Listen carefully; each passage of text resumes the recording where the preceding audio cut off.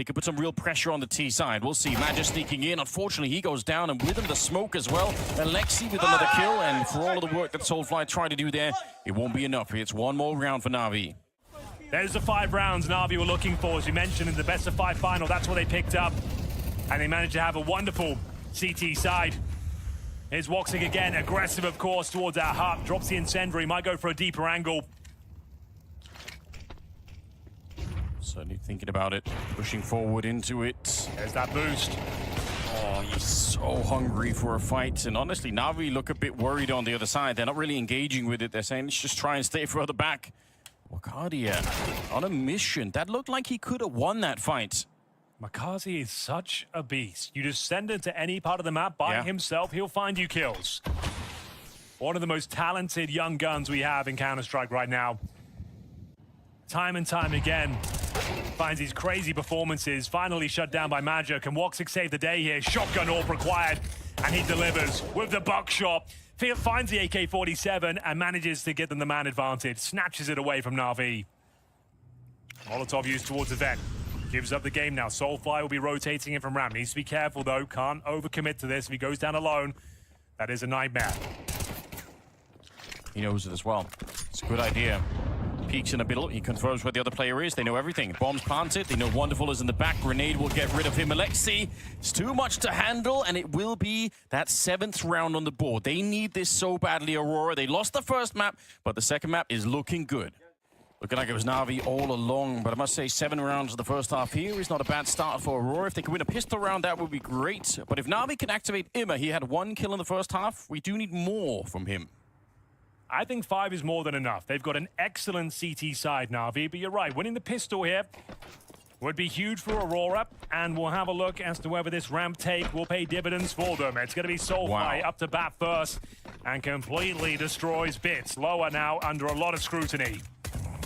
Kaze really hoping for a quick headshot on the USP to try and equalize the numbers. Oh, they're not planting in that default corner, a little bit further out, so he can't really guess that either. Bomb plant, no kit in play. It's very tough in this round and made impossible as they're getting every single kill. Bit for Ima here started to get activated a little bit. Just a 1 kill, unfortunately. Woxig will take him down. I guess you don't have to, but I appreciate Wonderful trying to make that AK work instead of hiding it somewhere in the back, like out finding those kills at the start. I like that. Eagle misses. Wonderful. Oh my god, he's clicking them away. A bullet for each, and they just hit the deck.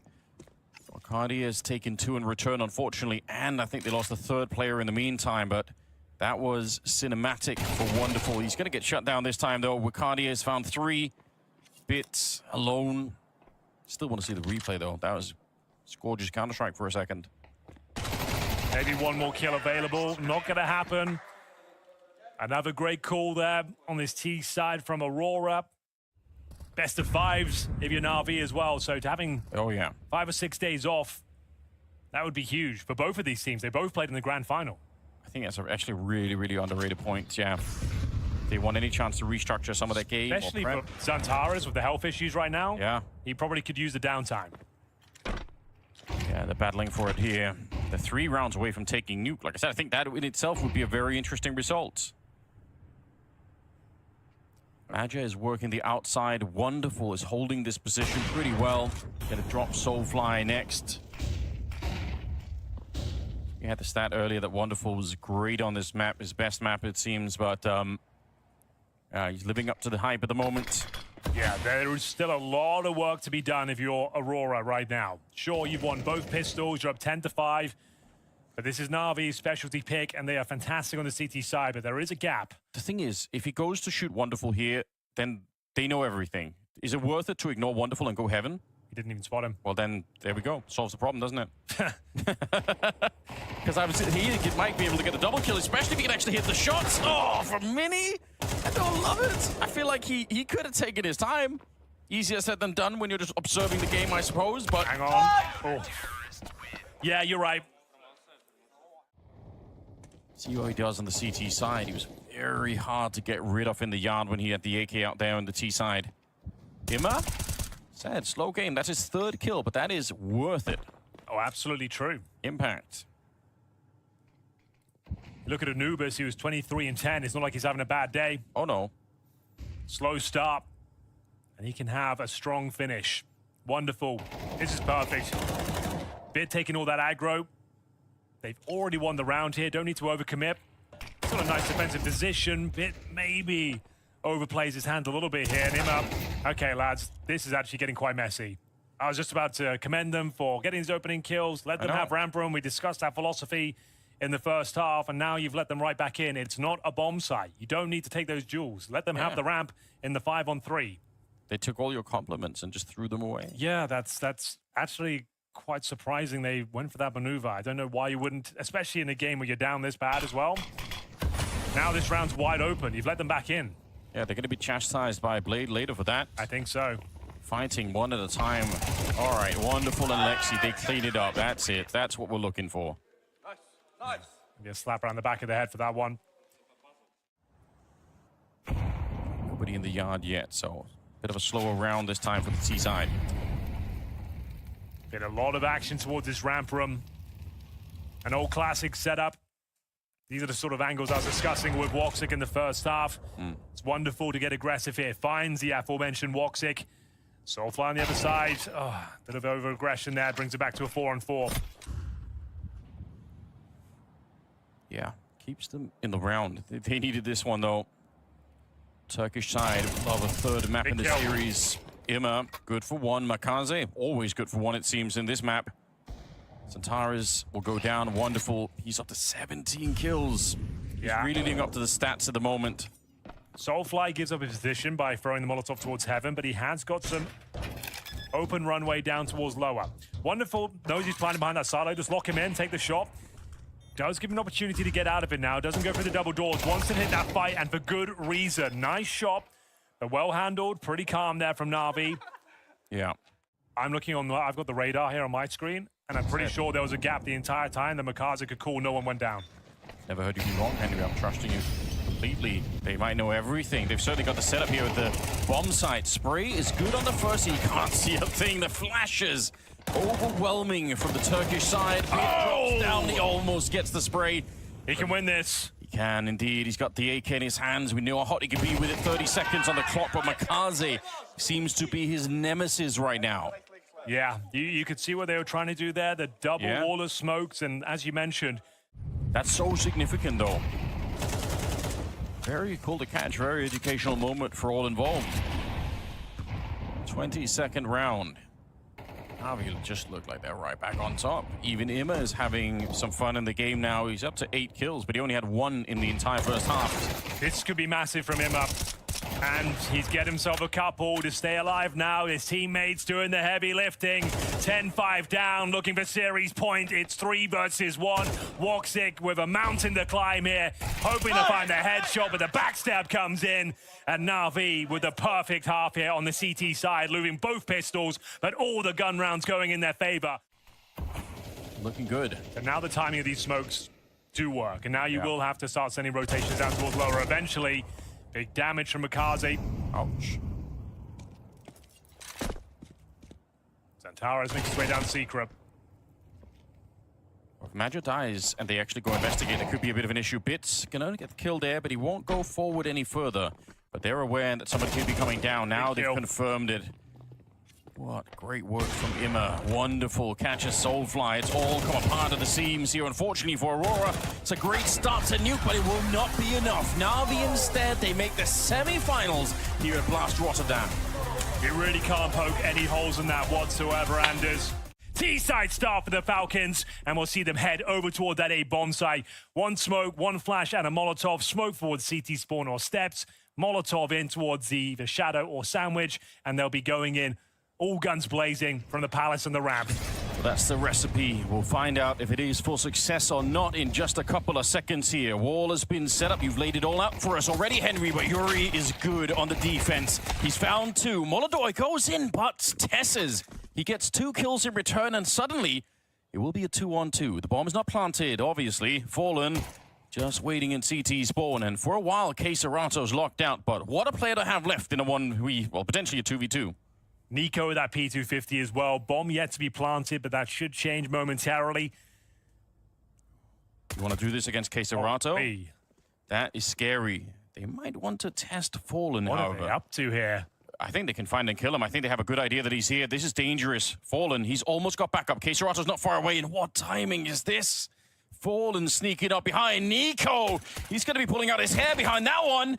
And Fallen disengages. This is so smart. Why would you want to give him the 1v1? Now they're coming back as they're planting the bomb. Fallen has absolutely gamed them on this one. Takes the kill on his own, and that will be Fury off to a hot start. Two of the world's best teams fighting for a playoff spot. Two teams on different trajectories. Furia, maybe one of the best teams last year. Falcons looking to improve. It's KSerato to start the bidding in this round. He takes down Kickstand, falling with the MP9. And so much damage onto Nico. He's down to 16 health, but they're running the bomb back through the middle, Henry. They're not over yet. 20 seconds if Kyusu can get this kill, but Yakuda's just hiding in Tetris the whole time, and that's enough to stab him in the back practically. m0NESY makes the drop down. I don't think that's masking much. They'll probably be able to guess it indeed. Yuri comes out with the kill, and there's no time left in the round. That's very important here. Not the most equipped round there for Furia, but they make it work just fine. You can see their intention from the very get-go, looking for that B split. Smokes were down by KSerato, not dissuaded from going for a spam, gets one cleanly through the smoke. Smoke up again. Looks like they're going to try and set up for a boost here. Yeah, send him out for a hunt. Molodoi is jiggling on the other side. KSerato back in the A connector. Dangerous moment. m0NESY, yeah, he could have found the angle just perfectly. Nico now hunting for Molodoi, and he will convert that into a kill. So two good shots to begin with. Falcons, another one, and they get the bomb plant as well. This is kind of dangerous for Furia. This is a round they can't really afford to lose. Don't want to be giving them away back into the game this early on. Bomb is going to be planted now. As Yuri decided, it's better to play it safe and wait for the backup. It's going to be Yakinda coming through the middle. If he can find Nico, it's on. Oh! He should have killed him! Nico! What a reaction! 2 versus 4. And Yuri does get one down the stretch of the bomb site, but this is a very hard retake. They are so tantalizingly low, though. It's still possible. They've got the kits available as Yuri and Fallen, the tag team duo. Bomb ticking at some pace, and Falcons are playing it perfectly and is giving nothing away, giving them no avenue of approach. All you can really do now is try and take some players down with you. But there we have it with one AK-47 and a couple of pistols. It's Nico with a double kill. Might even go down with the blast. Yeah, Yuri drops. Let's go! Very nice. Zonic likes that, and we go 3-1. Money's still very good. Bear in mind, they won their bonus round, Furia. Yeah. So we have got the AWP for Molodoi for the first time. Same story for m0NESY. The game really gets going now. That's going to be such an exciting battle. Two of the world's best snipers locking horns here on Mirage. Kisuke towards the underpass for KSerato will find the aforementioned sniper. m0NESY goes down. Early advantage. But they've got players in no man's land, and they're going to be detected. Yakinda trying to get out of that. Missed shot from Molodoi leaves us at a 4-4. In towards A, maybe a Palace pop, and a bit of a fake in towards B, courtesy of Nico. Molodoi must have heard that, right? He hears the jump, so he probably knows. Yeah, he knows Nico's there. Oh, didn't even have the gun out! How's he missed that? I don't know, but that could be real significant. Yuri now holding the shadow on his own. They're dropping down all around him, and Tesses will clean it up. He's been doing such great work in the tournament here. Bomb being carried on in. The smoke is up, and he doesn't help him. KSerato, very last bullets to get that one. Keeps the round alive, and here's Fallen to pick up the pieces, maintains the advantage as Molodoi now is hitting some shots. They know where Nico is. They know exactly where Nico is. You're dead on. He's coming in from the market, 15 seconds. Surely doesn't have time to win this, but he is pitting on a bit of a clinic with his AK-47. Has no idea of Fallen's positioning towards the window, and Furia take the round 4-1. Got a little bit awkward there for a second. But you can see it's going to be Deagles, MAC-10s, and Galils. Couple of AKs. Nico and Kaisuke to step up once again. We're picking up the pace and going fast in towards B, Anders. I love everything about it. They're putting the pressure on Fallen. Let's see if he can stand tall. He will crumble. The entire team is here. Backup is in the market, but it might be too late. They're all around him. Yakinda trying to get there to help out the captain for just a second. It's one kill on the defense. And then they've got the B bomb site. Yuri is so far away. You have a look into this one with the AWP. You pop open some smokes, but yeah, no chance now. Great call there, great change of pace. 3 people with Yakinda in front. if he gets a kill and lives or a double kill in the connector, it's fine. This round is winnable, but if he trades evenly, that's not going to be good enough here. Free kill on Keisuke as he walks to the smoke. Yeah, you got to live or you got to get another one. I think otherwise this bomb site is not going to last very long. 30 seconds. Backup is starting to get there, though. Molodoi is always thinking about moving over, but wait a minute. They're running back, Henry. Tess's, he goes down on the ramp, but they were bringing the bomb over this way. Fallen is in the underpass. This is a chaotic round. There's nobody on the B defense, so there might still be a way for Falcons. There's 15 seconds, but they're running onto the site. They catch Jekindar. Nico getting shot in the back as he's trying to get into the market. Still gets the headshot. What an absolutely ridiculous kill that is. And now it's all on Kixan. He can't keep it alive. They get both the orbs now. And Furia live through the round. What a mad round it was. Very mad indeed. A little bit messy from Falcons as well. You got Keisuke just walking through that smoke to certain death there. There was no spacing or no teammates with him.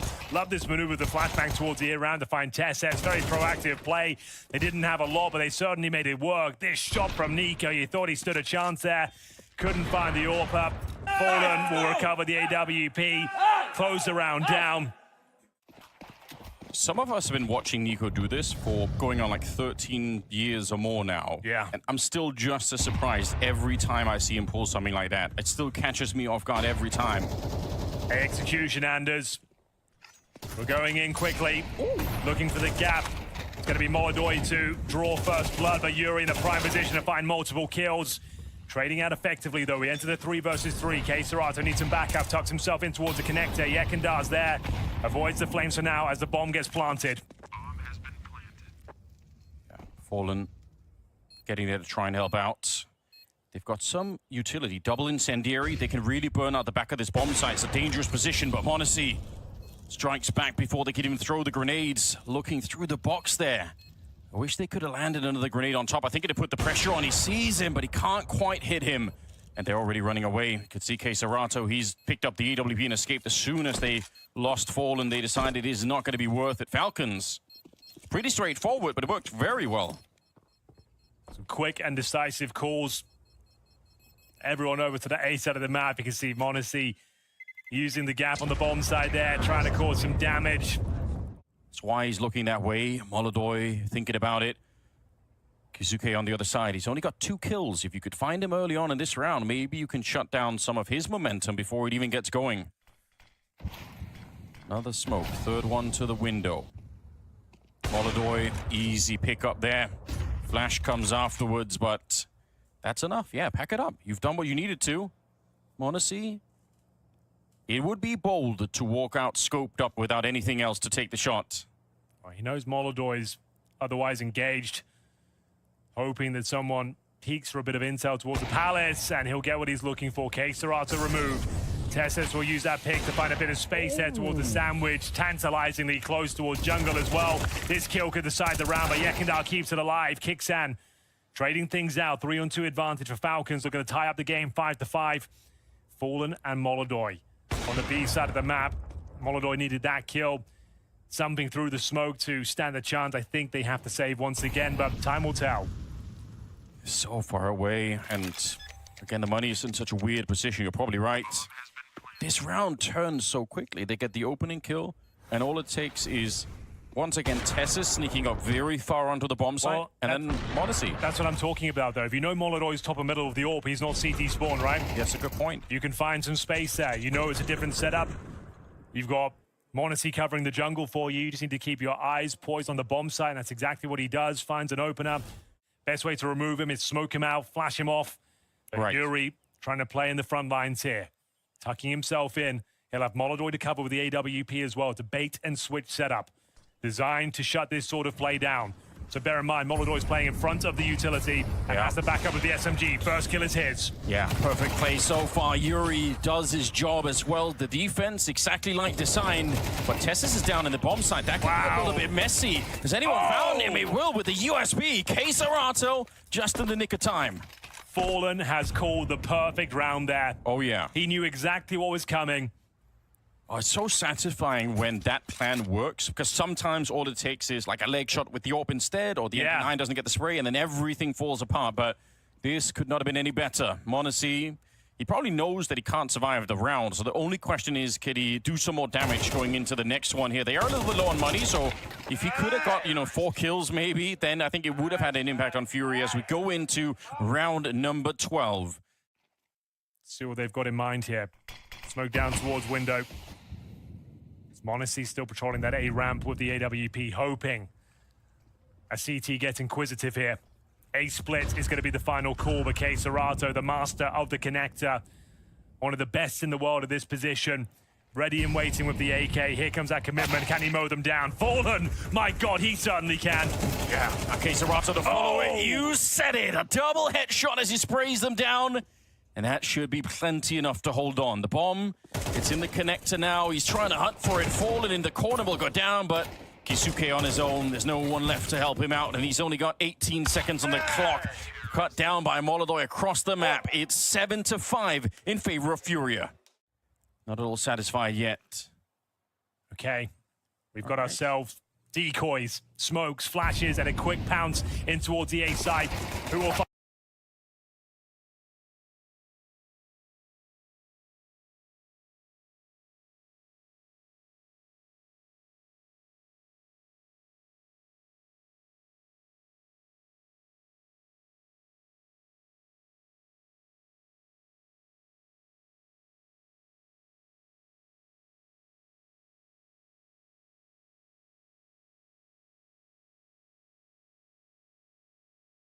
Bomb is not planted, so we don't have to worry about that at the moment, but there's so much time on the clock here that KScERATO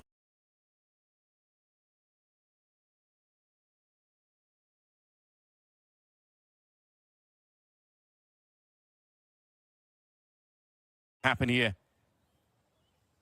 They've got the incendiary as well on Tessus. What a long wait this is. I feel like if you're Tessus, this is the harder part of the map to wait on. But for all you know, KScERATO somewhere in the B hallways. He could be planting the bomb this very second over on the other side of the map, but he's right in front. Tessus has done so well. He's absolutely mind-gamed him. An easy shot towards the end, and Falcons with a critical pistol round. Absolutely true. Needed that. Absolute pandemonium on the A bomb side there. Very quick. Liking this proactive play on the CT side. No one home. Player towards the Palace. That's going to be Yuri. Does he detect this sort of push? They're all coordinating around his position. It comes down to these kills. What? Caught out. Well read. Fury at 5-on-3. Didn't really have to do much for it. Anticipating that maneuver. Whether he can deliver is yet to be seen. 45 seconds. They have enough for an execution here. They have the manpower to overwhelm this bomb site. But if m0NESY can find a couple of kills and buy some time, they could be onto something. That kill felt like it had to connect. Same story with that one. I think that's enough for them to save. Yeah, that's all he had to do. That first one maybe would have set him up for another. He gets to live and fight another day, I suppose. Well, we know the money's quite low after losing 2 players in that previous round, courtesy of the Deagles. See how much they throw. All right. Flash onto the ramp. It's going to be a counter smoke coming out almost immediately to try and hold them back. He won't be held back any longer. Through the smoke already. It's very dangerous on this A defense. I think Kicksan's in a lot of trouble behind this box. So Molotov landing to the one side. I'm shocked that he even got that first kill. Molodoi, though, he keeps it going. And a spam through the box. Tessus never stood a chance. It's through the box. It's through the smoke as they clear out this defense. 2-on-1 though, Anders. m0NESY let himself down in the previous round with a couple of misses, but can he make up for it? Got to give this one a look in. 64 HP, defuse kit available, but no utility. Maybe Tessus dropped some up here. They did die behind the ticket booth. If he could find an incendiary, that would certainly help out quite a bit. It's an HE in front. That's not going to make the difference here. Not being shown a single player so far. Do you want to risk it and take the shot through the box? That's going to reveal your position. He's sneaking on in, looking at Tetris. It's the right idea. Might be able to get the first one, but so far, he's gone unnoticed. Falling right there, and what a quick scope that is. Now he's hunting for KScERATO, but he's smartly playing it on the other side. A trick, and there we go. He almost had enough time for it. That's not far off, I think. m0NESY in a 1 versus 3. He got 3 kills, but the bomb will consume him. All the meanwhile, Kicksan's pushing that Palace area. So if it is going to be the A fake, Kicksan might actually be able to backstab these 2 players and get 2 kills for free. Heard that footstep. You can see him coming it. He's got a free kill. Surely has Fallen trying to set up a grenade for the fake because the bomb's on the other side. That's, yeah, Molotov almost has to continue to do the fake. He has to continue to pretend like they're still going for it. They are rotating out of the B bomb site, so Tessis is once again a bit alone, although, as you can see, Kuisuke is not that far away. They're sneaking in. Tessis, the last defense here. 25 seconds. All he needs is a kill, and the round is still on. There we go. Good for that one. Crouches down. Yuri will get him and tries to put down the Molotov to slow them down. I was going to say, Kuisuke might have to push that Molotov to actually get some space here. Can't allow them to tuck in towards the bomb site. There's another Molotov, yeah. Yekindar stops them from going on the left-hand side. Big smoke. This is a very scary round now for Falcons. Yes, they got the man advantage, but a grenade lands right at the feet of 3 players. They're already tagged up, and Molodoi now, he's up in the hallways, looking to shut down any attempt at a defuse. Falcons need to get a move on here. They got the kits, but they need a lot more speed behind it. Modesty, he goes down. Nico is next. There's Yuri claiming the round back for his team. Kixan, he can't even dream of getting close to this one. What a find from Furia after losing Fallen. They continue the fake on the A bomb site, and it works. And Molodoi lives to tell the tale as well. It's not over until they get 13, but Yuri is playing an amazing game, especially on the second half as well. Here we go, Nico. Yeah, wants to take the fight to them. They come through their own smoke with a flash, and he's just so deadly accurate. 2 kills. QCK on the short position, trading out Keserato. That's absolutely worth it. And Yuri and Molodoi here, I don't even really want to see Kixan take this fight. It's not worth it. Some no-nonsense Counter-Strike there from Nico. They've been trying for a lot of this aggression, right? They've been double pushing ramp, double pushing Palace. This time is Nico in the middle. They really want to make Furia feel a bit uncomfortable on that T side. Well, this time it works out nicely. Denies map point. Here's the replay from Nico. Beautiful transfer up towards short as well. As I said, sets up Kaisuke for the swing out towards short. Finds Keserato. Okay, Monacy and Kuisuke are combined for 0-11 on opening Jules' map. Well, that changed in the previous round, I suppose, of Nico. That did change. Yeah, still really good stat. That means finally, you know, we had a bit of a break in the trend. Same play. This time with 2 players top and middle, confirming that it is going to be this A attack through the Palace. We go again, Anders. Lock in. Tessus needs some backup, and Kixan is there. Kuisuke as well. Oh, this is a tight defense right now. Keserato and Molodoi, I don't think they can make this one work. More grenades. Throw all of them towards the ramp if you have to. Monacy will land the shots, and that's very good work. The real danger, and honestly, Furia understood the timing, right? Is when the CTs are busy clearing top mid. If you execute onto the A-bomb site, it would have just been Tessus alone there. But they got back just in the nick of time. The timing for them to fall back is so important. They hit so unbelievably hard. We have the correction now. Nico's stats have been factored in. That's good work. Oh, we're doing it again. This time not top and middle, with 2 players towards the underpass. And it's an opening kill that AK-47 finds the AWP. Can they get the trade? Can Nico maintain the advantage? He certainly can. 4 versus 3. Shuts down their intentions here. It's a bomb on the back of Fallen. Yuri patrolling towards A, but a massive grenade takes Keserato down to 58. He has to get this headshot. It has to be so clean for this to work out. I think otherwise they might just get locked out of this round. There was the opportunity. I don't think he'll get another one easily. Tess is now dancing around. Some grenades landing as well, but see if Tessus could do anything more. Yeah, there's the spray down and a headshot on Fallen. Yuri. No chance. Yeah, absolutely nothing you could do. Oh, what a start. Again, it's the aggression on the CT side. This time in the underpass, and you could see how Yekindar is swapping out the weapons just as he's getting peeked. He'll spot this smoke being thrown. Not quite. It's going to go towards window. Yeah, but still, that means Monacy's open. Yekindar has got to be so careful. He's got Keserato coming up out of the underpass as well. There it is. Yekindar going down. Great opening for Monacy.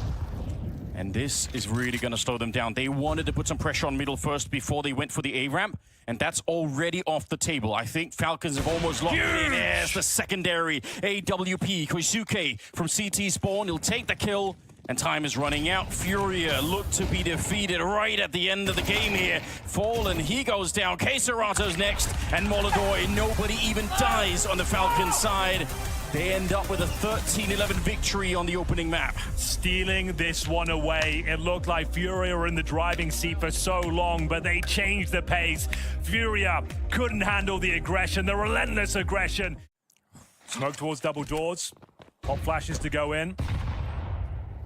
If they get the bomb planted, it's fine, but otherwise Yuri's not going to be part of this round at all. Gush onto Kixan, but he's still alive back there. Nico started to feel the pressure from the middle. They're not backing down, though. He wants to take the fight to them, and now they're going to go back up catwalk, out long, but Yuri, for waiting so long, he doesn't check the corner, and m0NESY just takes him down, and now they're in a lot of trouble here. Damn. They're walking into the open, no here we smokes, go. no flashbangs, and they are just getting shut down. Nico will find two. Maybe that plan could have worked if Yuri would have found the kill on long. That could have put some pressure on the A defense, but without it, not going to happen. A third headshot from Nico. Very calm comms then from Falcons. Didn't bite down. Looks like they were going for a long retake here. Flash is going to be set up by Fallen, taking quite significant damage, but Yekindar in one-tap potential of TeSeS' M4, and you can see m0NESY playing anti-flash as well. So TeSeS just wants to play for one kill and survive here. Yeah. Playing the off angle as well. Doesn't want to get pre-fired, doesn't get away, but they probably overlook m0NESY here. You just don't think there'll be two players in this particular setup. It's going to be heartbreaking for Yuri because he overlooked it in the pistol round too. Yep. So next time, I guarantee you he's going to be watching that one. Can't really blame him though. Perfect CS, really well read so far from Falcons. Okay. Serato finds a gap. That's it. That's the opening. They're back in the round. The fact that it was right on top of him there, Kixan not exactly ready. Scouts, you don't want to be taking this fight. Kisuke, he knows. He's so not scared. He wants to hunt it, but this is going to be a bomb plant. This was the force by, bear in mind. Serato has given them a solid chance of winning it as well. 3 versus 3. Fallen gets up to the window. Does he get flashed in? They've got no further utility.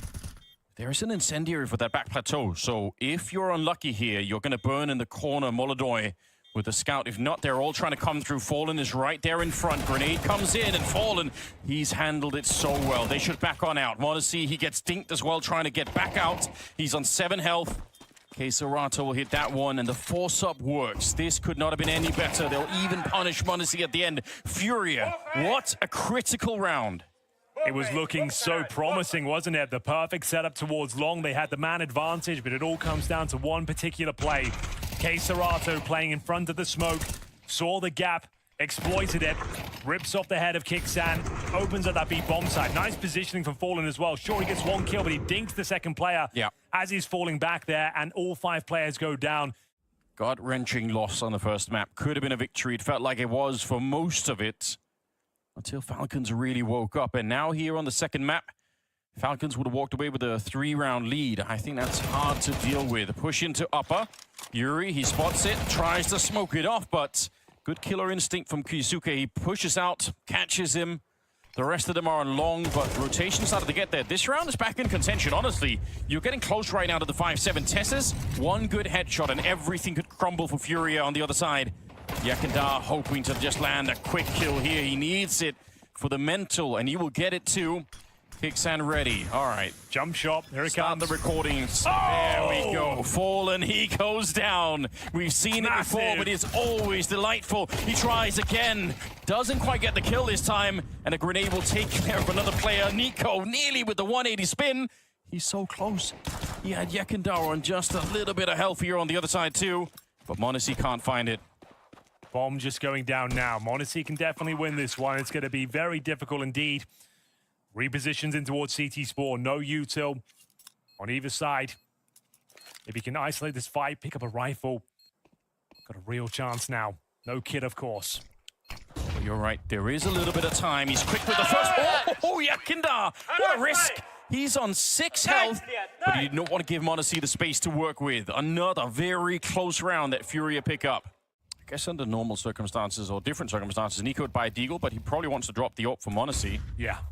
So has even decided to play with the USP, which doesn't really necessarily suit him that well, I imagine. Middle here, Yuri, it's a bit of a mess, actually. Yekindar's also gone down. This should really not be happening. Now, they're going to be long again, and they still have a really good chance of winning the round, but 2 AKs given over through the smoke. It's Serato. How is this round falling apart for Furia? This is not acceptable. This is one of the easiest rounds they've had so far.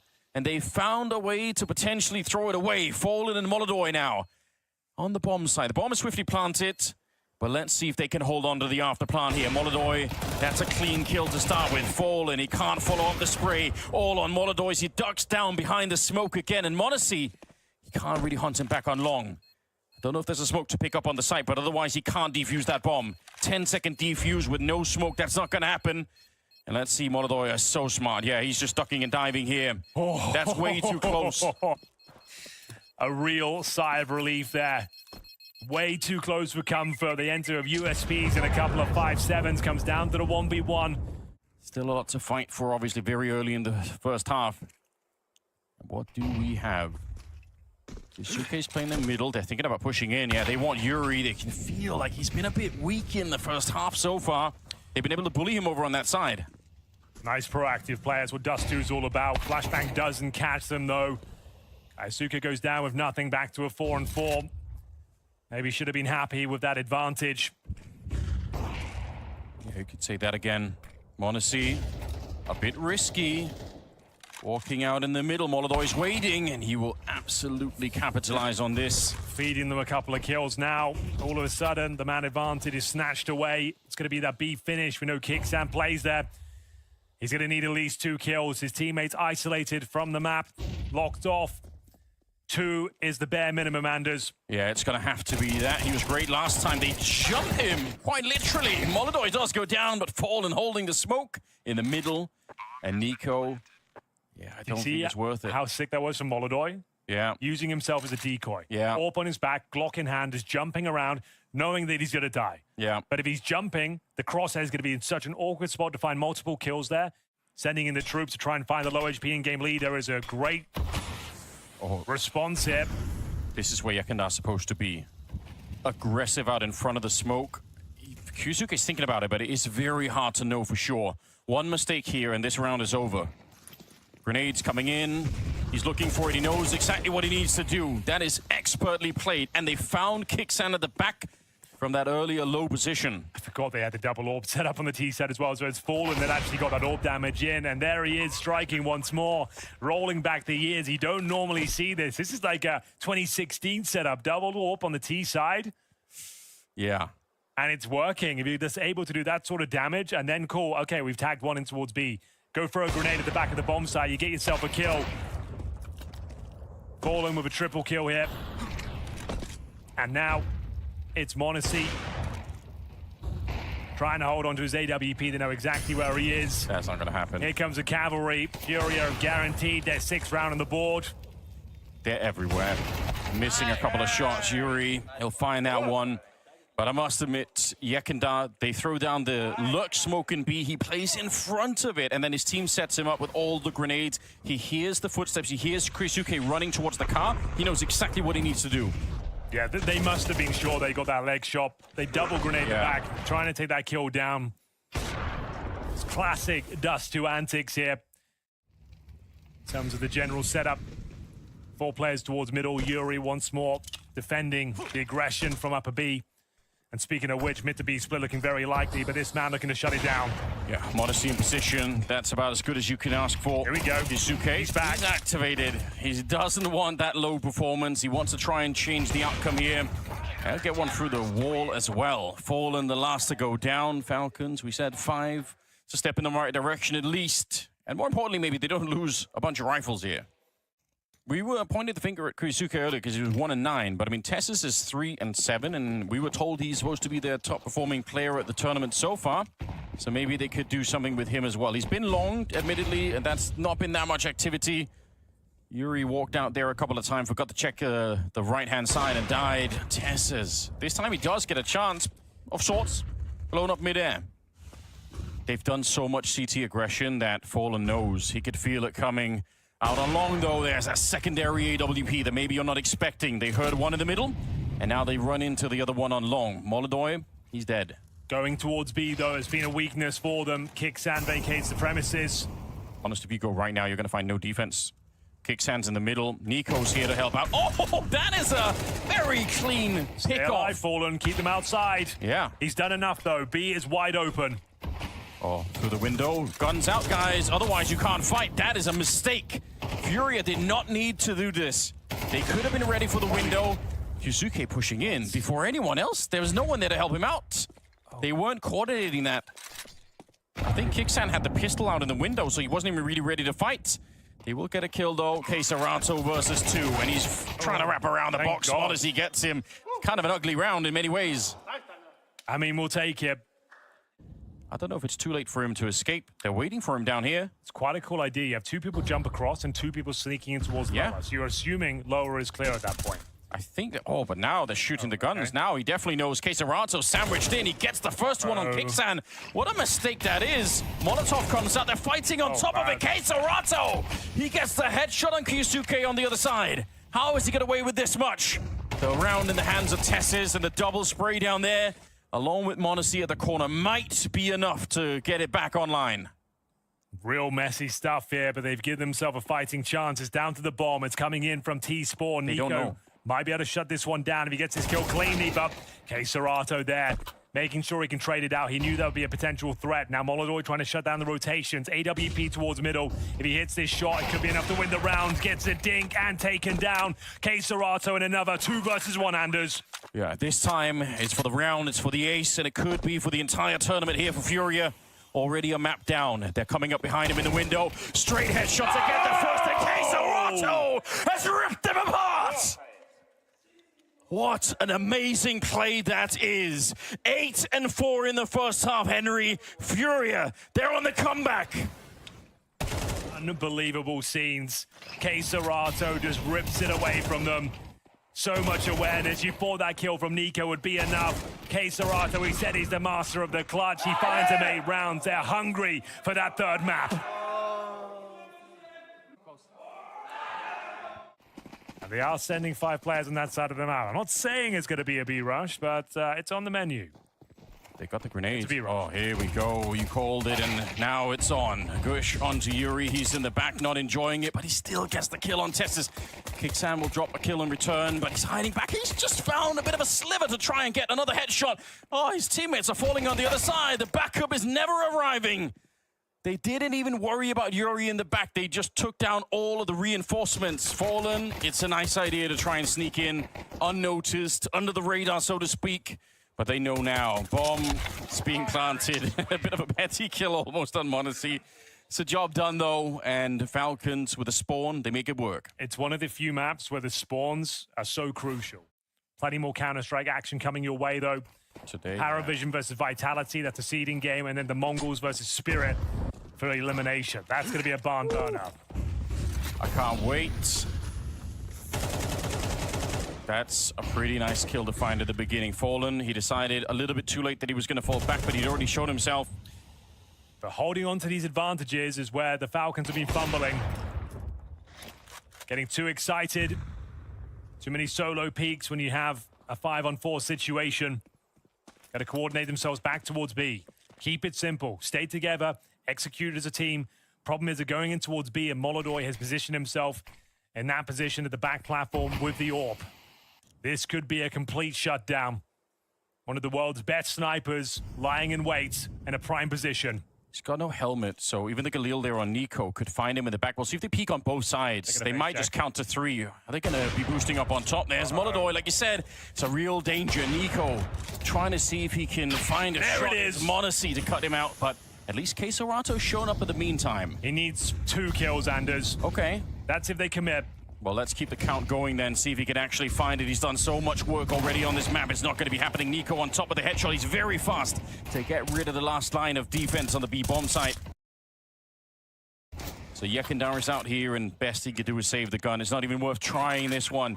Pretty good attempt, to be honest, from Molodoi back there.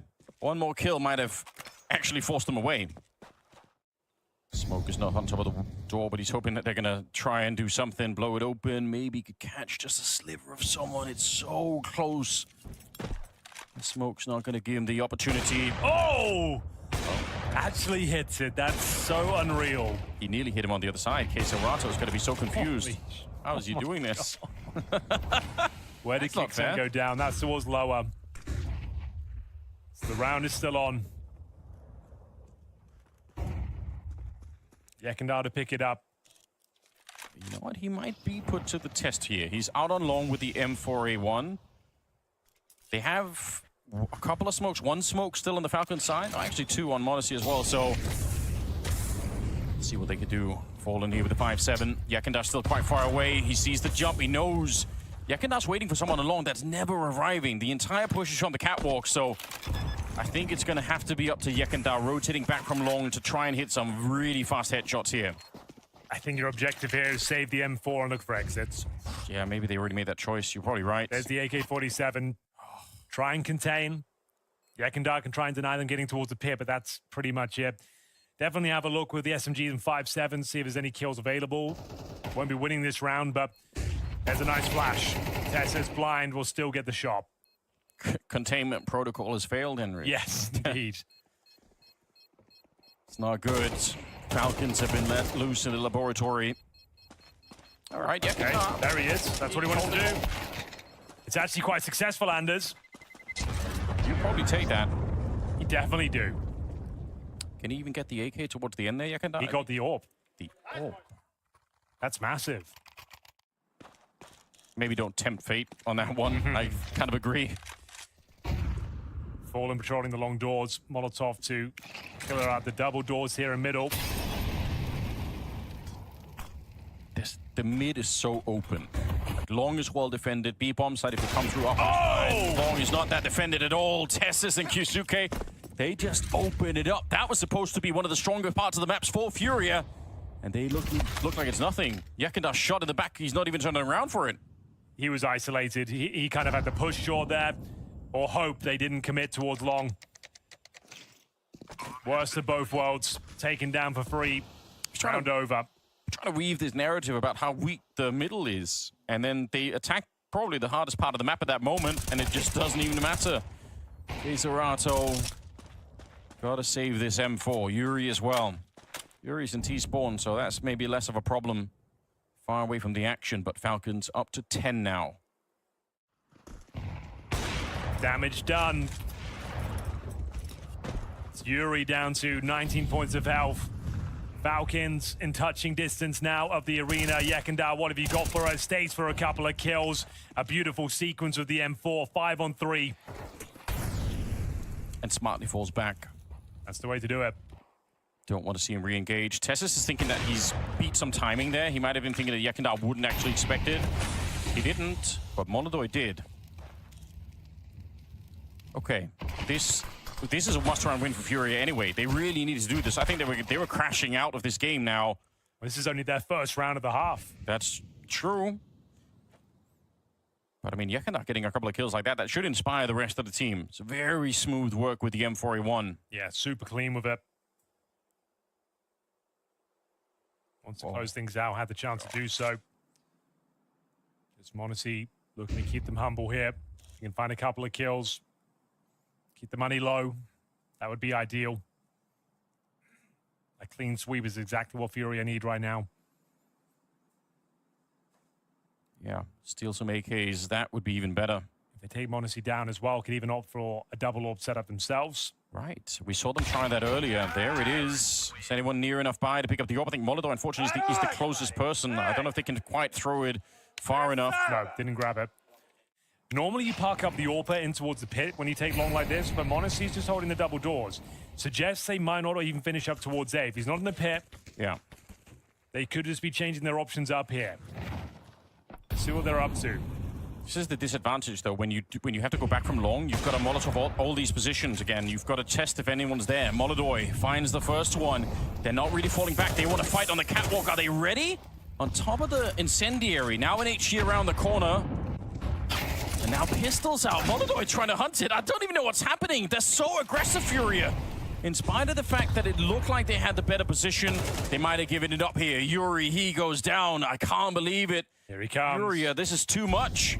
Yekindar and Fallen now being hunted by m0NESY. They almost line up. That could have been a 2-for-1. I don't think it matters. m0NESY. It is beautiful Counter-Strike that he's bringing to the server here. Pandemonium towards shore there. After all these years, he's still got something left in him. Something in his brain that just speaks Counter-Strike. It's Molodoi at the window as well, looking for this mid to B split. I think you might be onto something, Anders. Seems to be the perfect setup. Yuri in the pocket Yuri as tucks well. himself in. Yeah, Molodoi starts the bidding. They're bumping into each other. It's pandemonium inside of the smoke.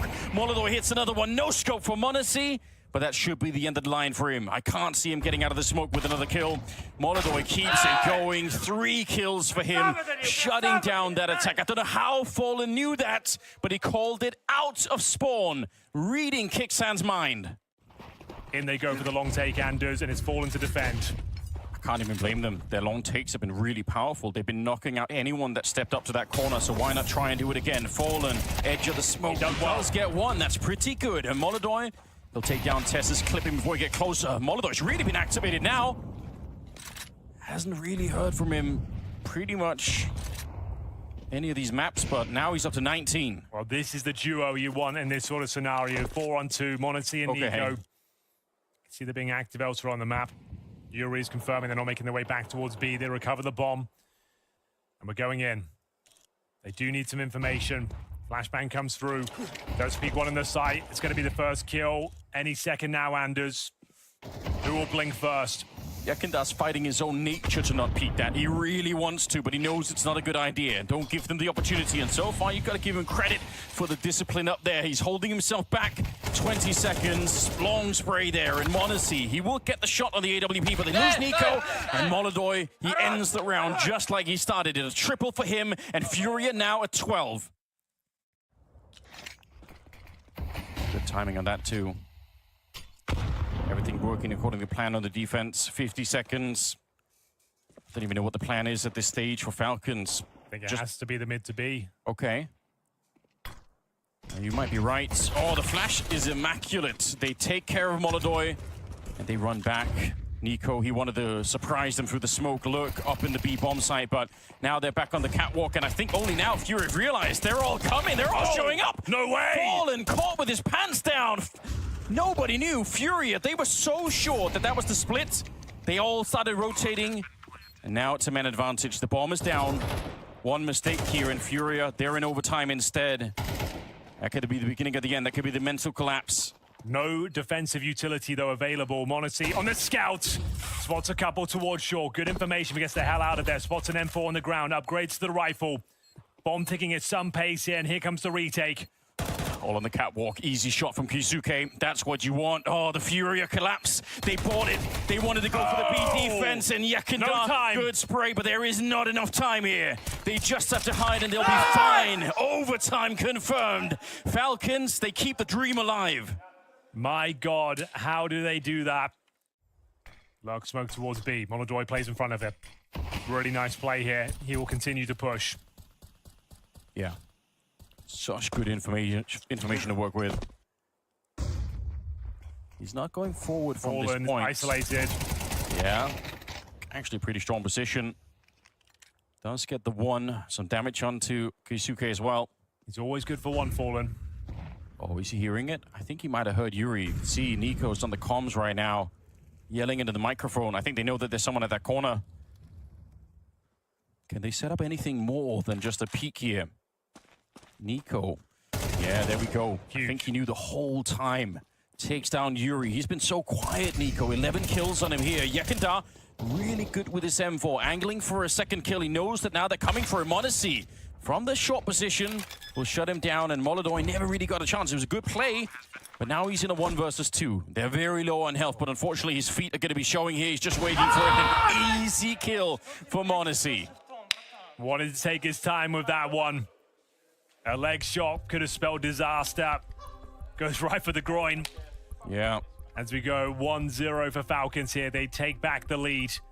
Yekindar looked poised to get a couple of kills there, right? He had perfect position, beautiful first shot. Couldn't find the second. Isolated on that A side once again. Monasi arrives from short, takes him down. I'm assuming with a mouse issue here. That's not ideal. Looks like it's like a... Just giving it a bit of a massage. Yeah, like an actual mechanical failure of the mouse. You're right, though. Nico definitely had a sound cue towards middle, waiting for his opportunity. Like I said, taking his time in that final kill. Oh, that's why your mouse might not be working, my friend. You just smashed it to pieces. Yep. Yeah. Wasn't there a polymarket graph as to whether a player would break something at the tournament? Probably was. And I think he just broke his mouse. Everything. Dude, why are you slamming your mouse for, you donut? You just broke your mouse. Congrats. That's true. Yakandar is here though with a grenade. Throw the grenade. He's hearing the footsteps. You got to be careful. This B bomb site's about to fall. They need backup from CT spawn, and they won't get it in time. Okay, Serato, he gets one, and Yakandar in the double. He timed it down to the second. And now Nico and Monacy, they couldn't get the clutch last time they were together. Maybe they can this time. It takes a lot of damage just getting the bomb picked up again. But they're going to get the plant here. Big nade. Double AWP on the retake. They can find rifles, surely. Okay. Do they want them is the question. Missed shot from Monacy. They know that he's in that corner now. Are they going to be able to wedge him out? Fallen wants to take a bit of a battle. Oh, they push him out with the smoke. Molodor is waiting. That's so clever. And Nico, pistols might be better. He's picked up an AK Molodor. I don't think you do this. He's so low on health already. They jump through and he can't find the headshot. Molodor instead, and you can see the reaction from Nico. Furia, one more round in overtime here. Okay, all is forgiven for Yakandar. He gets himself a double kill. Yeah. Times it well. The mouse wasn't an issue. We can all move on from it. There's no B stack this time. It's the same setup. Yuri and K Serato, brothers in arms. But they've got AKs. They do. This is pretty scary. Contact play that's walking in.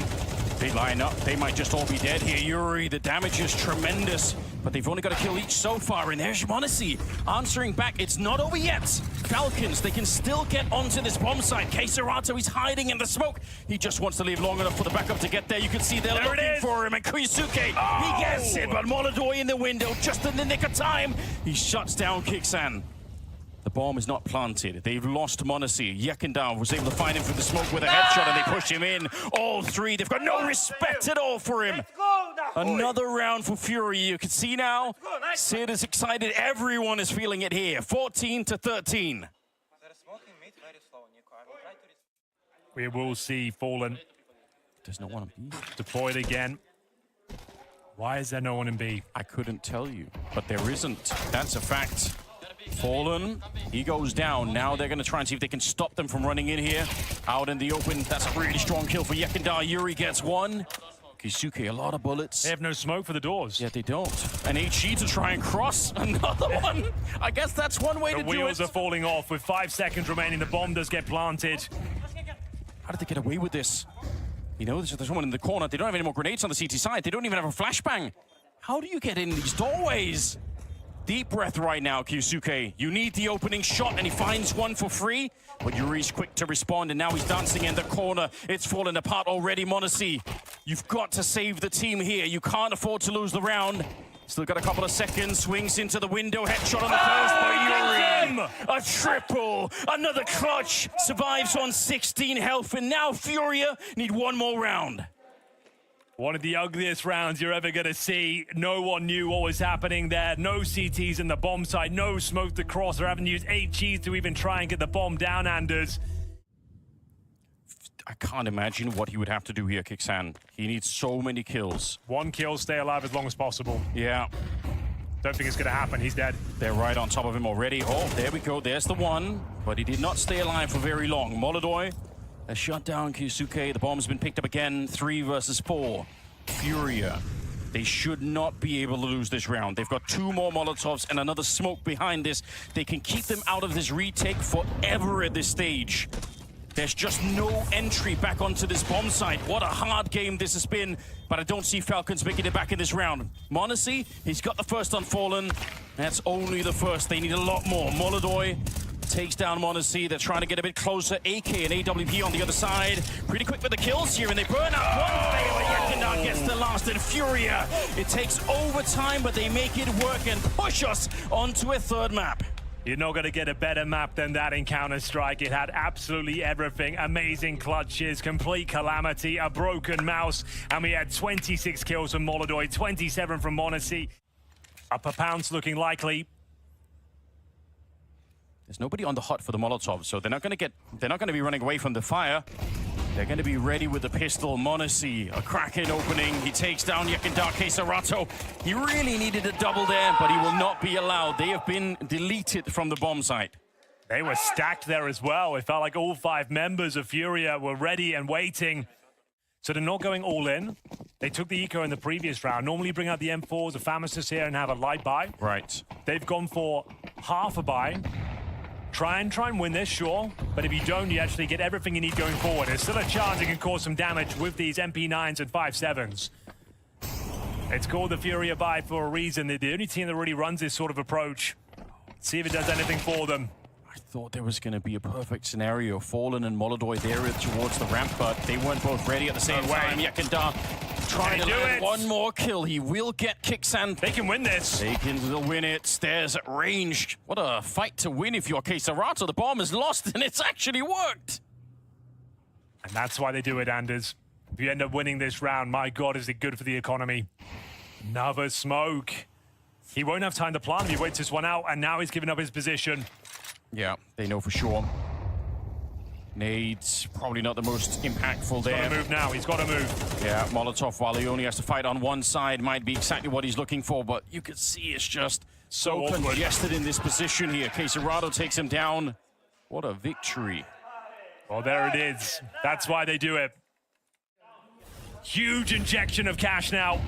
They upgrade to the AK-47s. The orbs out early on both sides. And m0NESY will find the head of Molodoi. Opening advantage found. Can they answer back quickly? m0NESY, God, what a resurgence he's had just in this series. He's 7-1 right now. Finding the opening kill on top of it. Make it very hard for Furia. Big kill. The shadow, that's an easy shot. Keisarato, I don't think he was expecting for anyone to be that far forward in the hallways. They thought that was probably it.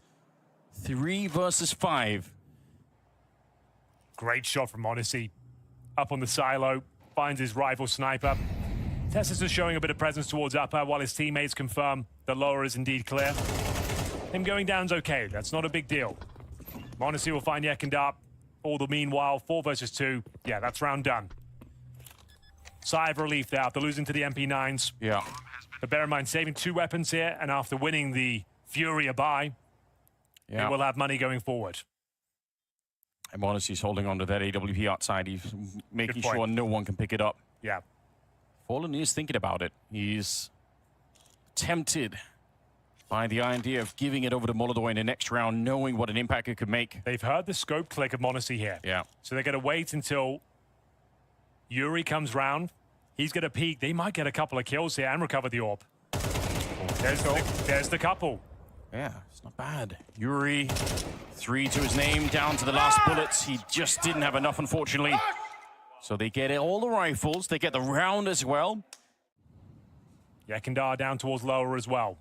Ramp room technically open, but he'll fall back. First kill about to come in. Missed shot from Molodoi. Still can't get going. That was one of the best opportunities he's going to have. Yep, gives him his position as well. Now, oh my goodness, you're peeking that. Kicksan. Don't know if I can get behind that one. The utility is essentially gone here for Furia, but they have the man lead. And a double setup down below. Molodoi finds Nico. How is he allowed to get away with this much? They know exactly where he is. Feeding him, and now the bomb's down in a horrible position. m0NESY will have to find a couple of kills. Tessus gets one in return. Bear in mind, this was a weak buy. Nice little dink. Takes Fallen down to 8 HP. He'll have to retreat now on 8 points of health. Round still possible. 20 seconds. But very uncomfortable due to that fact. Where do you go with this one? They're going to try and scramble down towards lower. There's 2 players there. They can't win. Yeah, that's the wrong move. Put it like that. Instantly picked up here. 1 versus 4. They only lose Yakandar in the round here. Furia, I mean, good play, but also for Falcons. I mean, that's worth criticizing. It gifted so much information with Molodoi missing that shot. Yeah. Then you just walk into his scope twice with the sniper in hand right now. Spots 1. Really nitpicking here, but Molodoi doesn't have the helmet. Upper split looking likely. They're going to try and get through main. Okay, I do love this. Quick wrap around Keisarato, though he's absolutely ready for it. It's good work. m0NESY downed very fast, and just Nico and Tessus here. 2 versus 2. It could work out, but Molodoi, good headshot, and they finish off Nico, send him down the vent, in fact. Furia, they tie the game early. They shut down that force buy coming in from Falcons. Very important round here. Still weak on the buy. 2 Galils, no AWP on the T side. Daisuke looking to challenge. Smokes go down, aware of the threats. And Nico certainly is. Okay, he's arrived on the server in emphatic style. A couple of kills for the Falcons here, but through the smoke, as you might expect, it's K Serato. Tesses up next. Yuri will find him. That puts a bit of an end to it. Fallen up on the silo there. From below, taking down Monacy on the silo. It's Kixan. They know Yuri should be a free kill. Walks straight into it. He's not ready. That was such a clean kill from Nico. I was excited. I thought that's it. But when Tessus can't get through the squeak door, that's when the round starts to fall apart for them once again. Fury are now up to 5. This CT side's looking good. This is a world-class shot with the AK, but they don't keep it going. Not forever. This is the moment where Yuri really turns it around. Great awareness from Yuri. Understands the tendencies of Tessus, always lurking around the map. Yeah. After that sort of shot from Nico, you think they've got it. He took down Molodoy as well. He really is thinking about it, but not quite going to sacrifice himself yet. So a little bit of yard control might be allowed for here. Falcons, it could be another wraparound. They got the bomb in lobby. They got 2 players on that mini position. I won't rule it out. No way. Trying to see if they could do it one more time. They trade out Molodoy. He does get the first kill, though. Nico, I don't know how, but he did see Yekindar. Bomb down lobby. Yeah, that's a good point. He's actually holding it. So, yeah, sure, they get the bomb site, but they forgot the one crucial element you need at C4. And honestly, he's real far away. I can't believe, again, I mean, this looked perfect. It was looking so promising, but every second that goes by now, you're suspecting this sort of flank. The old master up in the heavens, looking to send Monacy packing. He reads it well, and they are finding multiple rounds in a row now. The money is at least okay. Missing some key pieces of utility, but they've got the Monacy orb. Okay, they try and get towards main. Yeah, I think so. They set up the smoke, but that's a bit of a fake. They just want to walk right in around the corner here. This hasn't really worked for them yet, but gotta be honest, this is a strong position. Again, it's Molodoy, though. Beginning with a kill. Yuri, very smooth spray, and now Fallen trying to take on over. They know that Yuri's back here, but backup keeps showing up. Kisuke alone, and he goes down. 9 rounds. Furia, how did they get to this? What a first half this was. But maybe this could change. Tessus, he's world class on this position. If they can win the pistol, it's back on again, and we'll see if they can make it work. Okay, that's not exactly ideal. Guess it blocks the sun from getting to the A-bomb site, but that's about it. Dooley's, he's very aggressive, and it might have been worth it. Molodoy, he goes down early. Didn't even see what was happening there, I think. What is going on? Odyssey finds a shot as well on K Serato. 3 versus 5. Round has fallen apart here for Furia, I've got to say. Maybe not. Oh, Yuri, could he deliver? Not quite. They send Monacy back down onto the floor of the A-bomb site. Holy! It's just fallen here. Should be impossible. He's got the bomb at least. If he finds a kill, then maybe I will reconsider it. They just need to deny him going down the vents here. That's all he wants. Oh, he's made a noise as well. So just want to get the plant at this point. Scramble down there. Yeah. They'll be holding his tail. Just wants to plant straight away. Knows he can't win, but that's a significant plant, Anders. And maybe there is a chance now. Double kill required. Those are the sort of moments where you can find a double kill. All hell can break loose, but well done to Fallen. The fact he even gets a plan there in a very scrappy round. We've seen a lot of them this series. Nico starting to wake up as well in the third map, 5 and 11. Need him activated. Yekindar's been having free reign of the map outside. Throws a Molotov down towards Secret. And speaking of Secret, we've got 2 players looking to address that issue. Gotta be challenging. Fighting tooth and nail. They want Yekindar dead. It's impossible to read for Yekindar that both are coming here. Very unlikely this will happen. Tessus, though, he goes down, and there's nobody really on the A site now because they're all out here fighting instead.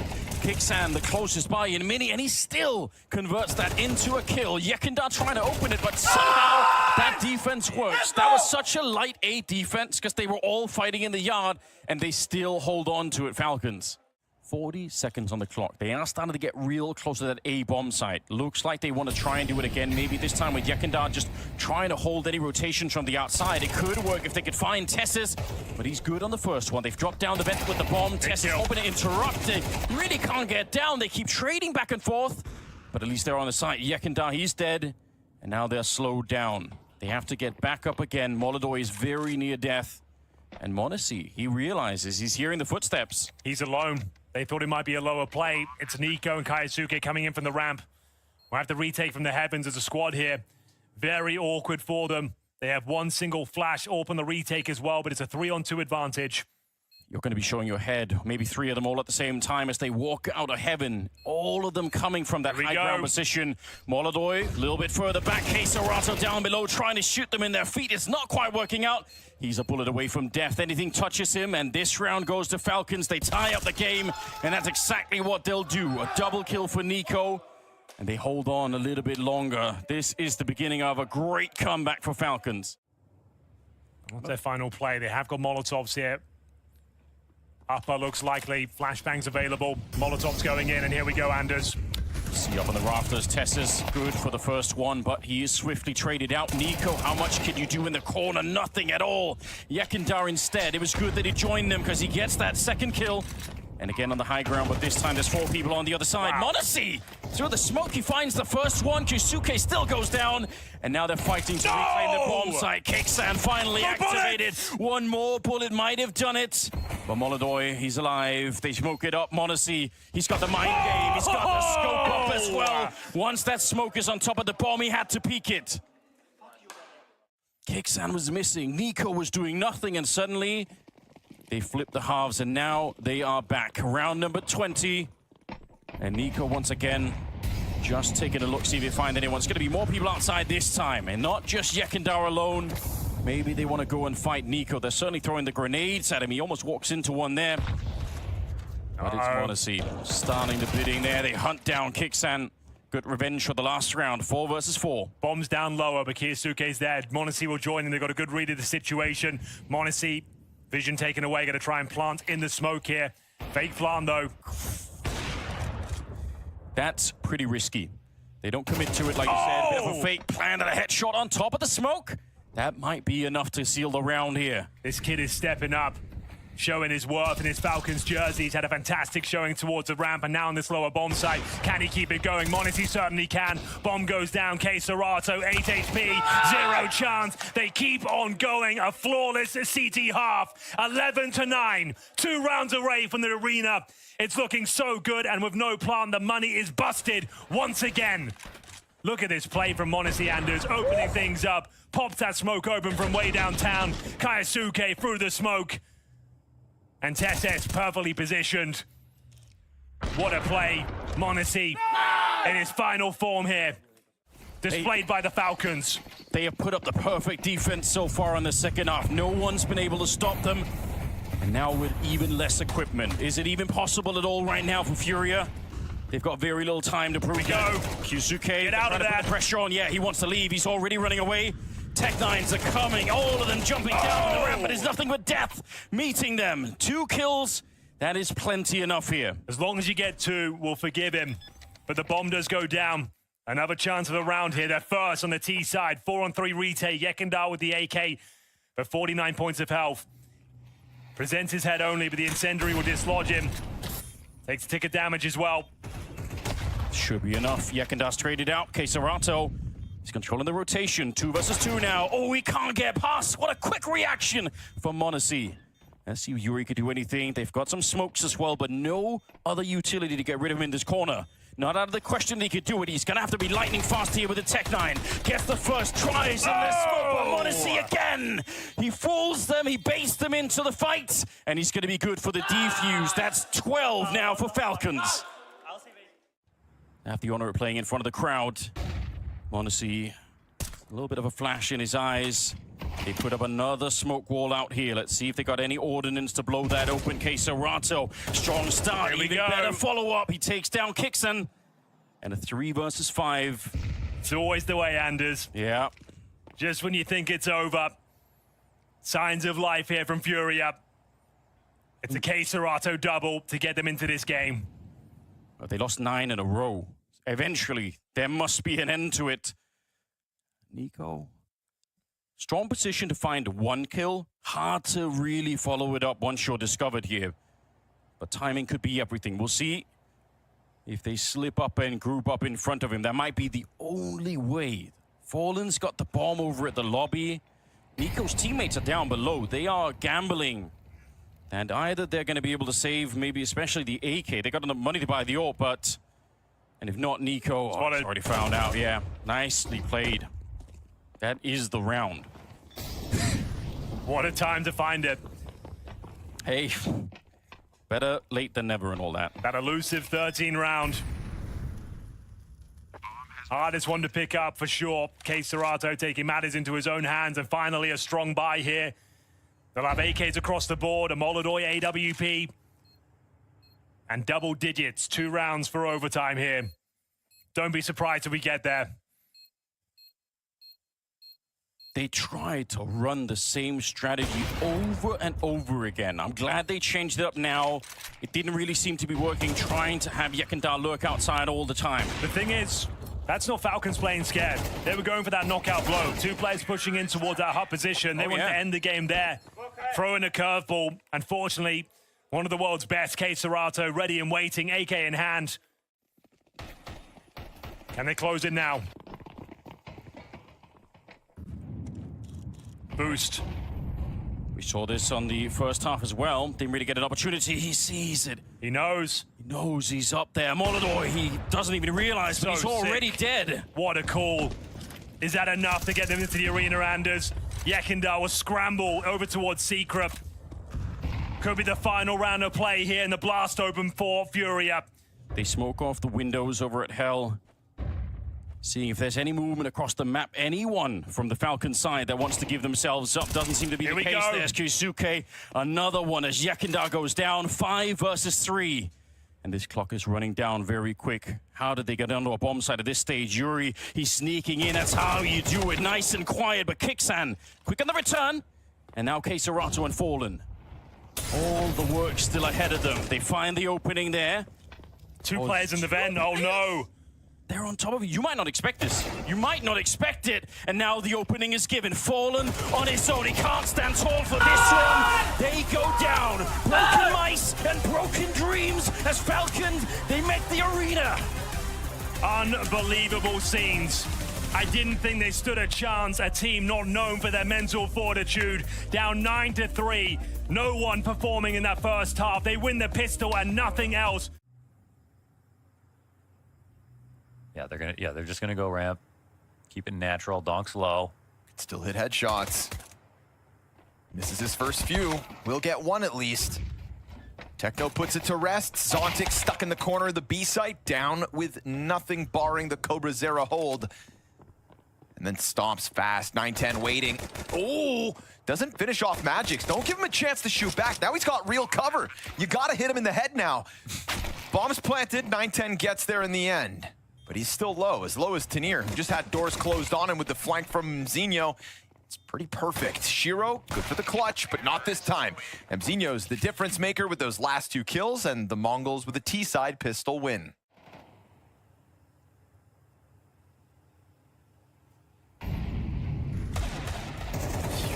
Eagle shots aren't too far away, but it's just a welcome for them to spam back Zontic. Scout shot out from Donk misses. Shiro, rather, excuse me. Donk will go down with just the 1.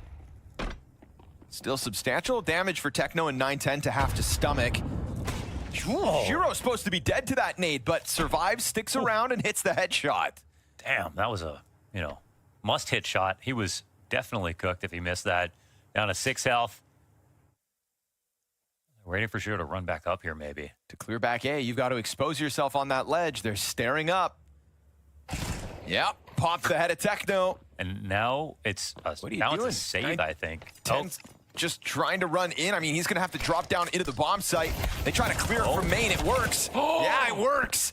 Woo, down to 3 seconds spare. Man, I was thinking if they just doubled up back site, there's no time. They didn't even really need to fight into main, and the bomb had to come heaven. But they didn't actually know where the bomb was, to be fair.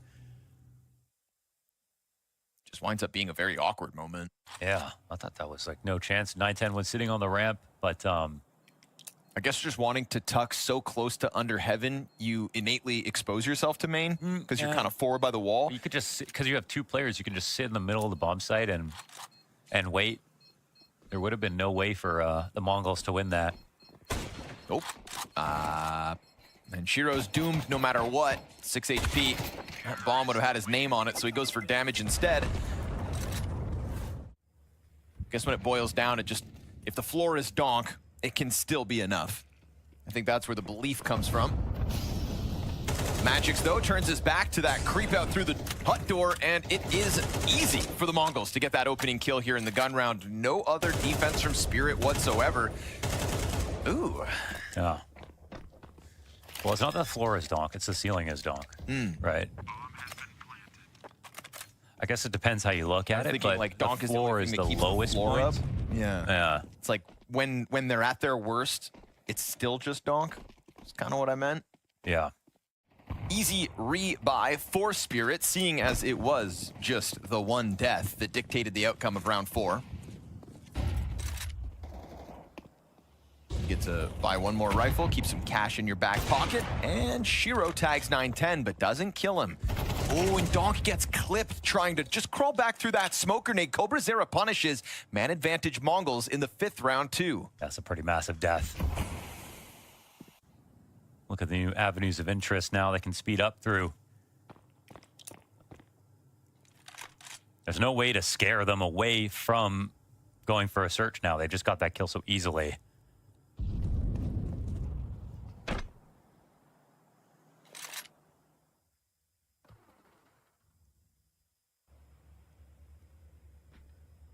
They do have eyes from the outside of hut, I think. Vision is exchanged. And an instant kill here for Cobra. That's 2. That's a dink out from Magix as well. He does everything he can, but AK advantage, Techno blindsides lobby. This goes from just like marginally the way of the Mongols to then just the bloodbath all across the map. But you see the damage that Spirit had as output. It's nothing to scoff at. There's a world where a couple more of these kills keep the round tight, but now, all of a sudden, we could be looking 5-0 for survive, money builds. There's so much cash already for the Mongols, and if Shiro gets caught on the ladder, yeah, that is secured. 4 players up, ready for the next round. 2 and 4 at the moment. Zontic's already down Secret, but still making sure to lean back safely. There we go, Shiro, nice, and Donk spamming through, clipping a second. 3 versus 5 doesn't look so good for the Mongols this time around. Zontix can play it safe, calls for the vent drop to come bolster his defense, and a frag grenade to soften up Blitz. So things are getting a little bit awkward here for the Mongols, and Tanir, perfect patience, is gonna find backs turned to him. So a quick execution of what's left of the Mongols, and this time Outer doesn't come for free. And so Spirit, rock solid on their first round win. So you go ahead and, oh man, we did just have, we're at a 1v5 today, so, you know, never know what's going to happen. Oh. Well, maybe. Blitz trying to make up for a slow start to the year. Only one in the 1v5. Not everybody's Iowa. Even Magix is 1v3 on the Dust 2A side. Yeah. Flamesy's 35 kill game or whatever it was on Ancient. I don't know what the hell's going on in 2026, but we've already been blessed, and it's not even the end of March yet. And the last time when Donk was playing on Overpass, I swear you could see his movement is improving. You sound like a conspiracy theorist. Movement is I'm telling you, man, it's getting better, man. And it is for this defense as well. Total stoppage of the first 3. Try to floor bang that hut ceiling. Yeah, Cobra Zera a little too fixated on the player up above. So that's going to be the 9-10 1v3 attempt, but caught off by this push from Zontic. So Team Spirit's CT side has officially begun. They're going to keep majority alive yet again. But remember, we talked about the money there for the Mongols, and they still have it in spades. Supported by Shiro, so feels like Spirit are trying to get into their groove, being more active. Whether that was pressuring the wall of smokes outside or now in this case taking over lobby. But this is Spirit playing with a ton of information. Ooh, hello, hello. Yeah, don't get greedy. Mongols are gonna know that they have been figured out. I'll try to just burst down with momentum into the B site. Tanir should be good for 1. Oh, this is wild. He's not going up the clock. I mean, it's a good multi-frag spot no matter what. If he plays high or low here, Gives himself away. Bomb's crawling over towards control with the second player with it. Shiro also concerned about that single door. Both sides of the glass still intact. Okay, that'll be opened up. Hard shot to hit. Tanir sitting on top of Silo. Ooh. He actually dies them. Zinho downstairs, so now Shiro's trying to pop open smokes and deny sight control. He couldn't really play there once that got smoked. He didn't have the cover. Took a risk. And now there's a chance for the Mongols. Sir, it's bomb down at least. It's a triple ramp retake coming through from Spirit, Donk included. We'll keep eyes on him as now he's bolstered. All in Spirit ramp retake. Here we go.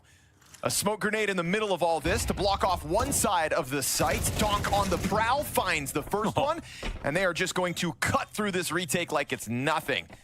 Techno getting, oh, get in with the double headshot. They drop down on the other side. Bomb is planted for him clearly. This is a real 1v4 attempt. His hand's busy on the bomb. Great coverage offered by Shiro. He lines up those headshots, makes it look easy. But Team Spirit's third round win.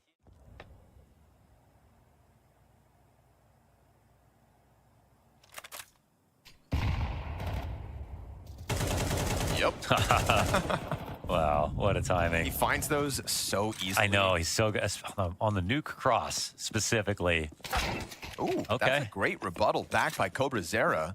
Interesting, they just immediately evacuate Secret. No one's left over here. Because they have the lower rotations, it's upper that they have to be worried about, even though this is going this direction. Oh, he's coming back.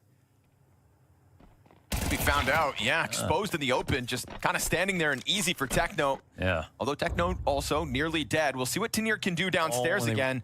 Vent control. What? Blitz lets it slide by. Oh, that could cost them. Second player's going to get completely blindsided by it, of course. Bombs planted. Blitz has got to come and join them. They've got them stuck. Cobra. What a monster. Snaps that crosshair up towards window and wins the Mongols a sixth. Yeah, they talked to Magix about what do you think about Cobra versus Senzu, and he just said it's so early to compare. I remember seeing a stat like Senzu was actually like the least successful hybrid opper in the space. And yet it was... They haven't seen me. I'll show you how it's done. But that was a round where Cobra Zera... Oh, Donk again. No. Cobra Zera versus Donk. Yeah, he's got this. He's got the head-to-head right now. It's in his hand. But how's he just dropping on a mini at a minute 30, grabbing that kill so easily? Donk's going to start getting pissed. And that could actually bode well for Spirit. Sometimes it unlocks him, but Or right talks now... in the third person when he gets angry. 5v4 again. Blitz with the slow burn and Zontix. Nice. Oh! Oh no! What are you watching actually though? And Wait, a missed what off was he, shot from Shiro. what was he watching though? Perfect pinch into the ramp room. How did this one get unraveled like that? Donk's death, that's one thing. Fast timing Cobra Zera. But Zontix just looks away. He was holding it to perfection, and now it's a 5 alive moment for the Mongols as they have a 4-round lead and 7 rounds already on this T side. Pistols. Moan, we're in blowout territory. Yeah, that's a solid T side. Oh, they'll throw the Hail Mary with the pistols into lobby. They got that off. Oh, Sometimes it's simple, isn't it? Well, it's meant to be, but Donk caught off trying to grab something off the ground there. Mzinho's on the recovery. They're going to send a player down the ladder in a second, I think. They flush the CTs out. Cobra Zera dips his toes. The bathtub's a little too hot.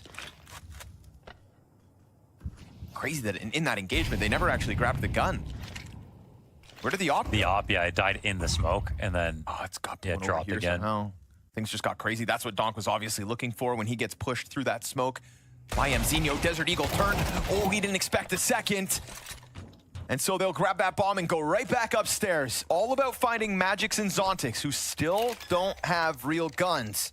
covering mini for the plant just to make sure. Could have died there, obviously, but They didn't control the op. Now Magix is going to grab it. So, but 8 HP. Do you just save it?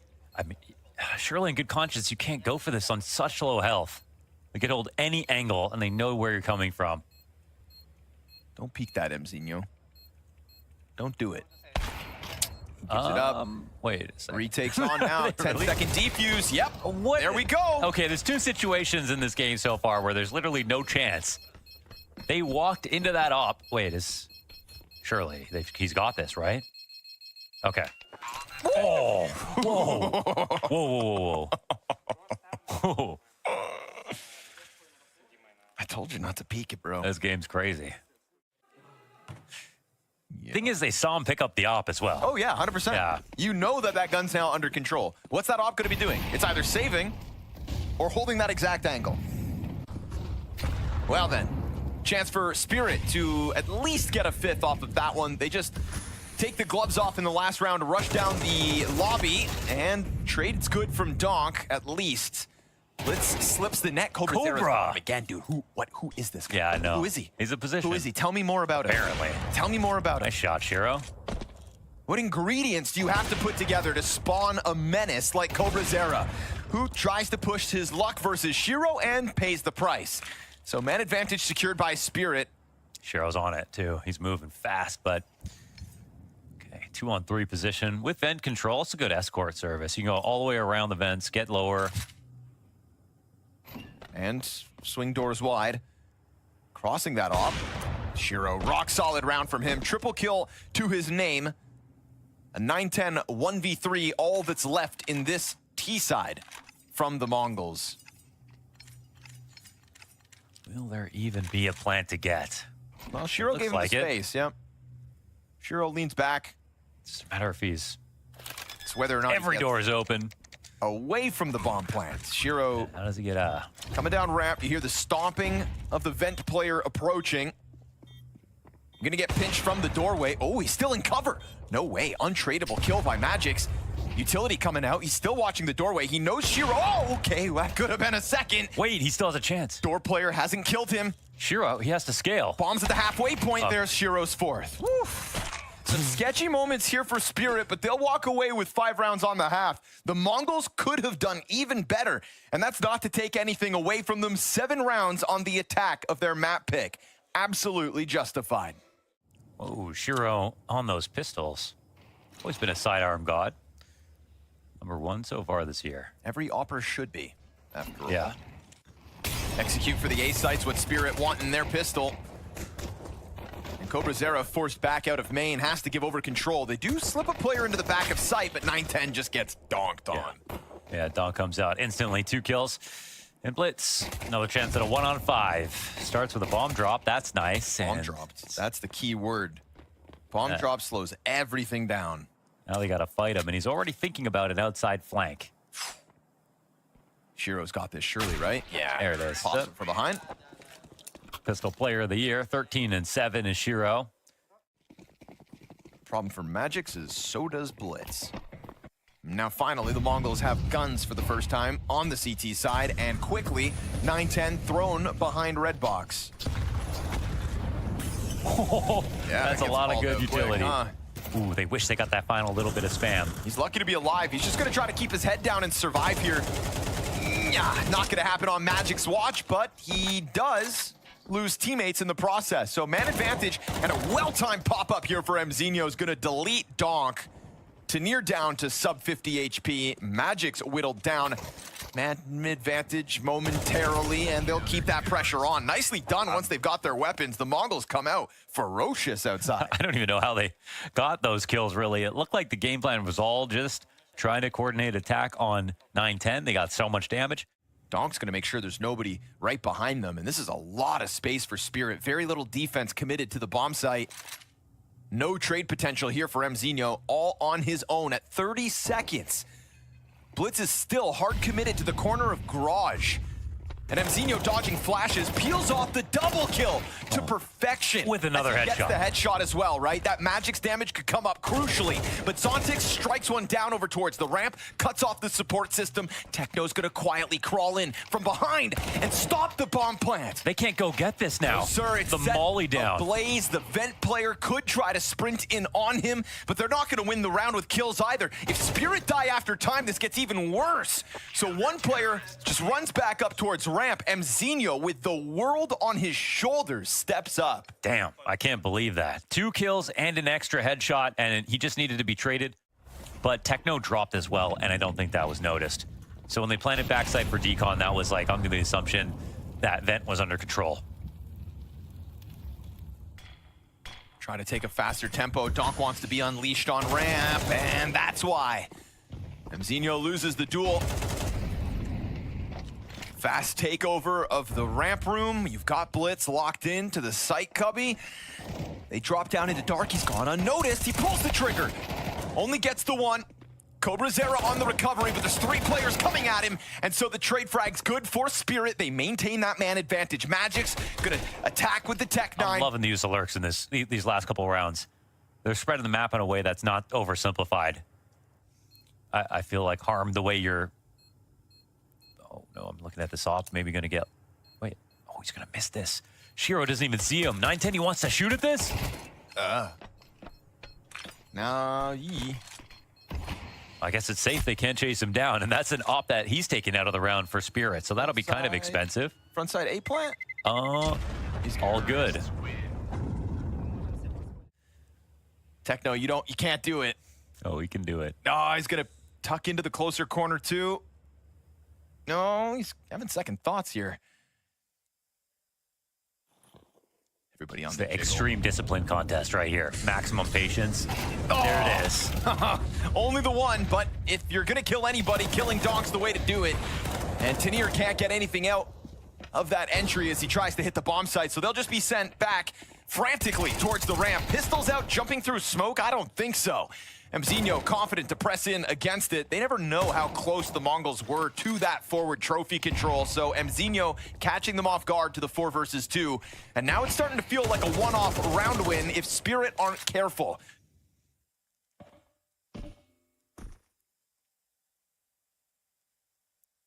Auto shotgun pays off for Techno, and Mongols are back in the lead. At least Donk still got the AK, him, Zontix, and Shiro with rifles. Yeah, well-placed Molotov. Blitz doesn't have utility for this. Oh, he's gotten away with it.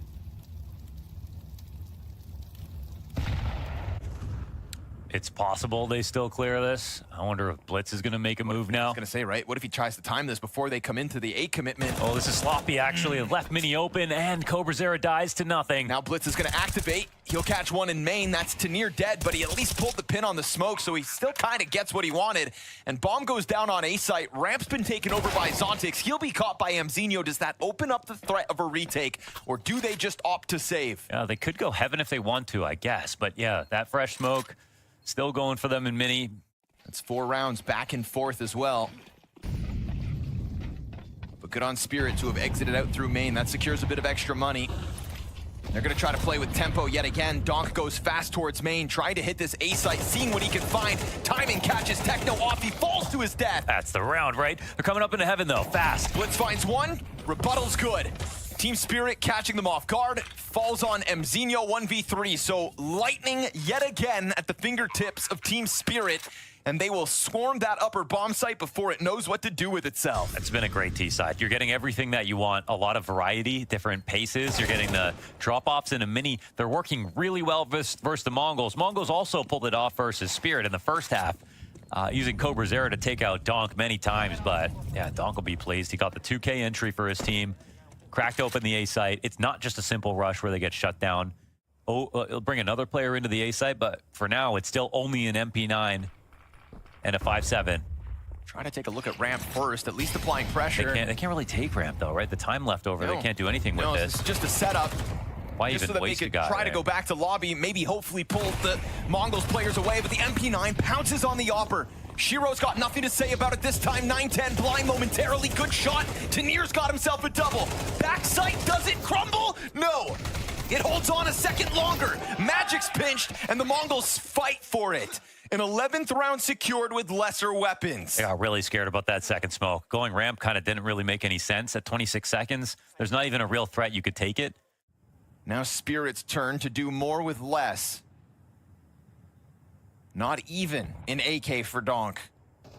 But Shiro's been playing just as well, and he could step into this Opper's challenge. 910, bottom of the scoreboard, and he will at least pick off Tanir, but Shiro is ready for the trade frag. That's pretty worthwhile if they go quickly. Trying to pounce down lower, already a player When you have an op there, you're going to have a rotate, but it's not going to be in the site, so they know that. Double doors blown open. Cobra Zera's M4 versus Donk's Galil point blank. You hear more boots hit the ground and a bomb plant covered here by Donk. No move by the Mongols on that bomb plant. They got no mollies, no smokes. It's crazy they got a lower plant out of this. Shiro collects onto Techno. Donk still waiting for his moment, but he gets blindsided. Mzinho starts that ramp retake, draws Shiro's attention. And that's Mzinho in with another. Zontic's Tech 9 looks for the upgrade, grabs the M4, but a defuse on the other side, and it's gonna get covered. Mzinho's the hero. Triple kill to his name. That's his 25th frag. That's an amazing map so far here for Mzinho. A good attempt from Spirit to get downstairs. They go 1 for 1 on the op trade initially. Can't get everything they want. Just waiting for Donk to try to find a duel, but nobody overstepping here for the Mongols. There's been a lot of success through that main into A play. Auto shot, he jumps. Zontix gets the trade at least, but they've lost Donk. He'll have no mark in this final round. It's Zontix and Tanir instead. That heaven flank and further damage, but the Mongols will secure it. 24 rounds of nuke needed. Their T-side kickoff drives this force, and Cobra Zero with a few rounds to be proud of, but it's Mzinho at the top as they'll have this one map advantage. Donkin Magic. This is interesting. Selling Go like snake oil from Long A, just showing a bit of presence here. Oof. Eat that flashbang in its entirety. They kind of have to respond to this. He missed a chance there for Mzinho. Tough couple of shots to hit. So they get by. Fast short challenge, though, with Berettas. Techno could really cause a problem. Whittles Shiro down low. Tanir crosses over, catching headshots in the middle of all that. And Blitz, well, it's eluded him as well. And flanks on flanks on flanks. It's a Spirit T-side pistol. Now that will certainly help. That's fresh stuff. I mean, I haven't seen a T-pistol like that exactly. You've got the two best players, Donk and Shiro, as it was on map 1 earlier as well.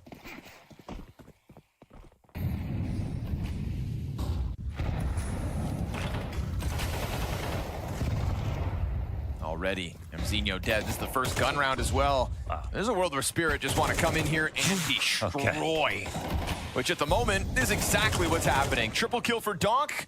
Every single person that stepped into this crosshair has died without killing him back. So He's 9-0. 4 rounds into play. Go ahead and save. You'll be lucky if you get to.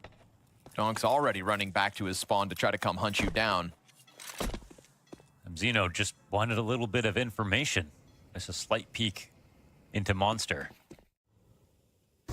Blitz can smell him. Ooh, maybe I'll be able to see him soon. Yeah, short push is worth it. Mzinho finds a kill. But the real problem right now, let's not beat around the bush. It's Donk. Maybe force Mzinho to move back. And Techno, oh, he keeps turning around. My God. Yeah, he's like so concerned about too many directions. It's hard to keep that focus. The nades worked. I mean, he was super worried about trying to flank. Bomb's real close to this site suddenly, and 910's going to be preoccupied with bathrooms. Go ahead and get the kill, but it's a fast-moving Donk to extend out long. Optimus has gone unchecked. This could stop the bomb plant, truly. It will. Hits the ground at 15 seconds. Donk recovering. Waiting for that Cobra Zera commitment. He'll win that duel too. He still has not died. They could stop this plant again if he lands that spam. My God goodness. damn, dude. Lucky to get away with that blitz. Just off the mark. Donk onto the AWP now. Is going to have to hit this shot. And he will, as he does. 13-0 with a quad kill, killing every single person on his screen. He was just standing there at every single spot, perfectly holding for everyone to swing out. But not one person was able to best Donk. Already out. It's another rifle, by the way. Yep. Charging down these guns like it's nothing. Donk's He got still it? alive. He regains vision. Finally put down for the first time this map in round 6. Luckily for Donk, he's got teammates still around him. Trade's good. Double graffiti challenge coming out for the Mongols, looking to keep up with the pace being set by Spirit. The tone is electric. The tempo unstoppable. And 910 out in the open, still with a chance to clutch this. Up versus Shiro's op. Shiro gets beyond, but now he's been spotted, and so 910 wins this. Dude, no way. Donk just gave you 3 kills. He gave him 3 kills? Oh, it was only 2. Okay. Oh, only 2. Not enough.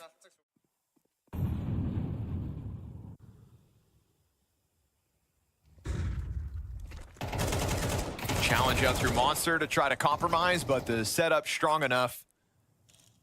Magic still sitting passively. by those barrels, supports it all. Frag lands perfectly, but Blitz isn't allowed to escape. Not with Donk on the chase out through Monster. That was an old school Monster push. Jumping through at the end of that smoke. That was, well, it looked just a little haphazard. I mean, Spirit were obviously not doing much but waiting. But Mongols didn't have a ton of info to make that move. They just decided to take a risk on it. Maybe we're feeling a little insecure because their guns weren't great. Bomb has been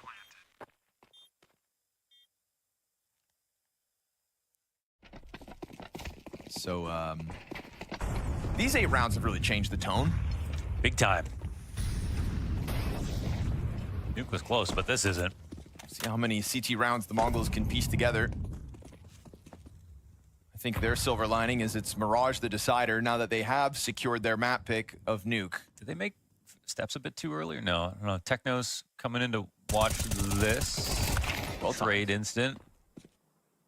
At least this time he's damaged Donk. What can he really do with 14 health in a 2v4? 2v3 now with that frag. And Cobra Zera walking up underneath this. Just be careful. Tanir's still healthy.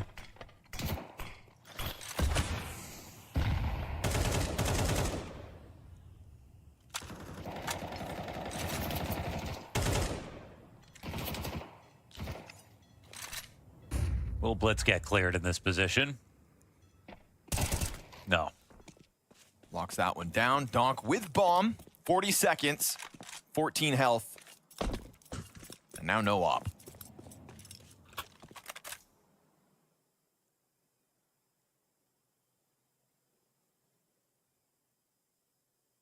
Every kill valuable, though, and right now Blitz is untradeable.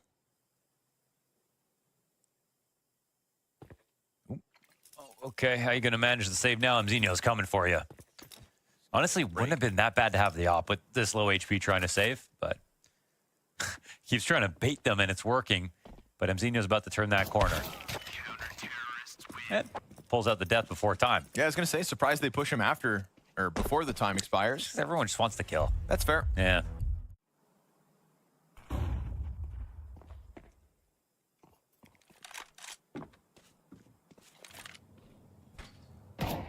Uh-oh, Techno, you made a mistake. You shot. Hero took his support out in the back as well. Now Techno's just got to fight.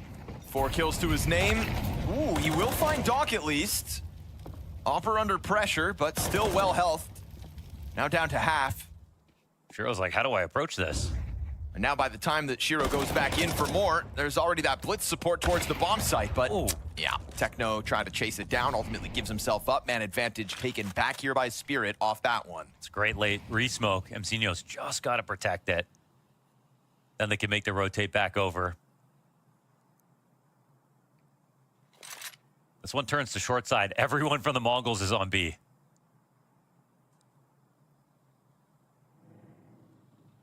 Seconds, and they start to slow walk bomb in. Monster player bringing it through now. Pillar held on to. Nice sequence. Cobra Zera with the triple. 2 headshots in the middle of that one, and he will single-handedly lock down that bomb site to secure the Mongols' 3rd win. Yeah, that was hard.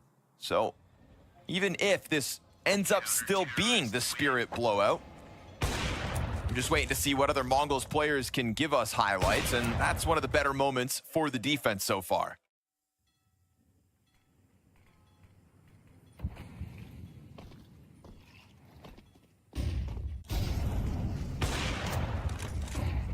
Small miss, but a great recovery. They're still on the bomb site, though. Shots get harder from here on out. 9-10 doesn't seem to mind as he swaps over to the 5-7. That jiggling MAC-10 gonna best him. Man advantage still for the Mongols, and they hold the long control. And Techno knows he can just buy time. Ooh, nice nade. Exposes Cobra Zera. They're gonna try to slip another player out. Shiro kind of forgets about that long control. Offers his back over, and now Magix trades back, but down to 11 health. Blitz slips through Bank, blindsides a 1, and Magix pinched for the 5th. So suddenly, this is 4 rounds in a row out of the Mongols. Do Spirit lose steam, or are the Mongols gonna make a fight of this now that they switch over to the second half. So no chumps. And that is what Spirit were able to do to them. But with Counter-Strike, where there's a will, there's a way. Question is just, are Mongols' wills broken after Donk's performance in the first 10 rounds or so? The Mongols will find themselves inside of the B site with a real chance to plant. Mzinho with a triple kill. If it's gonna be stars on the T side, maybe this other young gun can step up, because he did on Nuke, but Shiro's got other ideas already. Starts to press these Berettas down into the water. Donk's got them. Him and Shiro bounce right back through that graffiti smoke and don't look back. They blew that one. They could have easily just planted. They could have played the post plant however they wanted. They didn't even get the money from the bomb. So that's pretty huge for Spirit. It would have been a real test for them and for us to see what they could really do to close the game out, but this makes it a whole lot easier.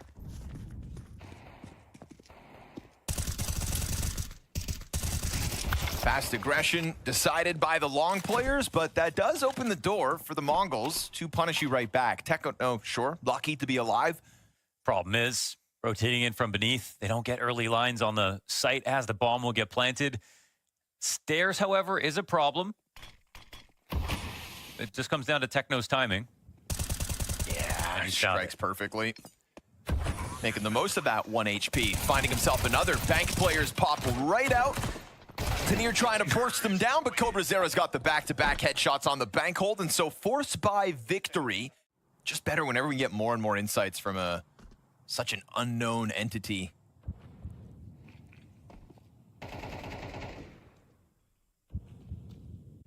Trying to pounce on that. They'll find it. Shiro with an AK to chuck over to Donk. That's a Kevlar AK now, to note.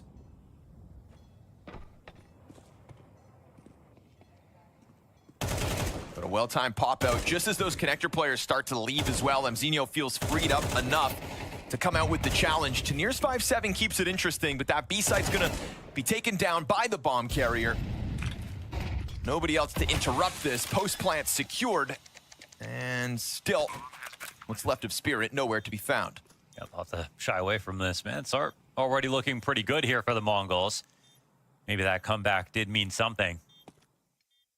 I mean, the CT advantages really roll in when you have the op and all the utility.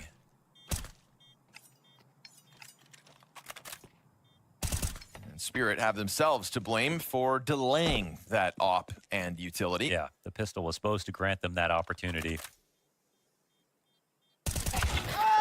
Wow, another kill. 9-10 to survive here, because there's also going to be the question of how many gun rounds can Mongols kind of string together, so keeping 2 alive in this one. That may not matter. And we know it gets really strong for Spirit over towards A. That molly misses, however, to kick things off.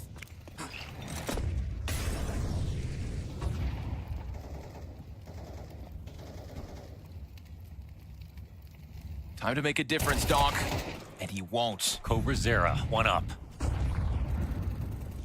Oh, he did see that. I swear he saw something off the corner of the smoke. No shot in for Shiro. It's starting to This will get scary for Spirit now.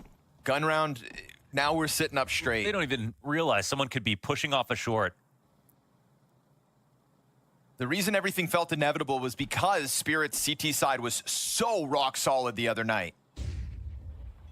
We kind of laughed through those last 4 rounds secured on the CT side for the Mongols, but if they win this one, pressure is on. And if they win it in dominant fashion, then the bank accounts keep growing, the momentum keeps rolling, and the confidence will keep showing in the way that they take down Donk in these opening duels. Donk was what, 14, 15, and 0? Yeah. 19 and 9 now. Somehow made that sound terrible, but yeah. 19 and 9, what a bum. Dontix hangs on to the front bathrooms, but he'll be blindsided. It's 4 up for the Mongols. Game on. They have secured the lead. Donk with a deagle in what could be an untradeable kill versus Blitz. If these pistols pounce on Blitz, that's going to be a rifle to try to turn around and stuff the rest of the attack out long. And Tanir's gotten past the bathrooms. But Blitz also goes beyond, and in that timing, Shiro's now dead. Tanir does strike. At least Mzinho's here to recover. Donk will not miss the opportunity. His 20th kill collected. They'll take over control of the bomb site, offering a smoke grenade to find temporary cover for the plant. Oh, I wishes he could stop this with the amount of time left over. Cobrazera low, but still not dead. Mzinho finds it, and Donk, fighting to grab this upgrade, now has a 1v2 in front of him. He'll take that frag grenade as well. Could be enough to kill Cobra. Cobra is too far. Yeah, tucked into Optimus instead. He's just gonna try to hide, but still, untradeable moments if the Stairs player doesn't peek fast. Donk's not wasting time here, trying to slice control of the site. And as he goes back around Dice, now they make their move. And the Mongols win another close call. But what's important now is that the Mongols are simply putting rounds on the scoreboard.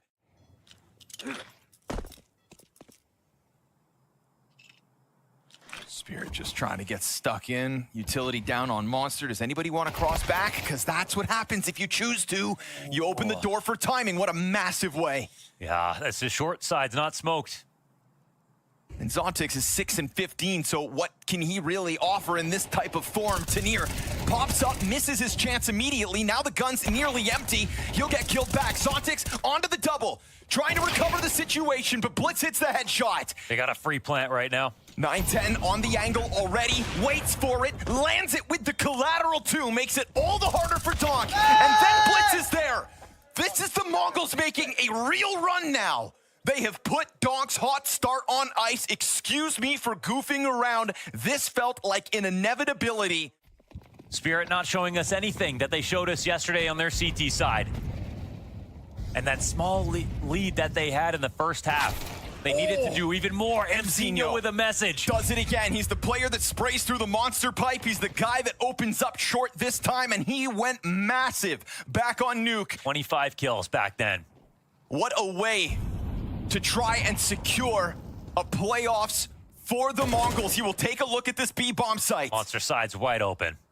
They're able to just tiptoe out, and we've seen Blitz strong in form already with that quick headshot last round. This draws out so much utility, even them just being here. But man, Spirit don't even have any. M4 trying to press off site, nothing for Magix. Mzinho just buying his time as Shiro looks to double back. There we go, impact into the short side. Zontix off of the swing, but just the SMG. And now he's stuck back over towards the barrels. They're gonna jump on this, and the Mongols, oh, it's supposed to be map point, but they're a little labored, and still they'll secure it. 4 opportunities to deny Spirit playoffs.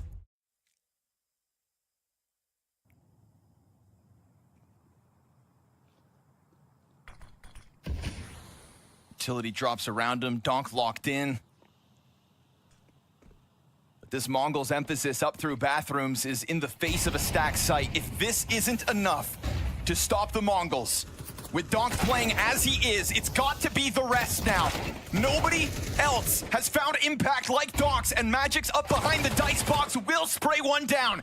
But now they know where he is, and he still operates on his own, so he just dives back into the bank, giving Blitz the post plant. Blitz can hear him jump away. He knows he can't end this early. Zontix is finally coming in on the flank, and surely he should get this kill. Sitting duck for the first one. 9-10 could actually follow along if he wants to.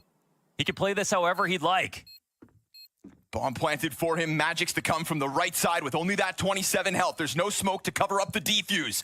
It's a frag grenade to try to hit 9-10 maybe. Oh, just the headshot. Okay. So without Donk, 4v5, Magix is the one that steps up. Damn, that's just a key shot. If 9-10 tucks right there, it's just a whole new can of worms.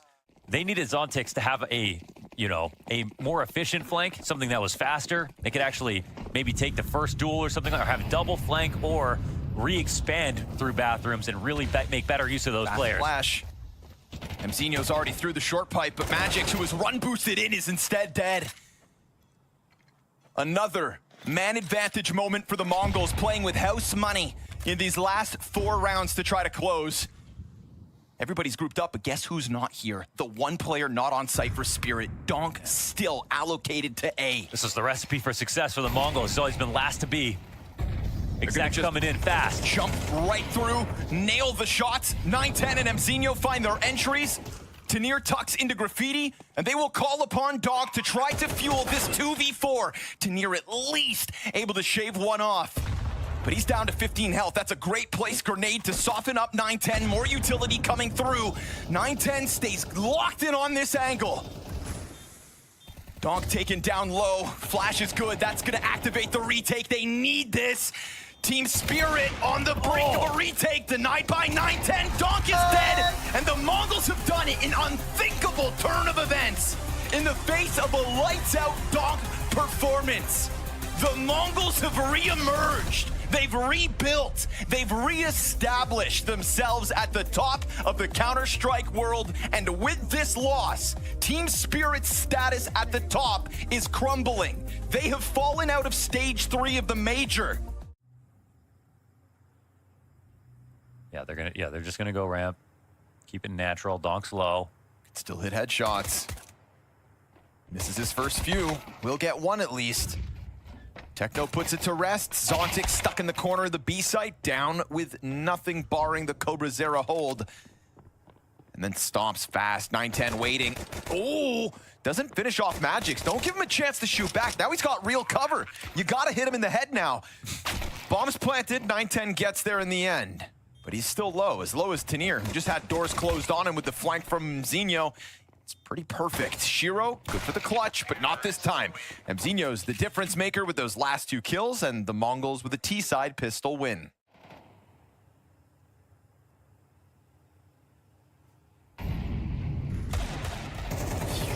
Eagle shots aren't too far away, but it's just a welcome for them to spam back Zontic. Scout shot out from Donk misses. Shiro, rather, excuse me. Donk will go down with just the one. Still substantial damage for Techno and 9-10 to have to stomach. Shiro's supposed to be dead to that nade, but survives, sticks around, and hits the headshot. Damn, that was a, must-hit shot. He was definitely cooked if he missed that. Down to 6 health. Waiting for Shiro to run back up here, maybe. To clear back A, you've got to expose yourself on that ledge. They're staring up. Yep, pops the head of Techno. And now it's a save, I think. Just trying to run in. I mean, he's going to have to drop down into the bomb site. They try to clear it from main. It works. Yeah, it works. Woo, down to 3 seconds spare. Man, I was thinking if they just doubled up back site, there's no time. They didn't even really need to fight into main, and the bomb had to come heaven. But they didn't actually know where the bomb was, to be fair. Just winds up being a very awkward moment. Yeah, I thought that was like no chance. 9-10 was sitting on the ramp, but I guess just wanting to tuck so close to under heaven, you innately expose yourself to main because you're kind of forward by the wall. You could just, because you have 2 players, you can just sit in the middle of the bomb site and wait. There would have been no way for the Mongols to win that. Nope. And Shiro's doomed no matter what. 6 HP. That bomb would have had his name on it, so he goes for damage instead. Guess when it boils down, it just, if the floor is donk, it can still be enough. I think that's where the belief comes from. Magix, though, turns his back to that creep out through the hut door, and it is easy for the Mongols to get that opening kill here in the gun round. No other defense from Spirit whatsoever. Ooh. Yeah. Well, it's not the floor is donk, it's the ceiling is donk, right? I guess it depends how you look at it, but like donk the floor is the lowest point. Up. Yeah. Yeah. It's like when they're at their worst, it's still just donk. That's kind of what I meant. Yeah. Easy rebuy for Spirit, seeing as it was just the one death that dictated the outcome of round 4. You get to buy one more rifle, keep some cash in your back pocket, and Shiro tags 9-10, but doesn't kill him. Oh, and Donk gets clipped trying to just crawl back through that smoke grenade. Cobra Zera punishes man advantage Mongols in the 5th round too. That's a pretty massive death. Look at the new avenues of interest now they can speed up through. There's no way to scare them away from going for a search now. They just got that kill so easily.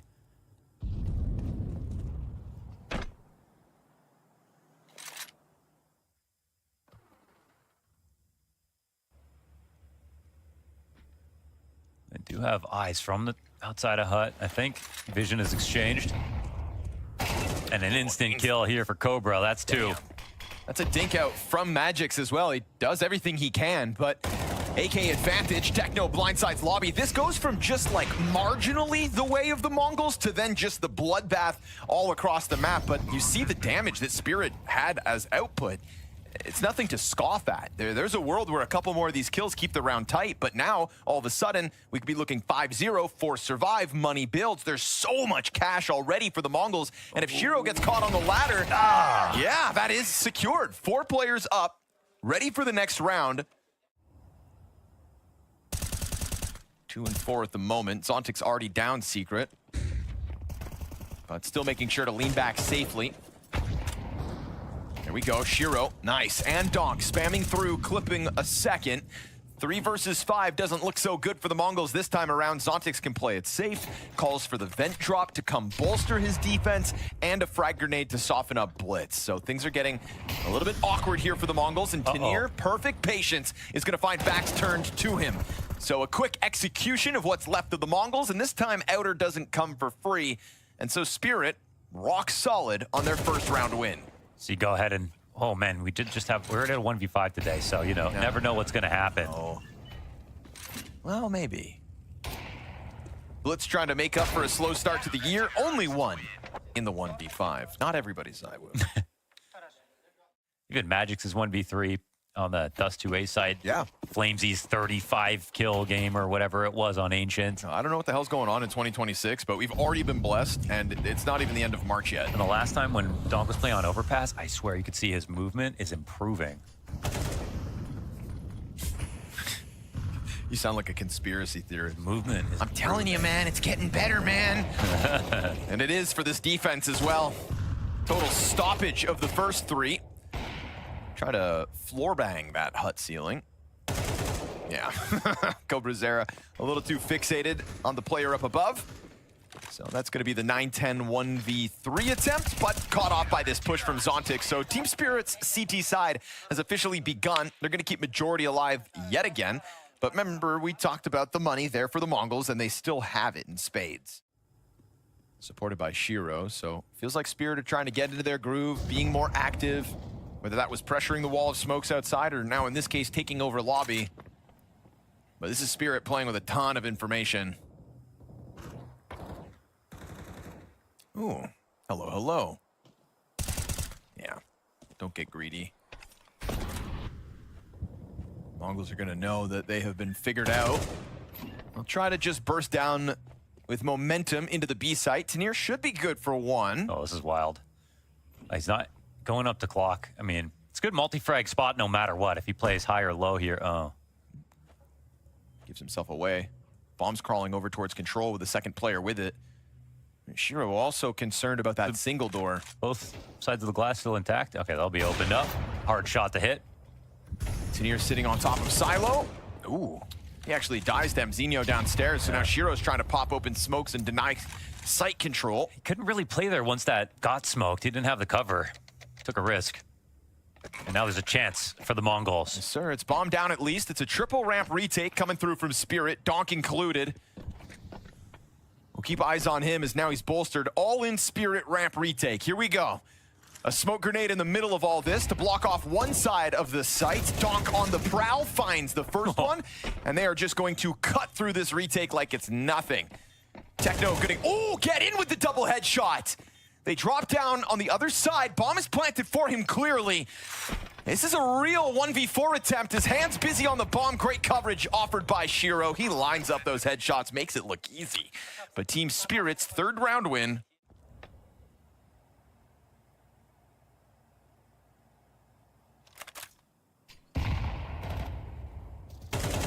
Yep. Wow, what a timing. He finds those so easily. I know, he's so good. On the nuke cross, specifically. Ooh, okay. That's a great rebuttal backed by Cobra Zera. Interesting, they just immediately evacuate Secret. No one's left over here. Because they have the lower rotations, it's upper that they have to be worried about, even though this is going this direction. Oh, he's coming back. We found out, yeah, exposed in the open, just kind of standing there and easy for Techno. Yeah. Although Techno also nearly dead. We'll see what Tanir can do downstairs again. Vent control, Blitz lets it slide by. Oh, that could cost them. Second player's gonna get completely blindsided by it, of course. Bombs planted, Blitz has gotta come and join them. They got them stuck. Cobra!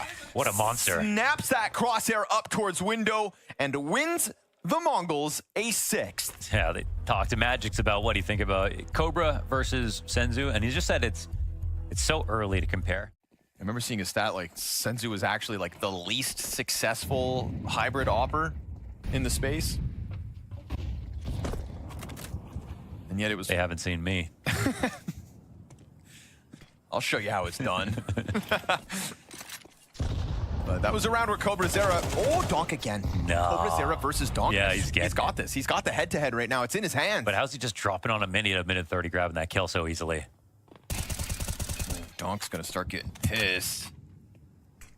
And that could actually bode well for Spirit. Sometimes it unlocks him, but Or right talks in now... the third person when he gets angry. 5v4 again. Blitz with the slow burn and Zontix. Nice. Oh! Oh no! What are you watching actually, though? And Wait, a missed off shot from Shiro. What was he watching, though? Perfect pinch into the ramp room. How did this one get unraveled like that? Donk's death, that's one thing. Fast timing Cobrazera. But Zontix just looks away. He was holding it to perfection, and now it's a 5 alive moment for the Mongols as they have a 4-round lead and 7 rounds already on this T side. Pistols. Moan, we're in blowout territory. Yeah, that's a solid T side. Oh, they'll throw the Hail Mary with the pistols into lobby. They got that off. Oh. Sometimes it's simple, isn't it? Well, it's meant to be, but Donk caught off trying to grab something off the ground there. Mzinho's on the recovery. They're going to send a player down the ladder in a second, I think. They flush the CTs out. Cobrazera dips his toes. The bathtub's a little too hot. Crazy that in that engagement, they never actually grabbed the gun. Where did the op? The op, yeah, it died in the smoke, and then It's got yeah, dropped again. Somehow. Things just got crazy. That's what Donk was obviously looking for when he gets pushed through that smoke by Mzinho. Desert Eagle turned. Oh, he didn't expect a second. And so they'll grab that bomb and go right back upstairs. All about finding Magix and Zontix, who still don't have real guns. Covering mini for the plant just to make sure. Could have died there, obviously, but They didn't control the op. Now Magix is going to grab it. So, but 8 HP. Do you just save it? I mean, surely in good conscience, you can't go for this on such low health. They could hold any angle, and they know where you're coming from. Don't peek that, Mzinho. Don't do it. He gives it up. Wait a second. Retakes on now. 10-second defuse. Yep. What? There we go. Okay, there's 2 situations in this game so far where there's literally no chance. They walked into that op. Wait, surely he's got this, right? Okay. Oh! Whoa! Whoa! Whoa! Whoa! Whoa! I told you not to peek it, bro. This game's crazy. Thing is, they saw him pick up the op as well. Oh, yeah, 100%. Yeah. You know that gun's now under control. What's that op going to be doing? It's either saving or holding that exact angle. Well, then, chance for Spirit to at least get a 5th off of that one. They just take the gloves off in the last round, rush down the lobby, and trade's good from Donk, at least. Blitz slips the net. Cobra! Again, dude, who is this guy? Yeah, I know. Who is he? He's a position. Who is he? Tell me more about him. Apparently. Tell me more about him. Nice shot, Shiro. What ingredients do you have to put together to spawn a menace like Cobrazera, who tries to push his luck versus Shiro and pays the price? So man advantage secured by Spirit. Shiro's on it, too. He's moving fast, but... Okay, 2-on-3 position with vent control. It's a good escort service. You can go all the way around the vents, get lower. And swing doors wide. Crossing that off. Shiro, rock solid round from him. Triple kill to his name. A 9-10 1v3, all that's left in this T side from the Mongols.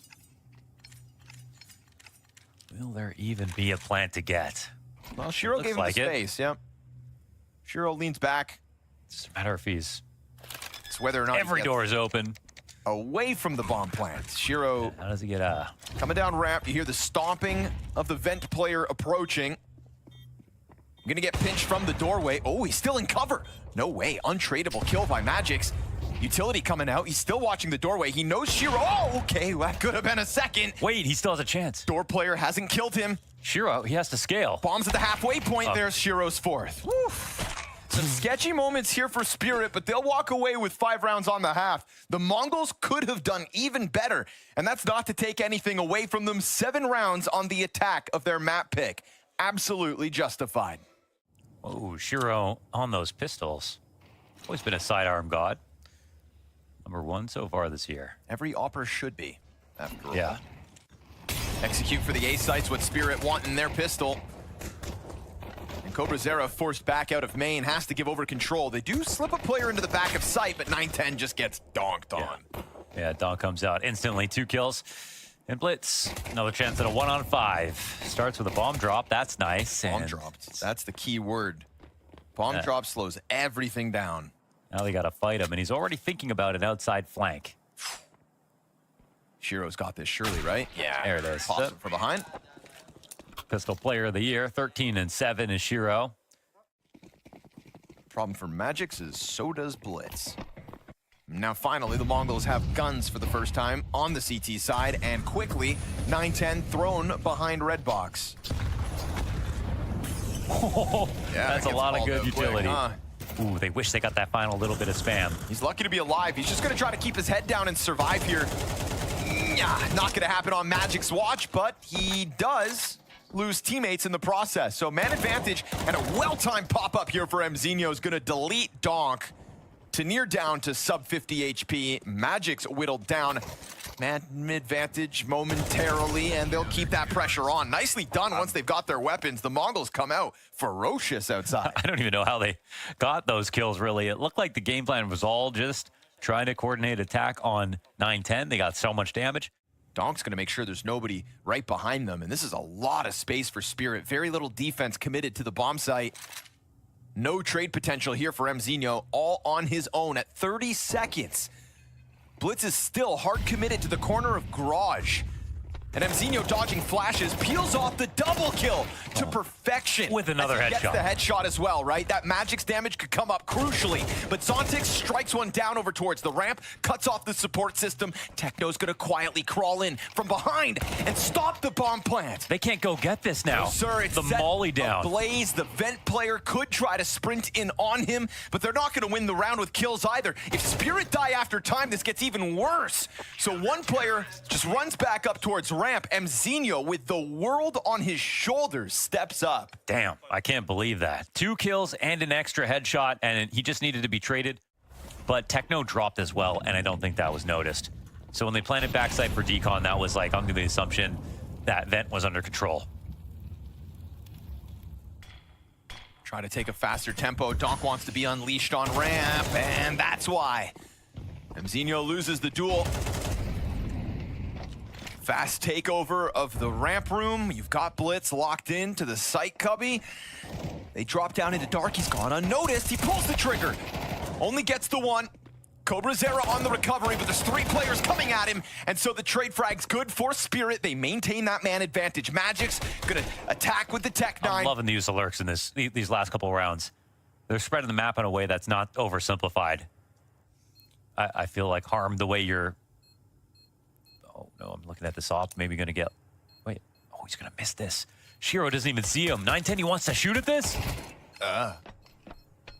Nah, I guess it's safe they can't chase him down, and that's an op that he's taken out of the round for Spirit, so that'll be kind of expensive. Frontside A plant? He's all good. Techno, you can't do it. Oh, he can do it. No, he's gonna tuck into the closer corner too. No, he's having second thoughts here.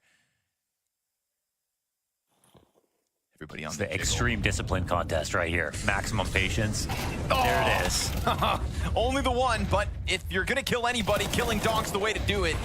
And Tanir can't get anything out of that entry as he tries to hit the bomb site, so they'll just be sent back frantically towards the ramp. Pistols out, jumping through smoke? I don't think so.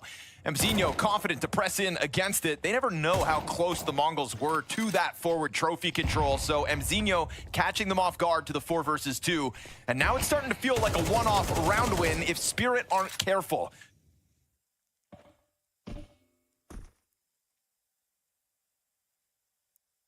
Auto shotgun pays off for Techno, and Mongols are back in the lead.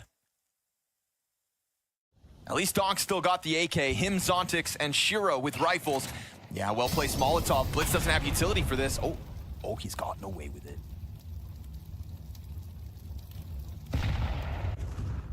It's possible they still clear this. I wonder if Blitz is going to make a move now. I was going to say, right? What if he tries to time this before they come into the A commitment? Oh, this is sloppy, actually. Left mini open, and Cobra Zera dies to nothing. Now Blitz is going to activate. He'll catch one in main. That's to near dead, but he at least pulled the pin on the smoke, so he still kind of gets what he wanted. And bomb goes down on A site. Ramp's been taken over by Zontix. He'll be caught by Mzinho. Does that open up the threat of a retake, or do they just opt to save? Yeah, they could go heaven if they want to, I guess. But yeah, that fresh smoke still going for them in mini. That's 4 rounds back and forth as well. But good on Spirit to have exited out through main. That secures a bit of extra money. They're going to try to play with tempo yet again. Donk goes fast towards main, trying to hit this A site, seeing what he can find. Timing catches Techno off. He falls to his death. That's the round, right? They're coming up into heaven, though, fast. Blitz finds one. Rebuttal's good. Team Spirit catching them off guard. Falls on Mzinho 1v3. So lightning yet again at the fingertips of Team Spirit. And they will swarm that upper bomb site before it knows what to do with itself. It's been a great T-side. You're getting everything that you want. A lot of variety, different paces. You're getting the drop-offs in a mini. They're working really well versus the Mongols. Mongols also pulled it off versus Spirit in the first half, using Cobra Zera to take out Donk many times. But yeah, Donk will be pleased. He got the 2K entry for his team. Cracked open the A site. It's not just a simple rush where they get shut down. It'll bring another player into the A site, but for now, it's still only an MP9 and a 5.7. Try to take a look at ramp first, at least applying pressure. They can't really take ramp, though, right? The time left over, No. They can't do anything with this. It's just a setup. Why Just even so that waste they a could guy try to there? go back to lobby, maybe hopefully pull the Mongols players away, but the MP9 pounces on the Opper. Shiro's got nothing to say about it this time. 9-10, blind momentarily, good shot. Tanir's got himself a double. Backside, does it crumble? No. It holds on a second longer. Magic's pinched, and the Mongols fight for it. An 11th round secured with lesser weapons. I got really scared about that second smoke. Going ramp kind of didn't really make any sense at 26 seconds. There's not even a real threat you could take it. Now Spirit's turn to do more with less. Not even an AK for Donk. But Shiro's been playing just as well.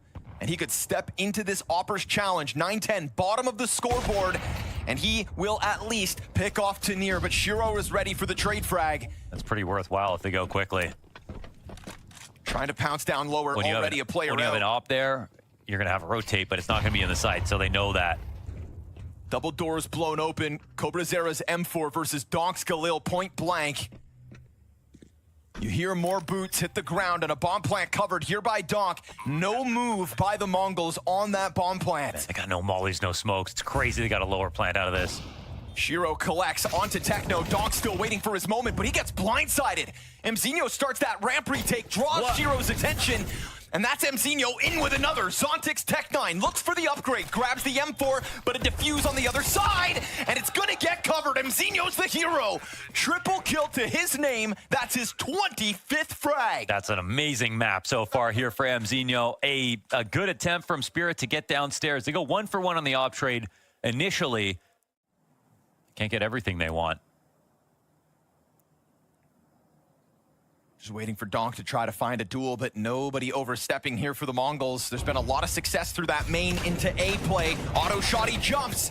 Zontix gets the trade at least, but they've lost Donk. He'll have no mark in this final round. It's Zontix and Tanir instead. That heaven flank and further damage, but the Mongols will secure it. 24 rounds of nuke needed. Their T-side kickoff drives this force, and Cobra Zera with a few rounds to be proud of, but it's Mzinho at the top as they'll have this one map advantage. Donk and Magic. This is interesting. Selling Go like a, yeah. snake oil from Long A, just showing a bit of presence here. Oof. Eat that flashbang in its entirety. They kind of have to respond to this. He missed a chance there for Mzinho. Tough couple of shots to hit. So they get by. Fast short challenge, though, with Berettas. Techno could really cause a problem. Whittles Shiro down low. Tanir crosses over, catching headshots in the middle of all that. And Blitz, well, it's eluded him as well. And flanks on flanks on flanks. It's a Spirit T-side pistol. Now that will certainly help. That's fresh stuff. I mean, I haven't seen a T-pistol like that exactly. You've got the two best players, Donk and Shiro, as it was on map 1 earlier as well.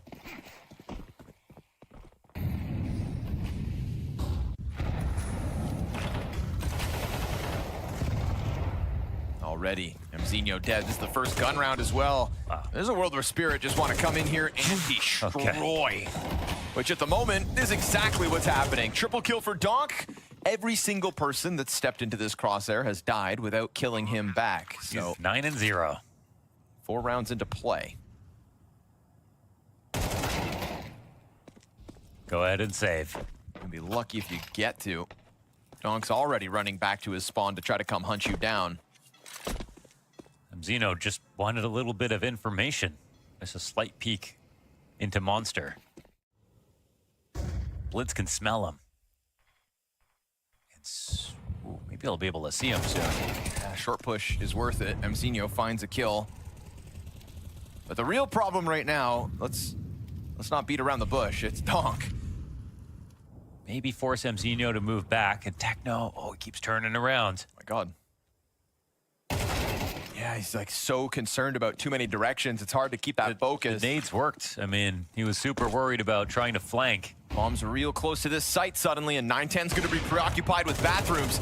Go ahead and get the kill, but it's a fast-moving Donk to extend out long. Optimus has gone unchecked. This could stop the bomb plant, truly. It will. Hits the ground at 15 seconds. Donk recovering. Waiting for that Cobra Zera commitment. He'll win that duel too. He still has not died. They could stop this plant again if he lands that spam. My goodness. God damn, dude. Lucky to get away with that blitz. Just off the mark. Donk onto the AWP now. Is gonna have to hit this shot. And he will, as he does. 13-0 with a quad kill, killing every single person on his screen. He was just standing there at every single spot, perfectly holding for everyone to swing out. But not one person was able to best Donk. Already out. It's another rifle, by the way. Yep. Charging down these guns like it's nothing. Donk's He got still it. alive.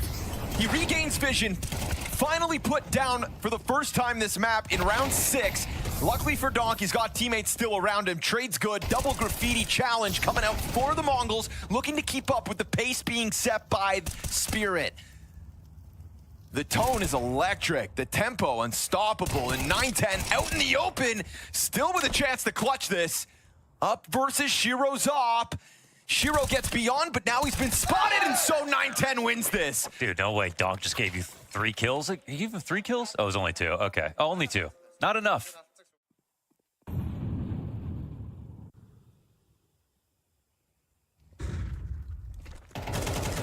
Challenge out through Monster to try to compromise, but the setup strong enough. Magic still sitting passively by those barrels, supports it all. Frag lands perfectly, but Blitz isn't allowed to escape. Not with Donk on the chase out through Monster. That was an old school Monster push. Jumping through at the end of that smoke. That was, well, it looked just a little haphazard. I mean, Spirit were obviously not doing much but waiting.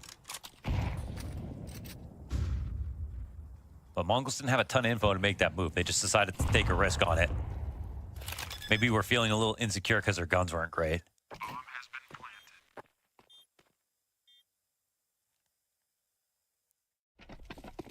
planted. So, these 8 rounds have really changed the tone. Big time. Nuke was close, but this isn't. See how many CT rounds the Mongols can piece together. I think their silver lining is it's Mirage the decider now that they have secured their map pick of Nuke. Did they make steps a bit too early? No, I don't know. Techno's coming in to watch this. Well Trade instant. At least this time he's damaged Donk. What can he really do with 14 health in a 2v4? 2v3 now with that frag. And Cobra Zera walking up underneath this. Just be careful. Tanir's still healthy.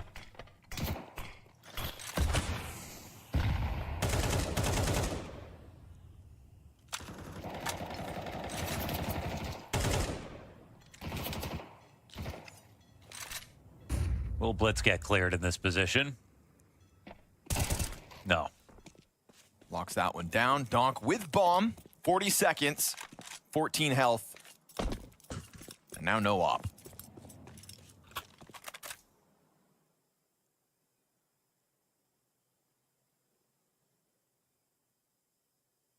Every kill valuable, though, and right now Blitz is untradeable.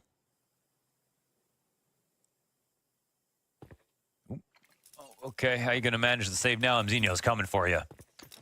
Honestly, wouldn't have been that bad to have the op with this low HP trying to save, but keeps trying to bait them and it's working. But Mzinho's about to turn that corner. And pulls out the death before time. Yeah, I was going to say, surprised they push him after or before the time expires. Everyone just wants to kill. That's fair. Yeah.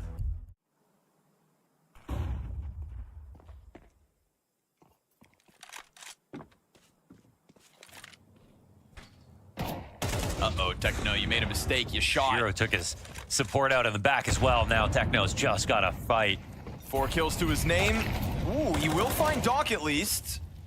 Opper under pressure, but still well healthed. Now down to half. Shiro's like, how do I approach this? And now by the time that Shiro goes back in for more, there's already that blitz support towards the bomb site. But ooh, yeah, Techno trying to chase it down, ultimately gives himself up. Man advantage taken back here by Spirit off that one. It's great late re-smoke. Mzinho's just got to protect it. Then they can make the rotate back over. This one turns to short side. Everyone from the Mongols is on B.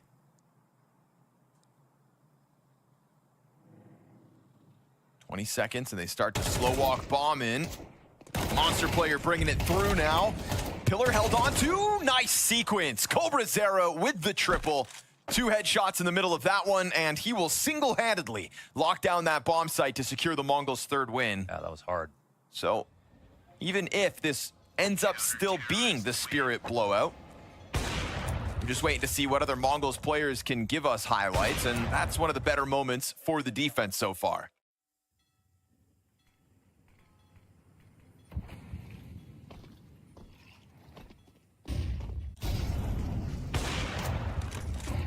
Small miss, but a great recovery. They're still on the bomb site, though. Shots get harder from here on out. 9-10 doesn't seem to mind as he swaps over to the 5-7. That jiggling MAC-10 gonna best him. Man advantage still for the Mongols, and they hold the long control. And Techno knows he can just buy time. Ooh, nice nade. Exposes Cobra Zera. They're gonna try to slip another player out. Shiro kind of forgets about that long control. Offers his back over, and now Magix trades back, but down to 11 health. Blitz slips through Bank, blindsides 1, and Magix pinched for the 5th. So suddenly, this is 4 rounds in a row out of the Mongols. Do Spirit lose steam, or are the Mongols gonna make a fight of this now that they switch over to the second half? So no chumps. And that is what Spirit were able to do to them. But with Counter-Strike, where there's a will, there's a way. Question is just, are Mongols' wills broken after Donk's performance in the first 10 rounds or so? The Mongols will find themselves inside of the B site with a real chance to plant. Mzinho with a triple kill. If it's gonna be stars on the T side, maybe this other young gun can step up, because he did on Nuke, but Shiro's got other ideas already. Starts to press these Berettas down into the water. Dogs got them. Him and Shiro bounce right back through that graffiti smoke and don't look back. They blew that one. They could have easily just planted. They could have played the post plant however they wanted. They didn't even get the money from the bomb. So that's pretty huge for Spirit. It would have been a real test for them and for us to see what they could really do to close the game out, but this makes it a whole lot easier.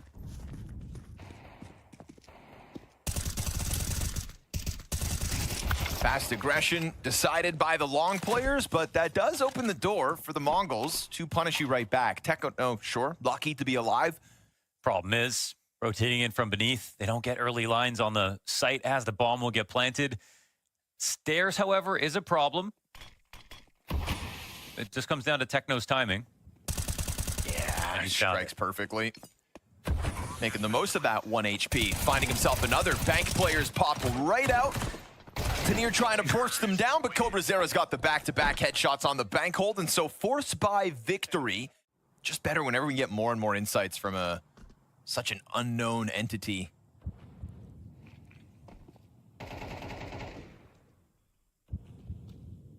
Trying to pounce on that. They'll find it. Shiro with an AK to chuck over to Donk. That's a Kevlar AK now, to note.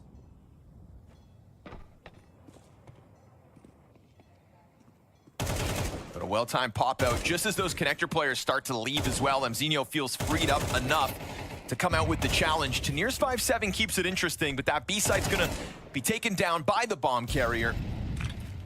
Nobody else to interrupt this. Post-plant secured. And still, what's left of Spirit, nowhere to be found.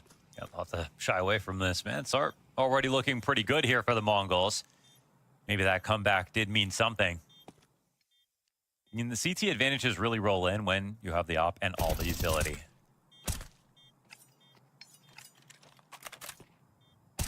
And Spirit have themselves to blame for delaying that op and utility. Yeah, the pistol was supposed to grant them that opportunity. Wow, another kill. 9-10 to survive here, because there's also going to be the question of how many gun rounds can Mongols kind of string together. So keeping 2 alive in this one. That may not matter. Now we know it gets really strong for Spirit over towards A. That molly misses, however, to kick things off.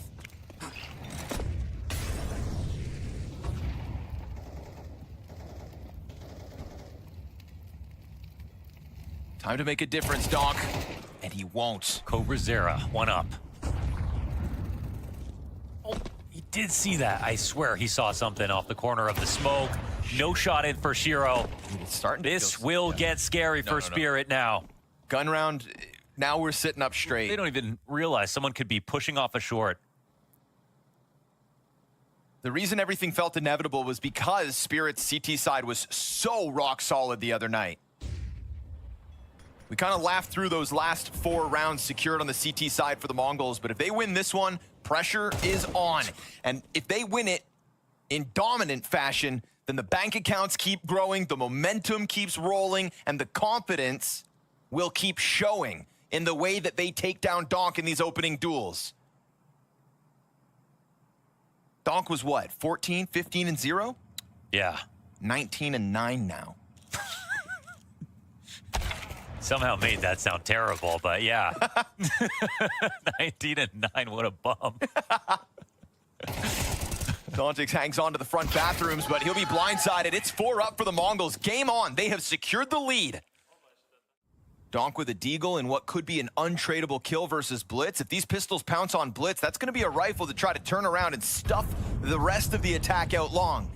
And Tanir's gotten past the bathrooms. But Blitz also goes beyond, and in that timing, Shiro's now dead. Tanir does strike. At least Mzinho's here to recover. Donk will not miss the opportunity. His 20th kill collected. They'll take over control of the bomb site, offering a smoke grenade to find temporary cover for the plant. Oh, I wishes he could stop this with the amount of time left over. Cobra Zera low, but still not dead. Mzinho finds it, and Donk, fighting to grab this upgrade, now has a 1v2 in front of him. He'll take that frag grenade as well. Could be enough to kill Cobra. Cobra is too far. Yeah, tucked into Optimus instead. He's just gonna try to hide, but still, untradeable moments if the stairs player doesn't peek fast. Donk's not wasting time here, trying to slice control of the site. And as he goes back around Dice, now they make their move. And the Mongols win another close call. But what's important now is that the Mongols are simply putting rounds on the scoreboard.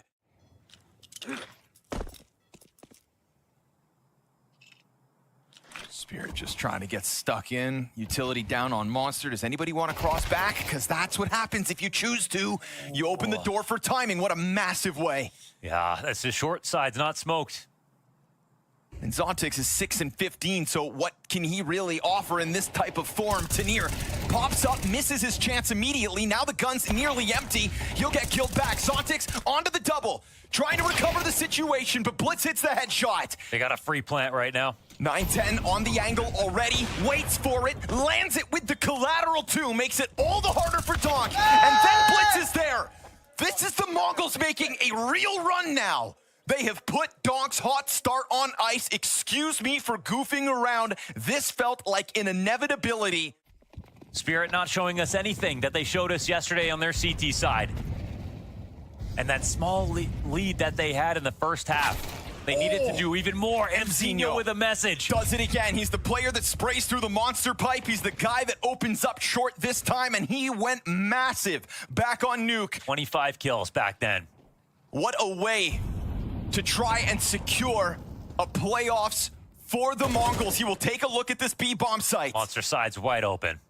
They're able to just tiptoe out, and we've seen Blitz strong in form already with that quick headshot last round. This draws out so much utility, even them just being here. But, man, Spirit don't even have any. M4 trying to press off site, nothing for Magix. Mzinho just buying his time as Shiro looks to double back. There we go, impact into the short side. Zontic's off of the swing, but just the SMG.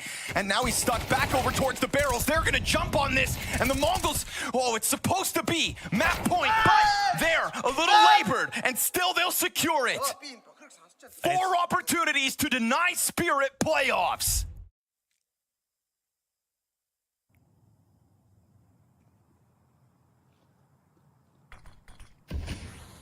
Utility drops around him, Donk locked in. But this Mongol's emphasis up through bathrooms is in the face of a stacked site. If this isn't enough to stop the Mongols, with Donk playing as he is, it's got to be the rest now. Nobody else has found impact like Donk's, and Magic's up behind the dice box will spray one down. But now they know where he is, and he still operates on his own, so he just dives back into the bank, giving Blitz the post plan. Blitz can hear him jump away. He knows he can't end this early. Zontix is finally coming in on the flank, and surely he should get this kill. Sitting duck for the first one. 910 could actually follow along if he wants to. He can play this however he'd like. Bomb planted for him. Magic's to come from the right side with only that 27 health. There's no smoke to cover up the defuse. It's a frag grenade to try to hit 910 maybe. Oh, just the headshot. Okay. So without Donk, 4v5, Magix is the one that steps up. Damn, that's just a key shot. If 910 tucks right there, it's just a whole new can of worms. They needed Zontix to have a more efficient flank, something that was faster. They could actually maybe take the first duel or something, or have a double flank, or re-expand through bathrooms and really make better use of those players. Flash. Mzinho's already through the short pipe, but Magix, who was run boosted in, is instead dead. Another man advantage moment for the Mongols, playing with house money in these last 4 rounds to try to close.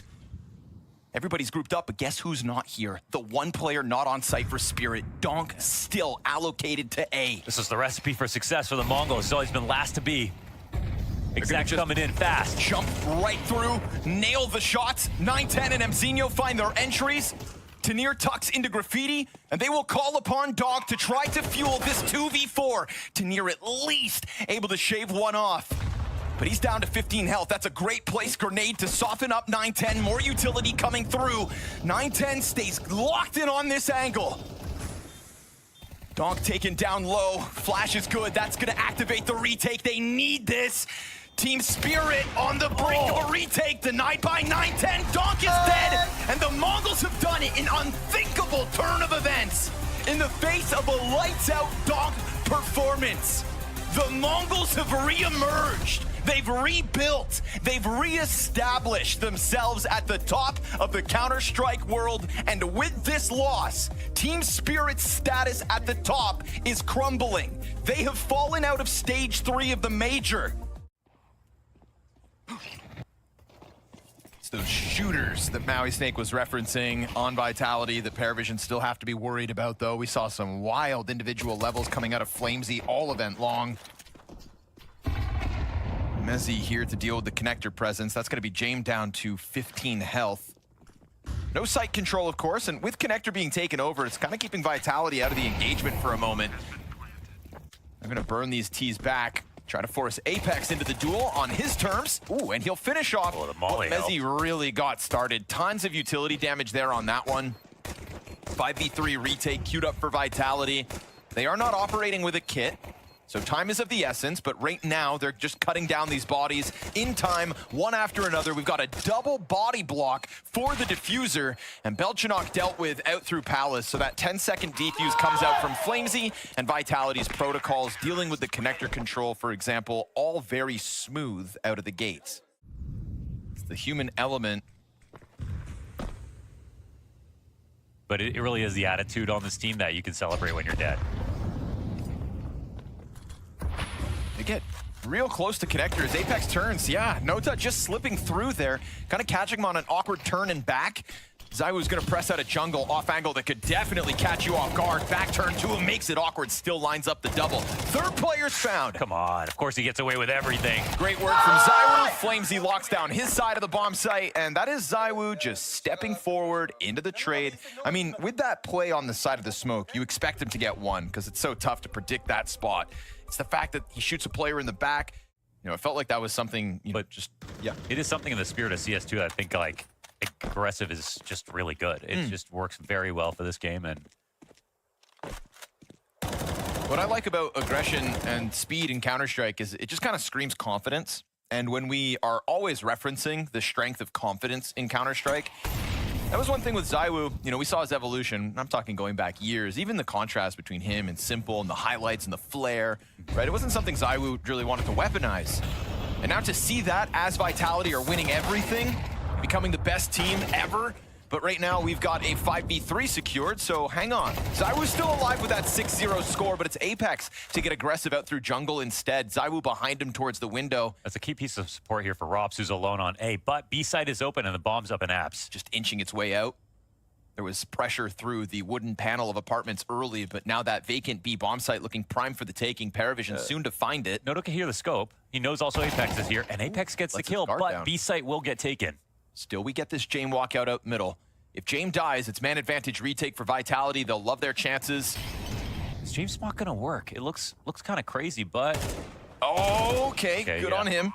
Apex kind of lets his guard down, runs out into the open, gets blindsided by Jame. Zywoo looking for a thread to pull on, wants to unravel the B site, but Rops nobody's going to give that to him. Rops isn't thinking about it. Zywoo's got this perfect score line. He's gonna keep that. Zywoo has a 2.1 CT rating this tournament. That's insane. But yeah, we did see like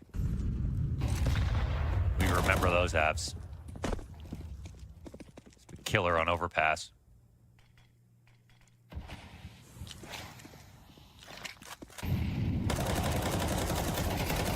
Oh, Zway capitalizes on that. Flamesy thinking he could just get away with spamming, but it's a invitation.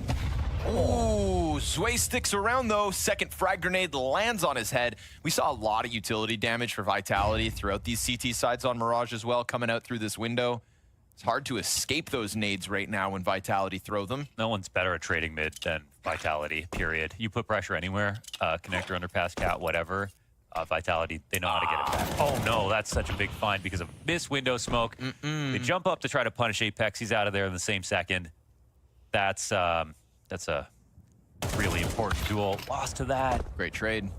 Yeah, now Rops will get early contact. He's probably sensing this is coming, so they sprint in, and he'll pop both in a matter of seconds. Easy recovery for Vitality. Yeah, you can't miss those nades. Not in this matchup. Oh, man. They have very limited vision, so Yeah. they're liable to do something that's risky, and they're really hoping Flamesy actually commits to this push. It's yellow up first now as they start to get closer to Flamesy. Oh, he pounces. And he sees 3 with a kill. Big information. Zywoo missed opportunity down towards connector. Now he's going to be in a pain point, so he wants to dive out into the cover, and he'll find that refuge. Apex crawls back. Jame is ready for that Zywoo re-aggression, and now a ton of pressure here on Apex's shoulders. Oh, he's hoping a rotation comes in fast enough because he's going firebox. They're going to be all over him in a second. Trying to tuck in. He at least gets into that deepest corner. Mezzi's trying to draw attention towards Ticket. Now Apex has revealed himself, trying to keep his head down. Bomb yet to emerge out through the palace, but Apex feels that squeeze. Ooh, Mezzi leaves a lot to be desired, and Rops' flank off catwalk can't get the job done either. So there's damage output there, but it's a Jame 3K opening up onto Zywoo in the op-v-op duel towards Ticket. Up and over the A ramp goes the util this time. Flamesy tries to take the fight. That's half of Nota gone. Trying to expose the cross, but eating flashbangs in the process. So Paravision's scaling utility here, meant to get them into that bomb site. A little bit delayed with the bomb, but it's still only now getting within the plant zone. There's some damage, but that actually doesn't matter. challenge Next off kill. the ticket. Belchanok down to 5 HP. Mezzi's doing a good job of just kind of flushing them all back over towards the ramp. Look at that radar. Look at this emphasis from Paravision over towards Tetris, towards that ramp, trying to draw Vitality into them, and that's why. They get 3 kills in the sequence, forcing ZywOo to the 1v4. He'll find 1 kill in that scramble and just look to depart. He just has no idea if there's an extra guy out there. So again, util damage, spam damage is all nice, but really the kill is the most important part. And the trades are real beautiful here for Paravision. 2 great rounds for James back-to-back. Multi-kill impact. And a wildly successful A attack. 3 dead in CT. Would have loved to have a smoke or something to really slow all this down, right? But just had that flashbang, and ZywOo's going to throw it for Flamesy to try to set him up. Peeking off this. Flash is excellent. Flamesy knows what he wants.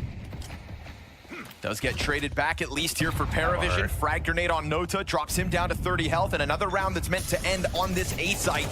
Palace player comes out, spots contact towards bench, and Nota is going to finish off Apex. ZywOo, this looming threat towards Ticket, though, wants to try to impose himself on the bomb plant. It's him versus James again, and James lands that shot, but ZywOo's still standing. That's a big pickup for Rops to catch the kill towards middle. James got to get active. He'll find Mezzi over towards the jungle. Rops trying to crawl outwards now, and they're a little bit bottlenecked here on Tetris. James missed chance. Second player, same spot. Rops got both. And with low health on everybody, that spray's enough. Belchanok commits to it. Tied game off this one. A clutch situation here for Paravision. Secures themselves their 5th. And that was James getting to the top of Tetris, and he knew that someone was in CT who could have potentially cleared him. And they just don't have the money to flush him out. Still just fixated on him this entire time, and yet the pause from Paravision over towards B remains in place. Still Mezzi on his own. They finally get that kill. Now the pop's going to come out, but it's already freed up Rops to come and add himself up catwalk. So Vitality do get away with the rotation in time, and no rotate needed. Mezzi goes rock solid for the 3K to close this. It is still a spectacular turnaround for Paravision. Once trailing 1-5, we go 6-6 on the half. Vitality's still the favorites. But as they start to chuck that utility up and over into an A site, they're going to find it completely vacant, free for the taking. We could be looking at a 5v5 pistol retake here for Paravision, but Apex is going to make sure he catches one in T-spawn. Gotta love that. Throws his nades, runs all the way back through spawn, immediately deals with the flank. This totally drops the odds of Paravision pulling this round out already.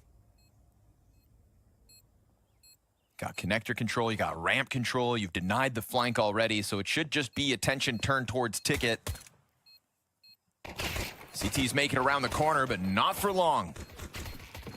Mezzi looking for a little more blood, will collect, and a confident start to this round as well. So that's both pistol rounds in Vitality's back pocket. Converted fully for a 4-0 start back in the first half. We'll see what they can do with momentum here on the attack as well. Vitality are taking a little bit of time now. We're up to 40 seconds. They're still at the top of mid. And they're going A with Rops up a connector, so got the scaling smoke. Not bad for James in this spot. Rops just wants to go slow. Tetris control for Belchanok. Nota's gone unnoticed, and Belchanok's going to be the guy to draw attention, so great double kill from him. Wow. Ooh, make it a 3rd. Doubles back in. I mean, clean as can be from Belchanok. Yeah, they really take it. I mean, with the op-in ticket, that smoke's nice. Oh! You know, they just cover everything so well. Default becomes stronger versus that connector peak.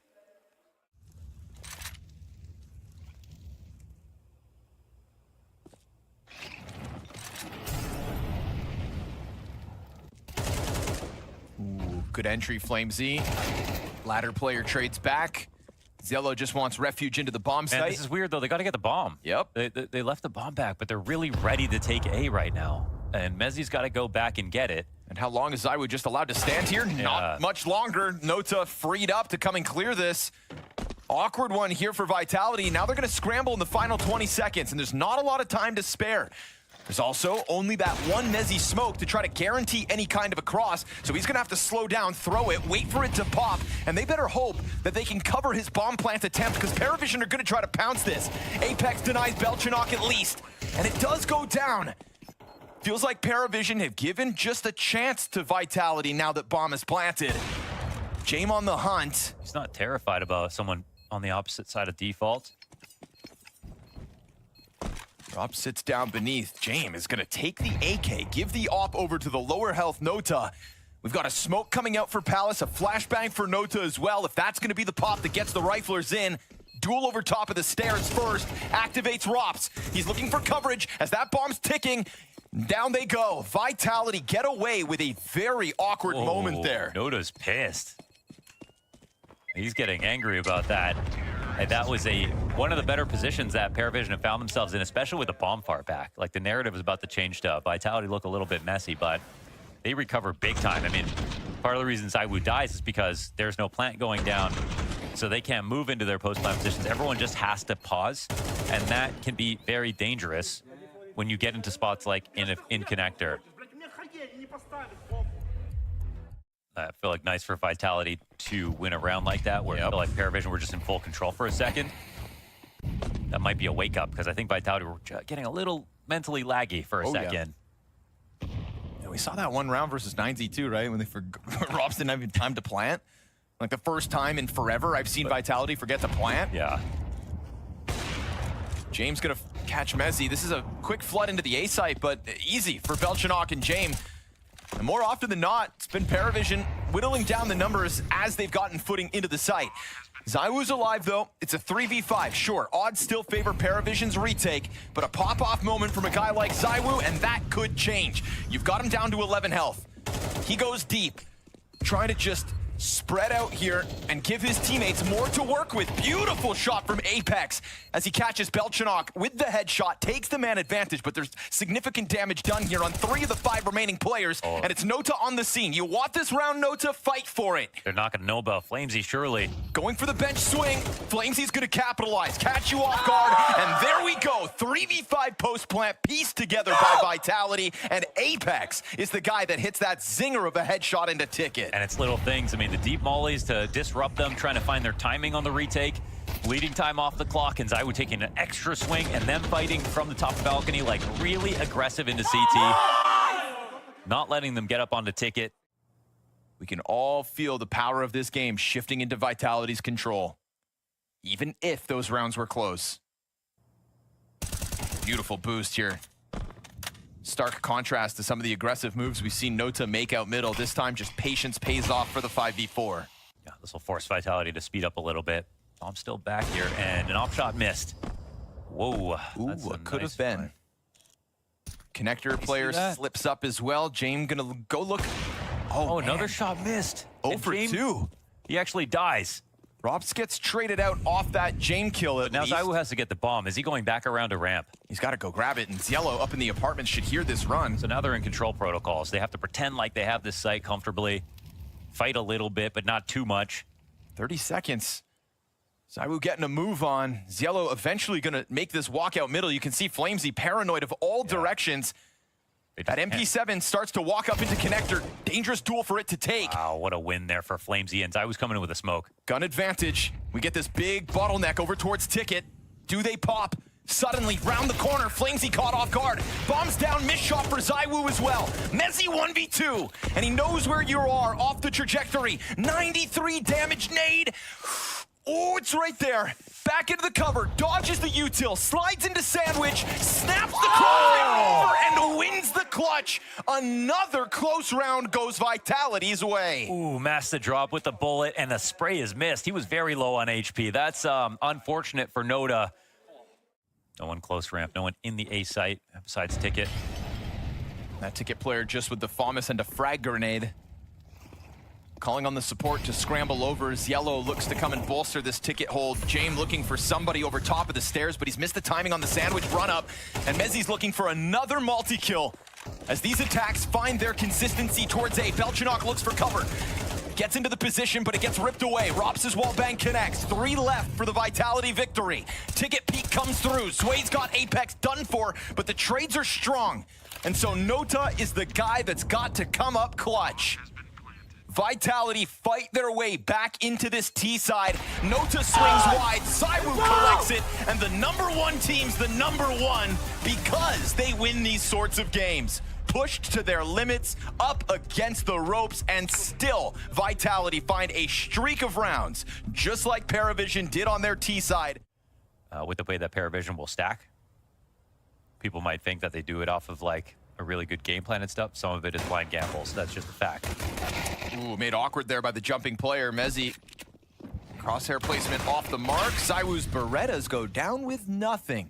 Oh boy. Oh, he thought he had that in the bag. Rops will still recover. A little awkward there for a second, but Belchinok good on him to check the corner. Does make a small chance. Ouch. Wow, that's a great look at the HP. Another 97 damage grenade. And with Palace, Rob's not going to see any more lurkers, and this is a chance. Oh, but go. a great shot from James. That should secure it for Paravision. You know, we go back to that last map of Mirage. It was feeling very possible for Paravision at certain junctures within the game, and that was all without winning a pistol round, without winning a force buy to upset the pistol momentum. So this time for them to secure it, round 1, the Paravision way, could bode well for their challenge on Vitality's map pick. Knives out, man down. You got the left click out. Looking to hang on to some Kevlar here, Flamesy, and he'll be afforded the privilege. Ooh. Settle down now. He wants to fight. My goodness. But there's recent wins, obviously. There's just nowhere to look where it's like, this is a problem. Shoddy out for Apex. Yo. Okay. It's 1 mag 7 bullet upside the head. If Paravision don't scout sight, though, there's 2 more players in front of it. Look at Flamesy go. A crazy reposition with players that close. It was the jump that got him in trouble. That'll be 2 kills. Do they expect a 3rd threat? Not at all. Back turns. Oh! Mezzi able to recover the Deagle spam. And it's a headshot onto Nota that puts us back to 2v2. He has a scout. Watch him go. Rob's still sitting back towards Altman because he's not sure if things are going to double back. Now he's got a long road to run up Banana. He's just trying to see if they would do something crazy, push through the smoke. It's an unarmored Zywoo with 2 automatic rifles against him. The positions, I think, are actually quite good for the retake, but we've got Zwei moving out of pool now, so... Robs' MP9 could have found him on site. Instead, it's the Coffin Peak on his terms, but still popped. Zway's dead. Belchinok all the way back site. It's a 10-second defuse needed, and Belchinok's just going to burn that time down. Done for as he survives both those duels. And that'll be Paravision to convert their pistol, but with a hell of a cost. 4 players down at the end of that round. So what do they do to make Vitality feel uncomfortable? It's got to start with a molly here. Oh, and this timing looks good. Into the corner, Zywoo's lost support. It's just him and Robs. Ooh, Zywoo with a second.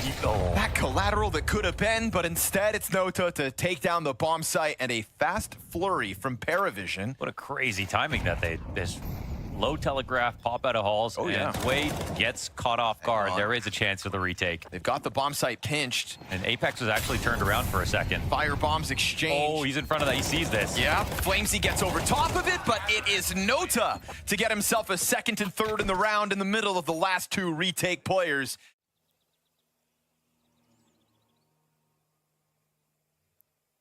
Playing this sort of like it's a rifle round.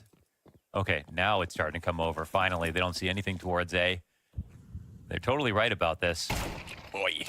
4 spotted. Yep, that's the low HP Nota dead. They'll still chew through banana control. Rotations are already here. And an HE. Yellow, be careful. 2 HEs for Vitality. Got to time them to perfection. Seems like they might be able to. Ziello and Zwei could both die, and it's a FAMAS in the back of the site. That nade chunks Bolchanok down to half HP as well. Desert Eagle trying to set up a distraction. Zywoo's gonna find a back turn to him. Pulls the trigger, swings! Catches the bomb plant attempt, 15 to the clock. 3rd kill Zywoo. Just buys time in the back of the site, and those frag grenades soften everybody up enough for Vitality's 1st round win to be a robbery. that they're not supposed to win in the end. Yeah, at least James keeps the up, surely. Yeah. And he'll get away with this, but this is a lot of things going right for Vitality, but a little bit too stubborn. They at least keep the entertainment of three players on the A site. They'll give this B site the old Hail Mary, and they are just walking through that smoke and good timing. Flamesy, better be careful. They emerge, he eats the flashbang, and it's Mezzy in dark to just buy time. Flamesy draws attention, but it's a one and done. Time. 6 seconds. Oh, he missed that. Wait, they got a plant. Okay, That's they critical. do. That is critical cover out of James. And Zella gets the upgrade. He doesn't have armor. That could be a tough one for him to have to stomach. Nota onto the op, low HP.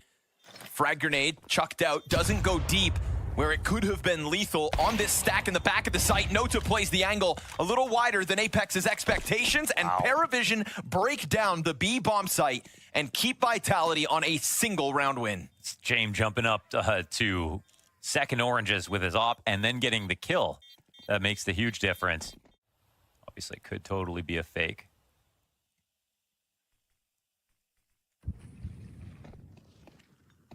I mean, actually, Mezzy's got to start working around back to Rops. Apex gets shut down. Rops is burning. Eesh, down to 12 HP. Nades inbound. That'll finish him off. And Mezzy from inside of the bomb site now is going to strike with the element of surprise. Single kills all he's got. Wow. I mean, I feel like he got back into the site in time, but that, again, it was a little bit of a fake. Made it feel like a B split was possible. They weren't even working on Banana.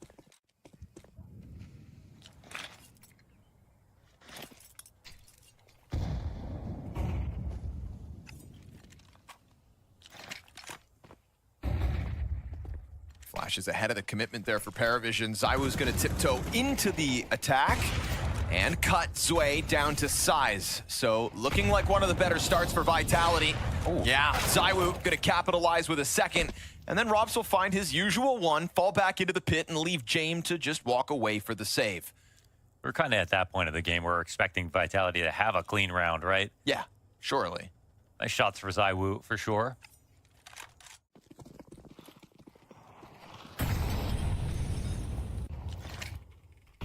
They're always going to find legs to stand on, but what's it going to be in the big picture? Because we saw Paravision have control of the first map and still lose it. Flamesy round the corner.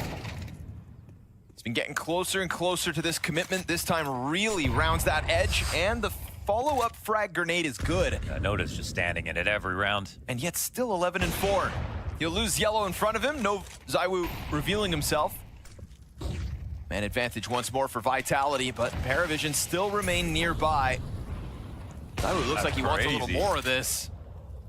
Let's get one more shot off before switching out to the AK, or just stealing that away. Playing very dangerous games as he juggles these guns. Love it.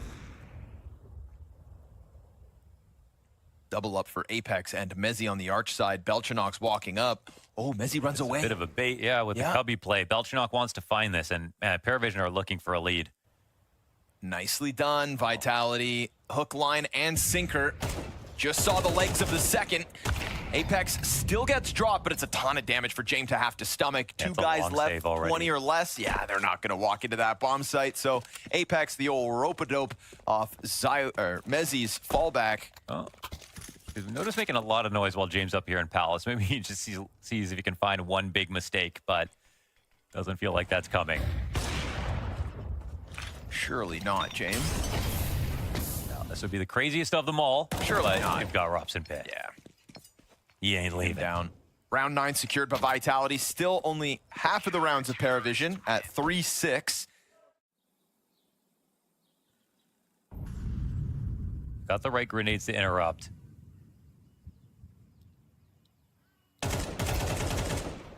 Drops into the cover. Nade lands for good amounts of damage, especially that second. And the fallback utility. They're curled up here at car, ready to go.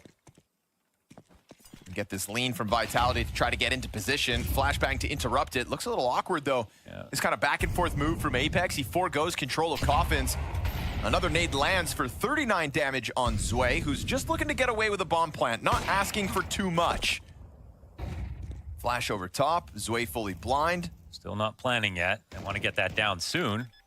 Last frag is on Rops, which means the other side of the map to try to test this. Oh, what a shot! Clean wall bang out of ZywOo. Apex presses through it.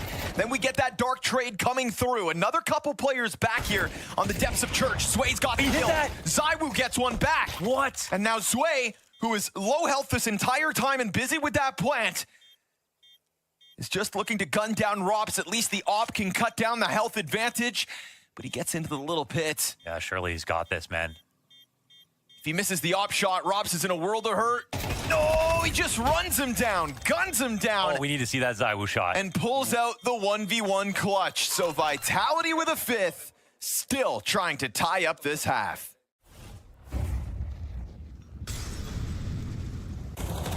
Another hard-fought recovery going down in this second map of the series as well. That's 4 rounds in a row. What was once the 6-1. This is the site actually taken with a kill as well. Faster tempo out of Paravision, just looking to get this T side done with. They've done the heavy lifting. They'll look for one more. Mezzi's gonna clip Belchanok with the smoke spam wall bang headshot. Zello's Mac 10, good for just the one. Trade's effective coming through from this arch side. It's a health advantage for Paravision to just try to close things out, but the bomb is planted out towards that far wall, and Mezzi blindsides James. Now Zwei's gonna have to go back looking for another clutch. I don't know if he can actually get into back. this. No, he's gonna have to go through the flames and wide, but that's not allowed. Mezzi pieces together a quad kill as Paravision's fast tempo in the final round of their attack looked to catch Vitality off guard. What a recovery from the world's #1. Really hoping things come B. It's also a world where they just pounce on Apex out of nowhere, but for now, they're gonna try to remain hidden. As he's going to try to find out as much as he can safely. And, oh, there's the little walk up. They want to get out. I think they have the info they're looking for. Oh, okay. Noda makes him pay a bit. It's so much utility as if they're playing the CT side right now. And here's the A take. Beretta's good for one. ZywOo's got that trade back. Nobody else to stop the bomb if Mezzi is fast enough. We'll see Paravision just try to flood out through the library. Isolated in the open. ZywOo just standing out here on half health. Damn. Him and Rops combining to put James down, and now Mezzi can just go for the bomb plant. ZywOo, what a shot. Just slips one between the eyes of Ziello. With that kill comes man advantage, so this would be Vitality looking for their third pistol win. Oh, he's not done. And ZywOo now 3 kills to his name, looking confidently to Get just go some. gun down those players at his choosing. And what do you know? We've got Vitality in the lead. Just the raw power of ZywOo right there on the pistol. The trade immediately up into Halls, and then 3 more beautiful kills to close this one down.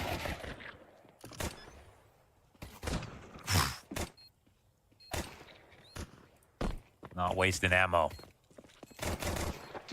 No, let go! Sick, baby!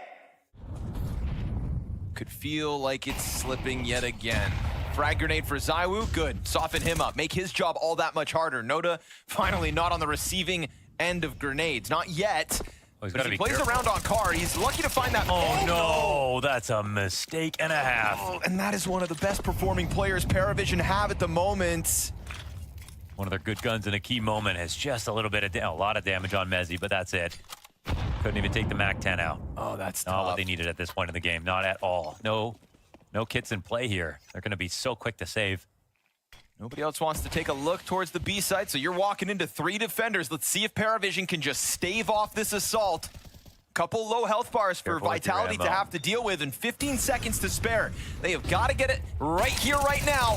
And sure enough, it's James from the corner with the mow down, stuck on the other side of the smoke, absolutely flat, but still a chance. It's low HP, hiding behind the sight box. ZywOo's time has expired, and Paravision hang on. Can you believe that trade out of James? And he's the guy again.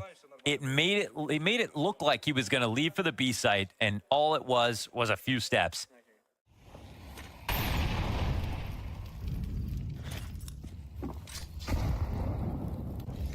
Wow. Never see that. Should have been 3 players down by 1 damage. And this one's a little better. There you go. That's a little better. A little heft on that one. This little B stack again. Ooh, they're not going to smoke this, though. Careful to let this in. And ooh, Zywoo? Orange player is going to find a 5v3 secured. Apex taken down even lower by the utility. This is a desperate act now by Vitality. And of course, Belchanok down beneath is going to return the favor with a double kill, but off the reload, Rops comes to clear him. And this is a Rops 1v4 halfway there already and space to plant. Yeah, they're pretty far away. Doesn't have to fake it, but doesn't know. Opper not wasting any moments here. Jame actually... My goodness, Zway is staying all the way back at the bottom of Banana because it's Rops in the clutch, I guess. Yeah, Jame also backed up like a moment ago. He was a little further than this, but he goes for the passive angle, expecting Rops to try to use some of that time to cut down wild. the 1v1. He's going to walk right into this, isn't he?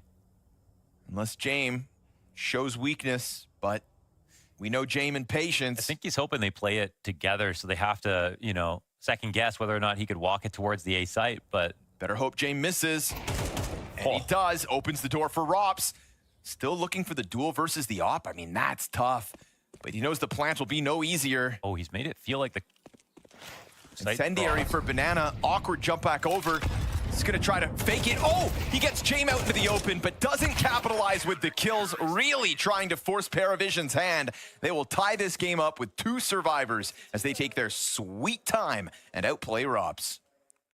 Feels like every single round has featured util damage, as it tends to on Inferno. Not yet.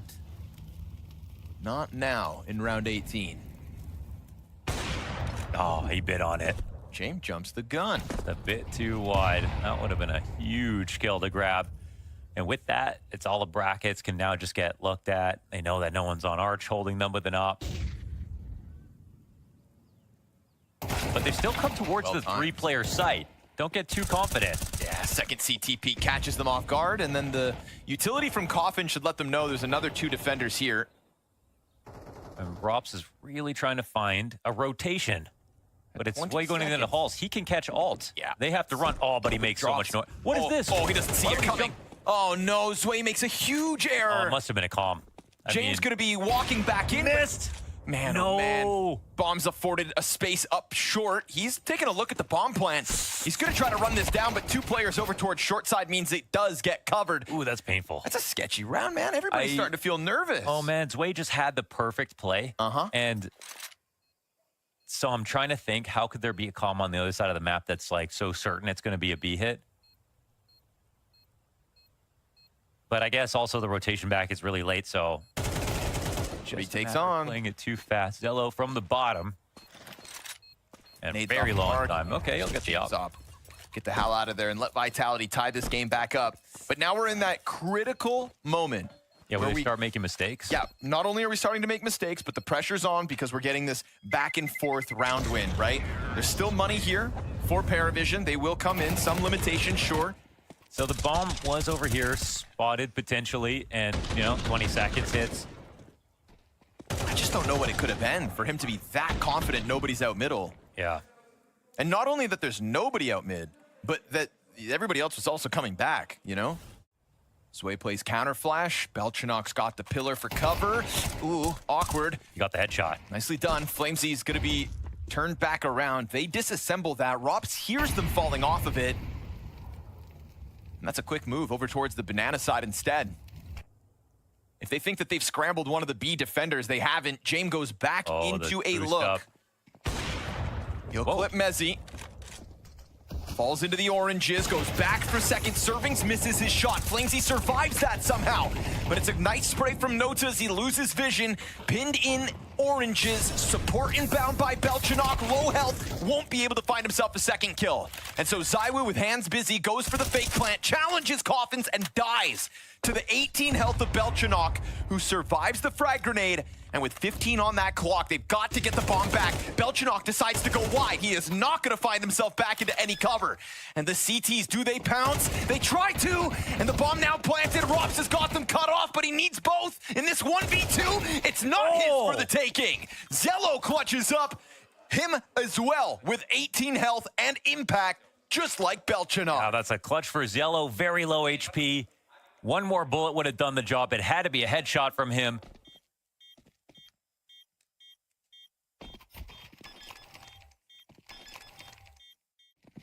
It's like a barrel pressed up against your head, and he just has the nerve to ignore it. Well, he's got an auto shotgun this round. But that round was everything. Or could be, anyways, because we know the economy hinged on it, and look at the result. Vitality down to just the ZywOo AK Tech-9s for the rest. But if they catch off this banana push, if this entry comes through... Oh, ran right into that window flash. Man, they could just flood onto this, and it's a Ziello with 8 kills trying to escape. He'll go down to 40 health. A quick exchange of the guns, and Vitality with some early posturing. Don't panic just yet. Plenty of time to play this out. And using Rops in this spot, I mean, he can just really get a lot of info in the halls if there's going to be a push coming down. He only has a Tech-9. Rotate out. They're trying to pull something from the CT side, and they are getting nervous. Those audio cues actually helped. Rops is having a player fed towards him. Then the player doubles back. Rops is going to blindside Yellow. Smoke in front of the site, but Belchinok's deep corner position. He's got to fight. And good on him to get the double while James strikes Rops down as well. They did not have a lot to work with. They secure the post plant. James still fighting. And as he goes back into the peak, he's given a great opportunity over for Mezzy. Zway's slow burn wrapper around from mid. Oh, he's got the climb over. Oh, and the auto clutch. shotgun. Just like that, it's Paravision to win another 1vx. Massive aim punch. It does not get worse than that. How's he do it? I don't know. How does he do it, Mohan? I have no idea. I wish we could put James like in a bottle and sell it. They're not going to retake lane. They're not going to give him any clues whatsoever. Last time, the site hold was rock solid. Vitality got absolutely stuffed once they got to the van. So here they go again. This time, James made awkward at a low-health player in the back corner. Flamesy's got the multi-frag. Opper now low as well, but they'll forget about Nota. What's he gonna get from this? He wants more. Sprays down 2. Oh. Beautiful play from him on 16 health. Pushes Rops into the clutch. It's an easy kill as Nota just kind of gets a shell of himself stuck into the corner. Rops doesn't know where Belchinok's at, and again, highlighting that recovery from Belchinok so far throughout Inferno. So nervous to plant. It's going to be, potentially 3 clutches here, 1 for Paravision in the second half if he doesn't lock this up. Full commitment is good. Watching the smoke, replaces it. Ready for the short peek, turns. Oh, still recovers. Oh my goodness, somehow Rops wins that duel. Didn't think that would be the way he got a clutch win back. Giving nothing over to Vitality here. This is also the double-edged sword, right? You don't go for info, then you're at risk of something happen where just, you're flying totally blind, you're far away from everything. Oh, it's coming though, the rotation back to A. James calling for the reinforcements. Yeah, this could be the move. His timings have been good, his holds have been key. But he's not working with that AWP. It's an M4 push from James, and Flamesy pops him. Pit player spotted. Vitality going for the jugular, and Zway protects his neck. Switches over to the little pit. Nota delivers on the arch side. 4v2 secured. Paravision defending the bomb site with numbers now in front of the smokes, and no recovery here for Rops. It is all Mezzy now. 20 to the clock. They swing into him and secure extended play. Overtime off of James' call to stack the A side. Yeah, I mean, he barely got that in. Saw the status Vitality. They haven't lost in overtime since, was it Hong Kong or even before that? I think I remember it being Rivals was the stat. And they have 36 maps in a row. Yeah. So, and the last time Paravision played him, 16-13 on Inferno. Great pickoff for James.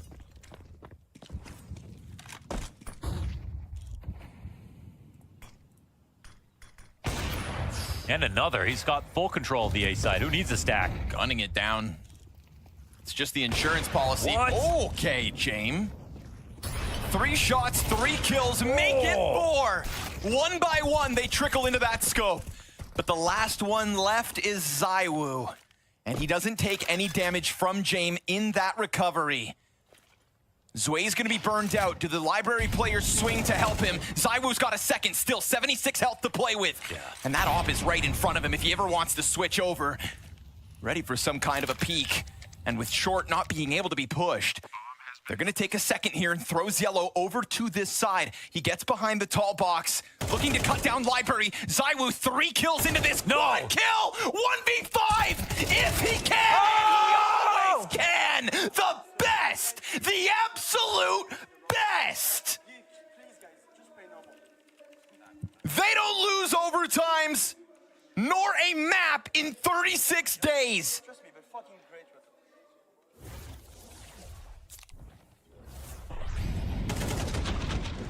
It doesn't matter if it's the AWP or the AK. ZywOo makes it look like it's his primary weapon. An absolute masterful clutch. And that's his first 1v5 in CS2. Wow. It's always on a an pleasure. AK. Jame posted up ahead of the banana commitment. ZywOo rounds the corner, threatens, gets the trade immediately. He's just got no adrenaline pumping right now. He's still just ready to go. Looking extremely composed. Shot goes into Apex.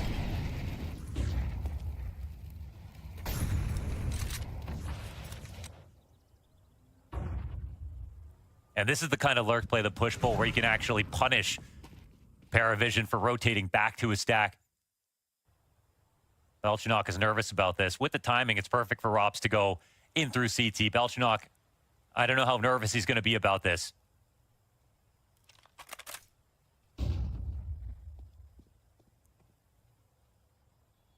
They're making some steps so they can draw attention. Rops has got a perfect flank.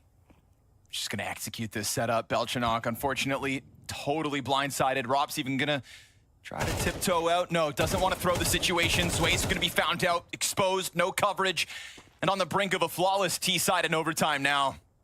Zielo's gonna walk this in, trying to deal with Rops, and he does catch him on the climb up, so the retake's back on, and, well, Paravision forced to play for this. Frag grenade for the bomb planter could have softened him up, but it goes a little too far, and Flamesy will be all right. You've got Flamesy, and you've got ZywOo in a 2v2 with pit control to just lean back and wait. Now, that smoke won't last forever, so James coming in, they're going to split this. But the positions being played are great if no one's coming out through halls. Very deep angle, perfect for ZywOo. I mean, he hasn't missed. He's been locked on. James tries to elicit something back sight. They're just going to double swing when they come down to the timing, and it is indeed the 3-0 sweep in OT. The way ZywOo pressured every single individual duel there. Too hard to figure out, and not missing any opportunity. Every time someone peeked, it was an instant death. Gets into the op, jumps over the car molly, starts to crawl down. They can go for the stack on towards A. This could be the end. Rops is going to find He's back. flanking the bottom mid with the op already. Look, he's made it through. Mezzi's going to spam through. That's not even calling on Rops inside of the smoke. They have not missed a moment since. ZywOo shatters Paravision, and so they'll secure it. The win streak keeps on rolling. The match streak keep on rolling. The perfection that is Vitality seems to know no bounds, and it's semi-finals secured as they springboard beyond Paravision. We begin on the T side for NRG. Oh, we certainly do. And we have got ourselves a couple of smokes, a Molotov and 2 flashbangs with 4 players heading towards B. And it looks to be a B execution, beg my pardon. And we'll see Testes defending towards Cave up against Bro. Oh, well, he was. Quite a convincing kill to kick things off there. 1 bullet to the dome. Down he goes. So, Yeah, I think he must have been expecting that there might have been some aggression coming out of the Falcons side, and it never really showed up, so this could end up feeling a bit flat right now. All of the utility you just mentioned, it's already on the site, and they haven't found any kills yet. It's going to run out eventually, so they need to push right now. Sonic is still on the other side of the map. He's not even part of this equation at the moment. The bomb is going to be planted. It's just Nitro here, punching in the digits, and at least they're going to do that cleanly, and I guess for Falcons, they're saying it's a full-on retake. it absolutely is. You can see all 5 players for the Falcons in the backlines right now. They've got a flashbang set up. We'll see whether they can retake this bomb site successfully. Not a kit in play, no smoke either, but a really nice headshot to begin with. Nucleons, he'll follow it up. It's a good one. Grim is now gone, but the defuse has been taken away. It's just on Sonic. Now, he's a bit of a madman at times. Defuse happening on the other side. Still 6 seconds. They're going to have enough time for it, but one more kill on that defuser, and you never really know what could have happened, but I do like it. It's very smooth sailing at the beginning here, which is exactly what Falcons need. I think CT side is usually a bit better for them. I feel like their T side is when I start getting a lot more worried for the Falcons team. And okay, Bro, it's a nice headshot here. Kicksand though, trying to keep it cool. falling back with still some bullets in the magazine. They've taken out OC at the same time. The A-bomb side is kind of open for business, though, so I don't know how they're getting away with so much here. NRG could be a bomb plant coming in. Oh, it absolutely is. Man advantage maintained courtesy of Monacy and that HE grenade, but yeah, they're going to be planting in towards A. Smoke down in CT spawn, and Sonic making things uncomfortable. And will be Monacy to maintain the advantage here. Grim, nice shot with the P250. And it will take a miracle from Nitro at this stage to save the round. But if you can find one more frag, Anders, it's a pretty good eco overall with the bomb planted. I was going to say, trying to make up for that last round where they maybe didn't have the impact they were looking for. But yeah, one more kill on a bomb plant. That would be great. Nitro, he will pick it up. Don't expect him to do more than that. It's a lot in a 1 versus 3. But yeah, they put a little bit of pressure on the Falcon side of things. Leading it around number 4 here. The Lurk play up, watching for the CT aggression. Now they've lost all the information towards A and Midlanders. They have to commit towards B. You can't really fall back. You have no idea what territory you've lost. Miss Molotov. In towards B we go. Hope for the best here, boys. It doesn't look good right now for NRG, but I must admit that is a good opening. Grim will take down Kicksan still. The rotation's coming in. The 4 members of Falcons, they are right next to this. Only 40 seconds left. It's a wallbang to take down Nitro. It's just getting worse all the time. OC's going to go down next. Nucleons will pick up a couple of kills, and Nico will close out the round just like that. I think you're exactly right. They lost the A part of the map, but even before then, Falcons were pretty much in middle and B. They knew everything. Yeah, way too much information. And it's another partial investment now. NRG feeling the heat. Their map pick getting walloped out there right now. Same story goes around number 5. A lot of grenade damage, but bro, we're finding the first man advantage of the game so far. Finds Tessus towards the cave. Still a lot of work to be done here. Now, do they pounce on this advantage or try and feel out the map? It looks like they want to go for it. They've pretty much given up the rest of it, so it's time to get that bomb planted. It's a little bit further away, though. Damn. All the way in the back. It's another kill, this time for the smoke. Kicks and will take down Grim, and a boost on over. Molotov on top. That's going to be very painful, but he's committed. You can't question his heart there. OC, he gave it all for the team, and at least they got the bomb planted, but there'll have to be some wild wall bangs, I think, to hold on to this one. The after plant could be very good for Falcons. Yeah, that was a single swim moment. If you don't get the bomb planted there, you might not ever get it down. So he might as well sacrifice himself. C4 planted in the 4 versus 3. 2 players quite low. The bomb ticking at some pace already, but the retake should be comfortable. Should being the operative word here. Should be. They got all the grenades and everything, but a nice headshot, bro. How did he land that? Sonic will take one more kill, and now they're doubling up inside of the cave here, and time is running low. They need to be quick on this one. The defuse is on. Attempted wallbang, but bro, through the smoke, trying to run them down. It doesn't matter that he dies. The bomb will take care of Nico, and Falcons finally feel a little bit of pain. NRG throw a spanner in the works here. Now we've got a game on our hands. 4 buys on either side. OC of his AWP. First real gun round here where everyone's fully equipped. We'll see what kind of approach NRG want to take here. Trying to gain some access towards middle. Going to take some nade damage, not too much. Maybe waiting to get flashed in here as the wallbangs come in once again.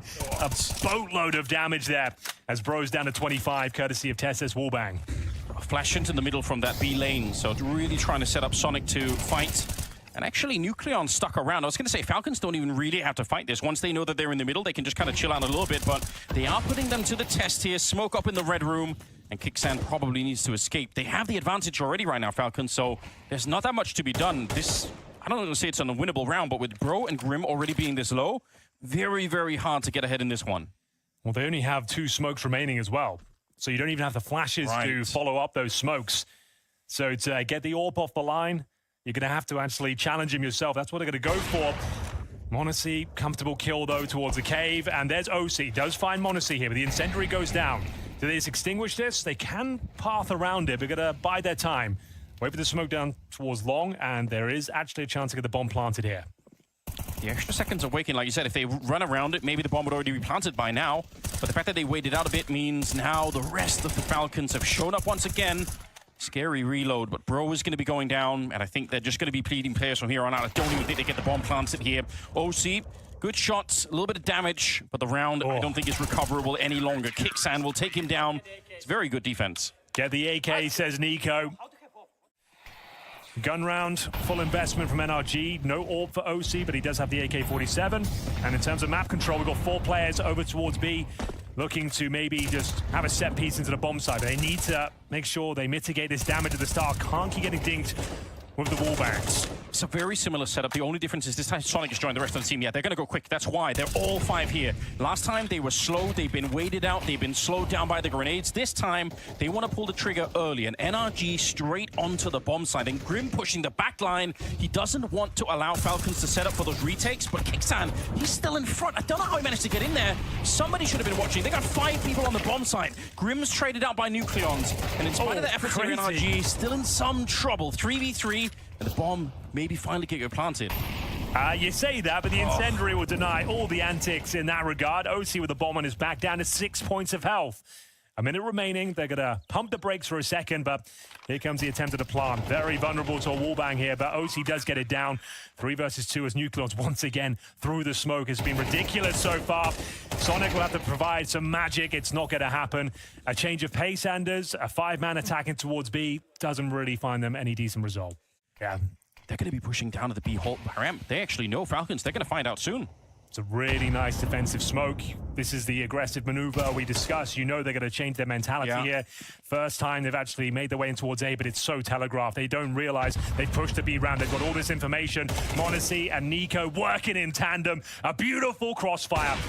And it looks like it's enough to seal the deal here in round number 9. They are getting absolutely battered out there. A clean sweep. You're being outclassed right now, boys. That's got to be one of the worst feelings as you're about to execute that A split and then you're getting shot from the B bomb side. And even though you don't lose anybody there, have to win these last 2 rounds. Let's hope for the best. We want a competitive game to open things up, a blast open. They are nowhere near. 9-3 is the best they can hope for. Again, if he does another 90 damage for that wallbang, I'm done. But finally, an opening advantage. It was Tessus trying to take the aggro for Kicksan while he pushed down the B ramp. Unfortunately, it doesn't work out. Maybe we have the second here for NRG, but still a lot of work to be done. Here comes Tessus. He can smell you. I'm so worried for them on the other side every time now. Ooh, Nico getting caught. It's a rare moment where he oversteps. He still gets the headshot. And he's got m0NESY there to back him up. That is getting away with so much. Nico probably should have been dead. Maybe m0NESY still gets a kill, but that should have been a lot better.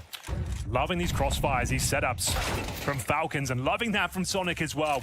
Confident stuff, pushing through the incendiary, cracks open the A bomb sign, actually recovers the AWP. 3-on-2 advantage.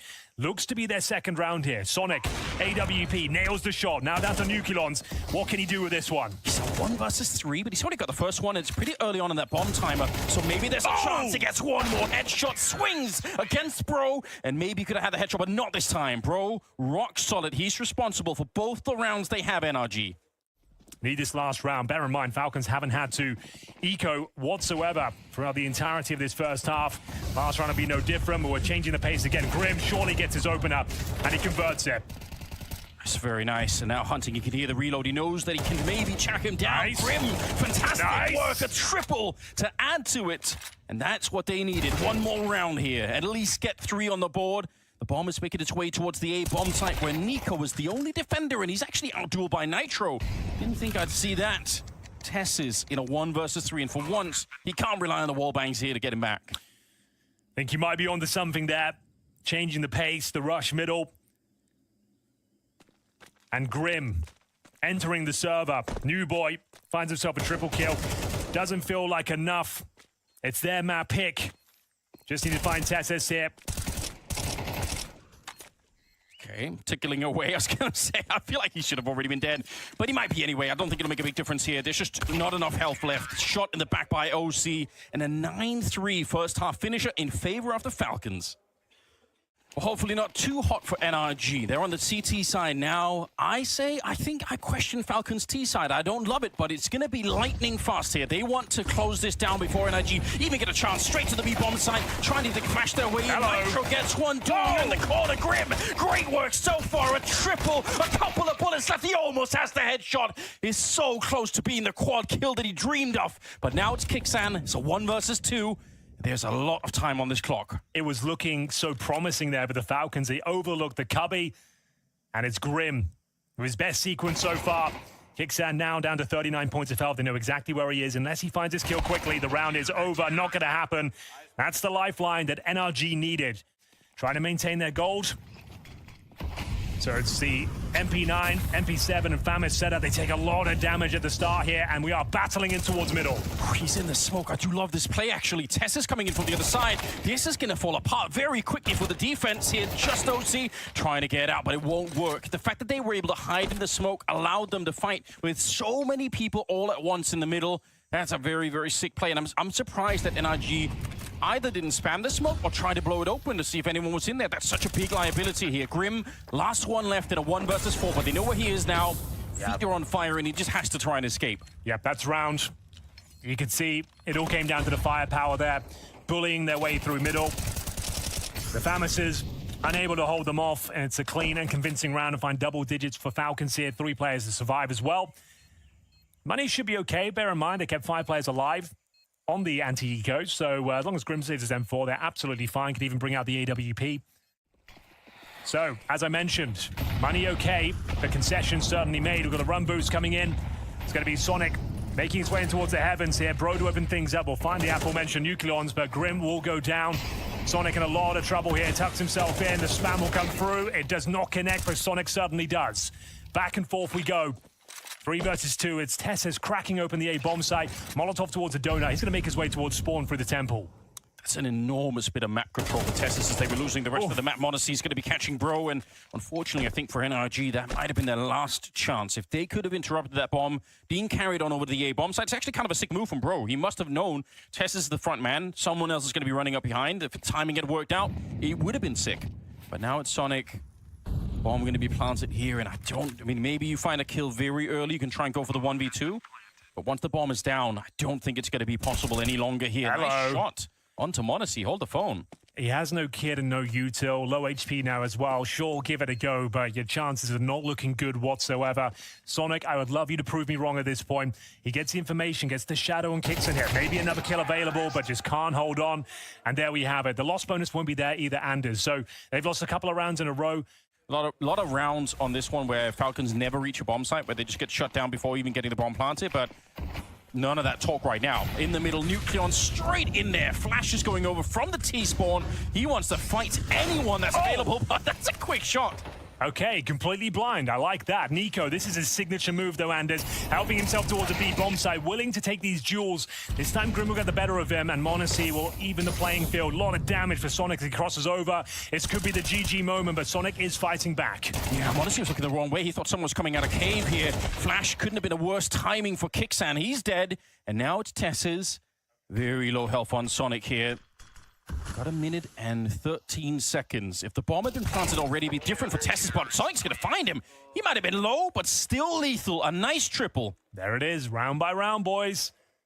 Yeah, it would be even better if they could have pulled Bro on over, but they're not that confident yet. They don't quite feel like they have the full read. And we'll see if that's going to be a good decision or not. You could see he's just jiggling around here with a grenade in hand. It might work out because Falcons are actually starting the war. But I have to say, this is so many more A attacks than you're normally seeing. Sonic hit the deck, though. Kixan found him with the Deagle. I don't know how. I have to see the replay of that. He's so far back. How did Kixan do that? Hello. Monacy gets a headshot as well with the AWP. And now things have got a lot worse here. NIG might be one of the last chances they have. 3 versus 3. The bomb is being brought back now to the B bomb site. And there is absolutely nobody there. 35 seconds remaining. It's Nico with the bomb on his back. His teammates showing presence elsewhere. And the B bomb site is wide open. You're dead on there. It's Nitro, SMG only. Even if he falls back towards B, it's an uphill struggle. This kill could decide the round. Nitro doesn't spot him. Makes a big sound cue as well, but I think he's trying to bait Nucleons in. Gets the M4, and now cutting off rotations. Here comes his teammate. Nucleons needs to hold on. Yeah, if you say, oh, okay. That's a disgusting headshot. But Nitro, he's done one better. Taking up 2, Nico low on health, but at least the bomb is planted here. And Nitro, he doesn't want to take the fight yet. He just needs to find out where Nico is, and then Bro can win the fight. True. Just throw him in like a human flashbang. Make sure that Nico has to put his crosshair somewhere else. They should never be able to line up for this one, but he's ready to swing for it. Nico finds both, and that will be the end of NRG on Ancient. Wow, what a performance. What a showing. The stand-in certainly playing above his experience, and Nico to close things out with a world-class clutch. You said they couldn't line up for him, Anders.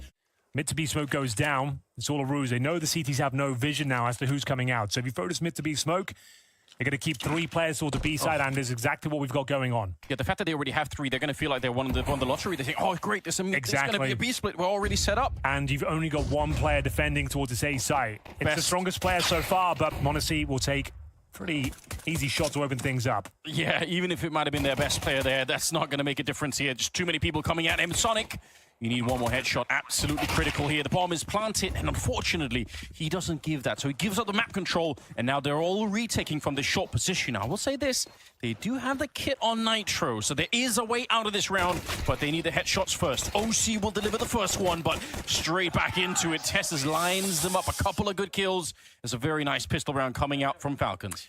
Hold them there, and it's just 1 player. Bro, he manages to get 1, but that's really all they really pick up.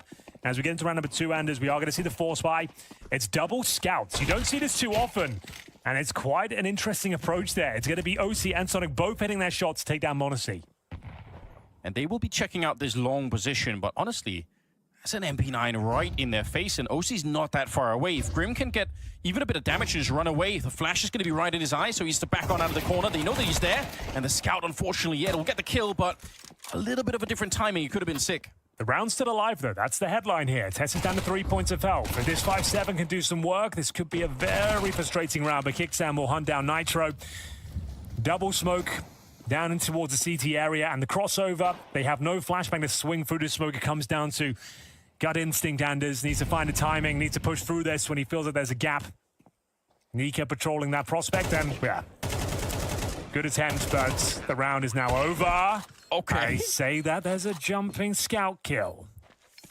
But yes, they'll end the headshot here, otherwise it's not going to be working out. A lot of damage onto Nico. Pulls out the USP. Feels comfortable that he's done enough damage with it, but now time is running out. Yeah, the backup is going to be there. That's a very nice attempt. From the jumping scout into the USP headshot, you have to appreciate that.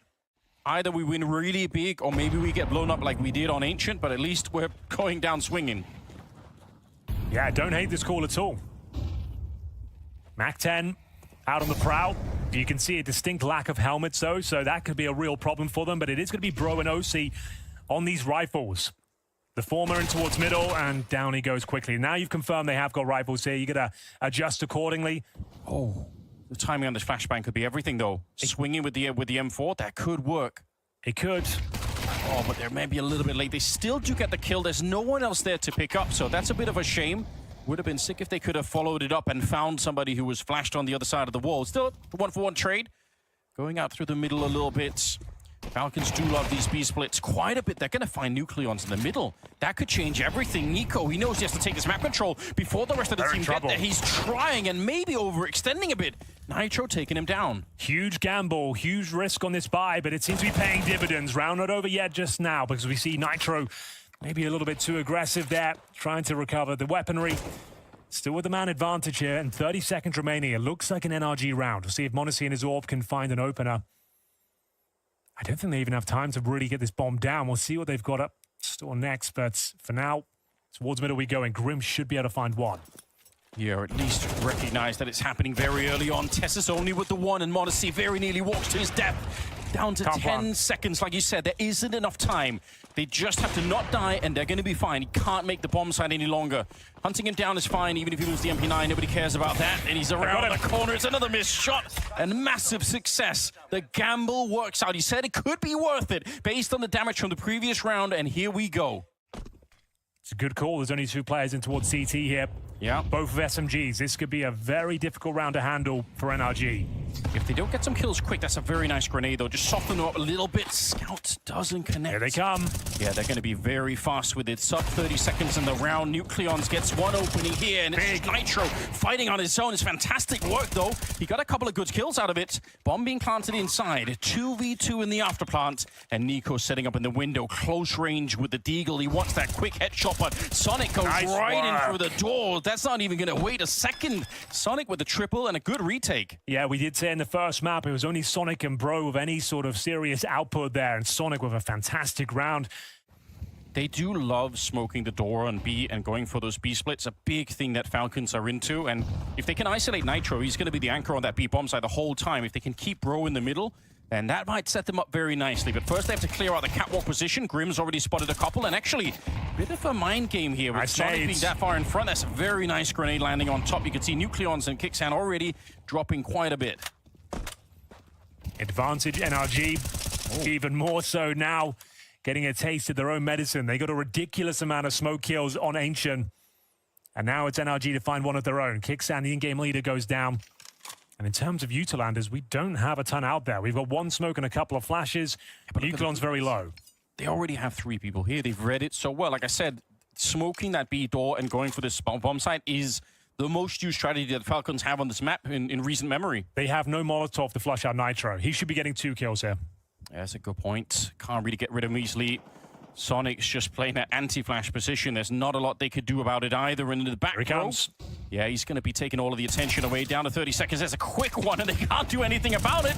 Yes, they know, but it does nothing at all for them. You said 2 kills? That's exactly what he's got. He played it perfectly. That's the experience shining through there. Get the intel. Duck and weave. Get your first headshot. Let your teammate take the next level of aggro. And then get your second. Well done from Nitro, and well done from NRG in general. Needed this round. That's going to have to be the eco now at this stage. 3-2. They take the lead for the first time in this series. Allow him to go for a deeper angle. Maybe feels like it, and I think that's exactly what he wants to look for here. He's got a kill.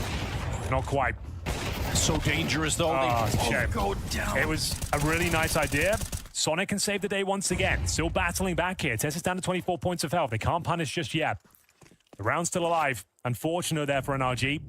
Like you said, their proactive play. Yeah. Not sitting back and allowing the Falcons to have their free reign of the map. Look at Bro's position. I mean, they almost have to take another risk now that they're a man down. Maybe Bros is enough of one. Just being forward here, he could catch a player, maybe listen as they're on the catwalk soon. He's got Nitro playing behind, it doesn't matter. Monacy's found him. Great with the AWP, but he's deadly with the rifle as well. Nitro and Sonic. I mean, I still think I love to see a replay of that round because I think you're right. He had that kill. That should have been the OC opening. It was a perfect maneuver, a good idea. Just unfortunately misses out on the shot by millimeters. See if they can recover it. Like I said, this round isn't over. We have got Sonic and Nitro working in tandem, but the thing is, you've spotted one there. You can guarantee there's only be at most one player towards B, but it's wide open. So that is round. Can they make it expensive? Time will tell. It's Kixan looking for the double, not going to find it. So save an AK now, or the AWP. That's even better for Sonic. That's his objective, but they're not going to let him get away that easily. Yeah, Nico knows he's got him boxed in on the one side. They're going to be calling over Monacy and Tess's right away. See if they can keep in inside of this box at the moment. Sonic is such a funny player to watch. I have a rule, I think it's about 1 in 10 games. Sonic just takes over on his own. Now, that's not the level of consistency you're looking for maybe at a top level, but there are just moments where he is so unbelievably strong. He's making all the right moves here to save the AWP. Gets him into a prime position now. Looks like it should be fine to save it. I don't see much danger coming his way. Oh, here comes Tassis, though. I think he hits the shot, though. Lovely work from Sonic. So sure, they lose a round, but he gets 4 kills in total and holds on to the AWP. Their money's already strong, we know that, so it's actually the best outcome he could have hoped for there. Tessa's hanging around in T-spawn still, but big presence here suggests that maybe they could just be going very fast to the B-bomb side, which is something they're normally not that quick to do, but I think Nitro might be tested almost immediately. Tries to throw out a grenade, but he's already tagged up. Grenades to follow. He's down to 21 before he even has a chance to fight here. He will get rid of them, but that's very, very hard to deal with. Really will have to channel his inner Tizian now. Dink for Sonic to through the wall. Oh. And a dink he will offer up in return. This time he'll find Nucleons. That's a strong presence in middle. I thought they might go back to catwalk, but now they're being pushed from long as well. 20 seconds. They still don't know for sure, NIG, but they're going to find out. That B defense is going to be tested. Already low is Nitro. Bro is gone, so it's just Nitro. They know that he's here. He is the B anchor, so they don't have to think about it. Grim with a good kill. The bomb is going to be planted with 8 seconds left. Here we go then. The retake is on Anders, and it's Grim keeping that round alive. The retake will occur from the tunnels. They've got a flashbang, and here's the commitment now from Sonic. So it is Kixan, good burst of the Galil. He'll take down Sonic to begin with, and very low is Grim. He has to try and escape. Would have been OC to try and make a breakthrough, but he didn't even get close to the site at all. Tessus takes him down, and Falcons narrowly make their way through. That's a very hard round to win. And indeed, we've got the AWP for Monacy. Helmet watch, Anders. The MAC-10 is going to struggle. It's only Nitro without the helmet. No damage on the cross. Yeah, see if he could find that one player with anything. Sonic is going to be taking out Nico out on long, though. Again, not afraid to play in their faces here on the CT side. I absolutely love it. Tessus, he's just barely back for the smoke. If they would have peeked him right then and there, I think he's just dead. I think he might be onto something. It's another man advantage.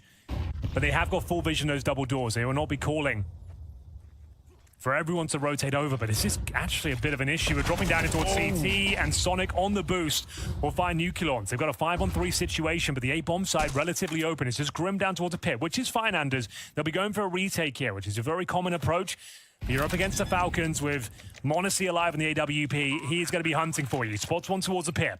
You got critically some Molotovs on the CT side to try and get rid of him as well. That drop down could have really backfired against Falcons. If they'd just gone short, it would have been fine. Flashes in. Oh, but OC didn't need eyes to get that kill. Grim's going to go down on long. Monacy could be a real big problem here. Tessus with the shot. He's so lightning fast, isn't he? Monacy will take down Bro, and it's got a lot worse all of a sudden for NRG. This is the round they must win. A 5 versus 3. And now down to Monacy. He connects with another bullet. The flash is in the house, Henry. God damn, that was good. A 5-on-3 advantage thrown away there. More public servers. Get on T-Rats. All right, long corner smoke from Tessus. They have got to buy again. Missing a couple of key pieces of utility, but Grim pushes past that long corner smoke and actually gets the info. They're not taking it. It's going to be a contact play, maybe up towards short here, but Sonic playing on the front foot once again. Nice setup. He gets himself another double kill, and the bomb goes down, Anders. I love it so much as well. The grenade on top. He's up to 20-5. He is owning it. It's so sick, isn't it? If only there was a way to know which of the games Sonic is going to be good in. I mean, you could make some great predictions on that one. Nico, 23 health. Grim shooting him in the back now. Headshot onto Monacy, and it's just Kixan left. Well, I really like that change. NRG are sick of being pulled around the map. Losing out on these clutches, they take the game to the Falcons here. Penultimate round, and it's Sonic with another stunning sequence.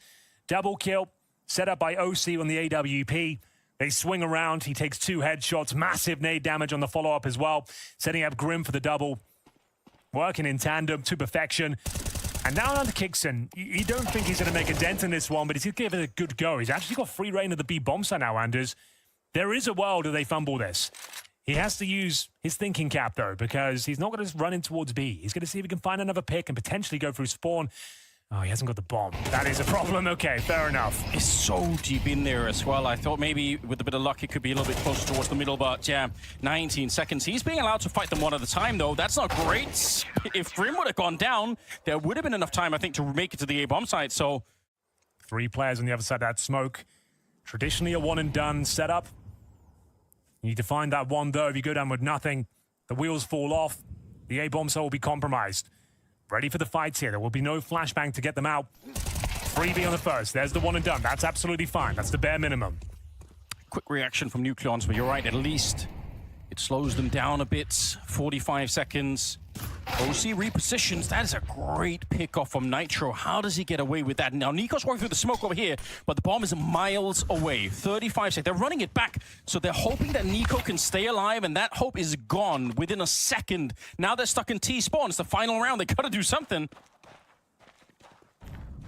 Where's the way out? You just got to run. You can't even sneak your way here. You have to charge around the corner with 18 seconds. Nitro ready to catch in. There's another army waiting for him here. No chance. OC gets the shot, and they tie the first half 6-6.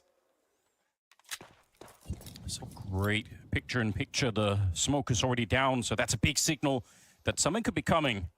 Let's see if they find their way out on long. Nico is here, Tessus as well. Is there going to be any kind of a flash to set it up? OC has one, so they could flash around the corner, but it might be too late.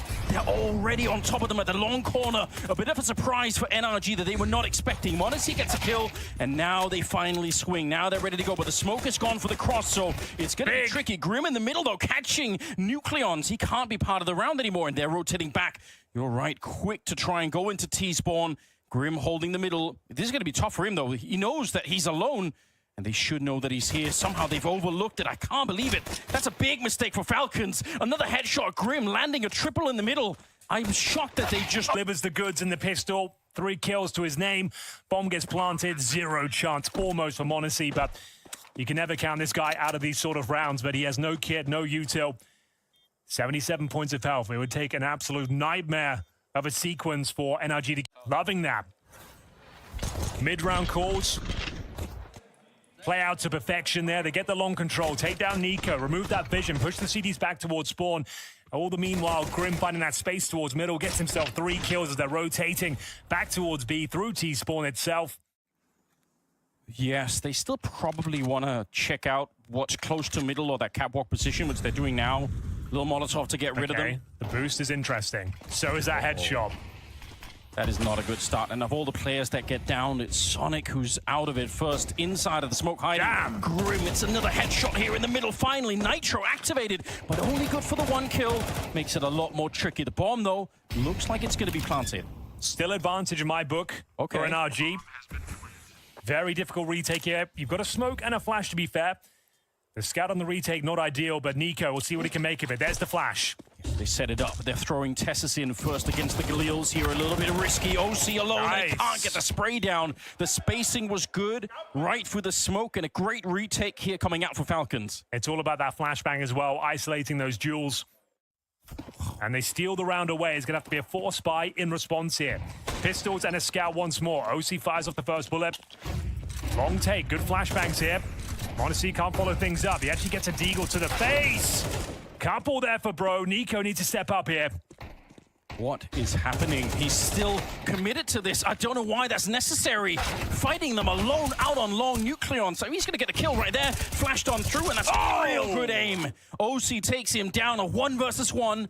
The bomb is at the corner, though. Kixan has the massive health advantage over OC at the moment. Yeah, it would have to be a scout headshot to win this round. Rifles are available, but the bomb is down. Plenty of time to cook. See if Kixan gets hungry for information, but he's actually rotating out of this, Anders. He's actually moved away from the A side, knowing he has the advantage. This might be a 200 IQ move. How is this ever going to be readable? When OC decides to get about in the pit, how long before he would ever check that long position? I think it's going to be a long time. He's aware of the prospect. He is at least checking it. But Kixan not overplaying his hand.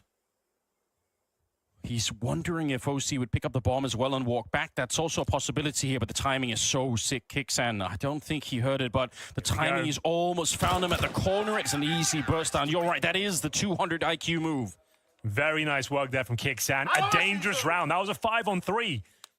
Decent control of the map, but 25 seconds here. Mid to B smoke goes down, but it is going to be A where they finish their attack. And look at how well Falcon's reading it. And this shows that they've been watching a lot of demos. This could work. It might be able to, but there's only 15 seconds left. They're really running low on time. Nico does go down. Tess is going to get 1 kill in return. 10 seconds on the clock here, and what a flash setup.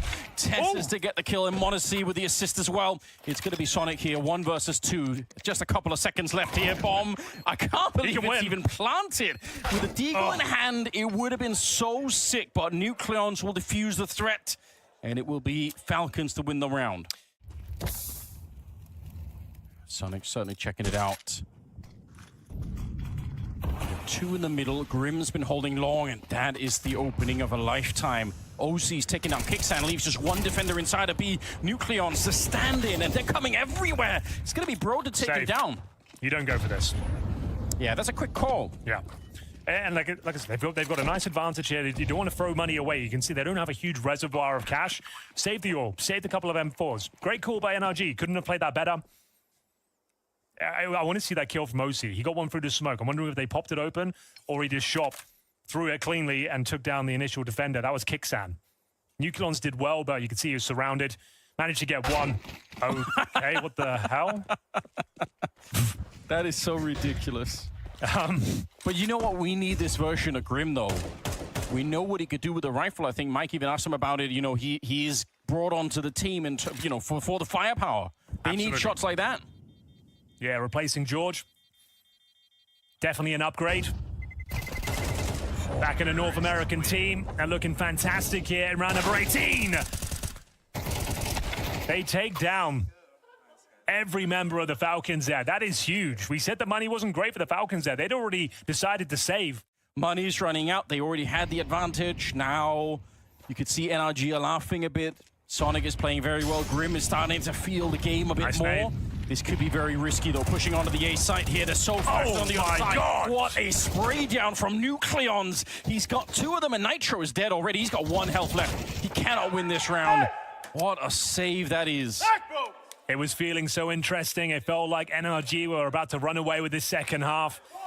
Heading towards the A side of the map, we've got Grim patrolling long for the backstab. So this will be an A finish, Anders. Oh, yeah. The mid to B smoke's a bit of a ruse. Try and keep B players on that side of the map. Comes down to this. It's Nico to defend. 14 and 15, got a double kill in the previous round. I feel like Falcons know already. They have such a good read on what's coming. They haven't rotated anyone away. Monacy through the smoke, but he will go down. Solid work from Nico. A couple of quick headshots, but he is got rid of. OC lands the kill on him. He's still 25 seconds. Grim, he's been creeping out long. It doesn't matter. His teammate is dead. That's a nice pickup from Tessus. That's all he needed. Didn't need any more kills. 18 seconds left. And they know exactly where Grim is coming from. Trying to make the run, but Nucleons will stop him. And Falcons close to stopping NRG in this series. Especially on the CT side of Just 2. It's going to be the B pounce. Is Kicksan ready for them? Lurk smoke comes through. But this could actually be really sick. They've got Nucleons occupied in the middle, so just 1 defender, but they're not quite checking it. Sonic goes down. Where's the rest of the push? They need to go right now. I feel like this is very mistimed right now for NRG, just not finding the perfect timing for it. Nitro goes down, and the bomb, I don't know if they could do anything more here. 2 versus 4. Kicksan just needs to wait for his teammates. Doesn't need to overstep the mark here at all. You're up against a Deagle and a Scout and a 4-on-2. Not where you want a scout at all, is it? Not the perfect weapon to try and hold 2 on. bullets left in it. Oh, he's done some damage with it, if nothing else. You got to appreciate that, but they're coming through the window. Deagle's holding it on the other side. Good headshot, but it is too much. They cannot hold on any longer. The Falcons with a great start here at Blast. Yeah, absolutely true, Anders. Enjoyed that showing from the Falcons, especially from Academy player Nucleons. He stepped up and went above and beyond time and time again. And yet, here they are. Yeah, still got to play the game. So best of luck on the attack versus an Aurora that's going to be banking on Xanterez outside to rain terror on any member of FaZe Clan that dare walk around those boxes. For the time being, it's a bit of a pause for FaZe Clan out of the gate. We've got that solo lobby play coming through from Frozen, and Kerrigan bringing bomb late to the party as we see the singular smoke drop. The second lands, and they're going to play on the opposite side of it. So a bit of a ruse here to try to give Jacob that pistol round impact. Xanterez, quick fallback into main. Here's the door behind him. Wants to stick around for the duels, and that is why. Double headshot coming out from Xanterez. Tries to turn attention back over. 3v5 rebuttal inbound, though. Heaven duel. It's a distraction for Wicadia to get his out through hut. That's man advantage, but a player drop lower with bomb. Yeah, a little awkward. Brokey's got to try to get to him, and Kerrigan knows he's getting shot at, but just wanted to dip out to cover. His job was going to be to delay, but now Soulfly knows with the knife out, it's time to just defuse. Yeah, you go ahead and stick that bad boy. Brokey's gonna have to run it all down, and those dual Berettas will keep him at bay. Nothing he can do about it.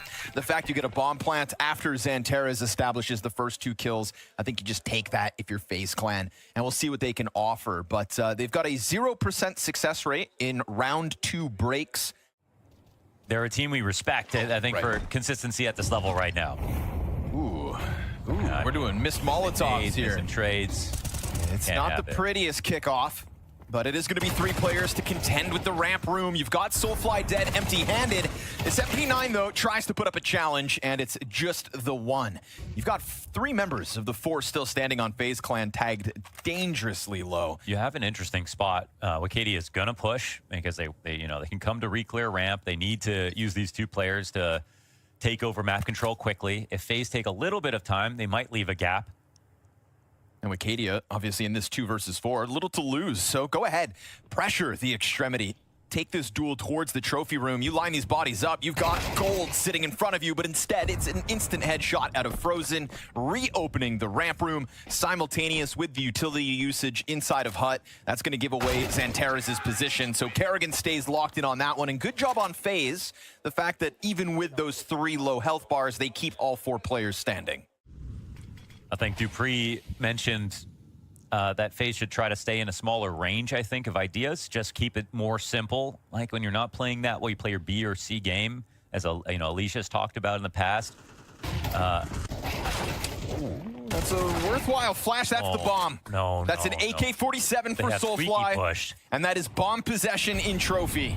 That one flashbang that Aurora come into the round with has net them a hell of a position. Yeah, that bomb's just so awkward. But they get a kill in lower. This keeps the numbers even. Recovery's underway. Still, talk about making your job harder than it has to be. Just caught by that. Kerrigan starting to piece together the recovery of the bomb. They're going to smoke it off. So, yes, you found a second frag. You've taken man advantage back. But still, sitting on top of that bomb at the moment are 2 AK-47s. It's an interesting spot. FaZe are going to have to decide if they think that Aurora are sitting on the bomb or not. But with trophy control, you have a great angle to fight people. Even if they know you're there, you can stand on so many different spots and take a fight. That'll help. Oh, the smoke to try to dip into it. But they haven't actually pushed just yet. Could be enough to just get Aurora to reposition, though. You know that this could get scooped up silently. They're ready to go into mini, so they can take this upstairs, and Aurora will get up into heaven. Twist will probably keep an eye on this in a second. 20 seconds. Yeah, if they take too long, 1 kill, and it's a mess. It's a loud step and a stomp in the front of the site. Twists locks in behind the vent. Well, they're not even going to try it. All right. Oh, very gentlemanly ending to this round, considering it starts with the gloves off, flashbang into the trophy room. They're willing to cut their losses. 2 AK-47s. The guns are out, and with the AK saves, that's pretty massive for the money. Done the math right.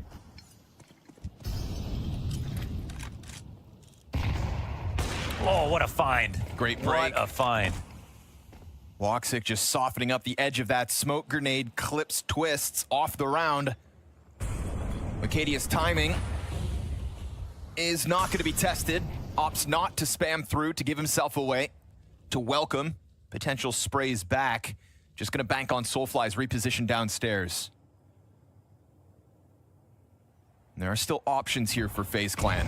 I love using the back of Big Garage right now, 5v4.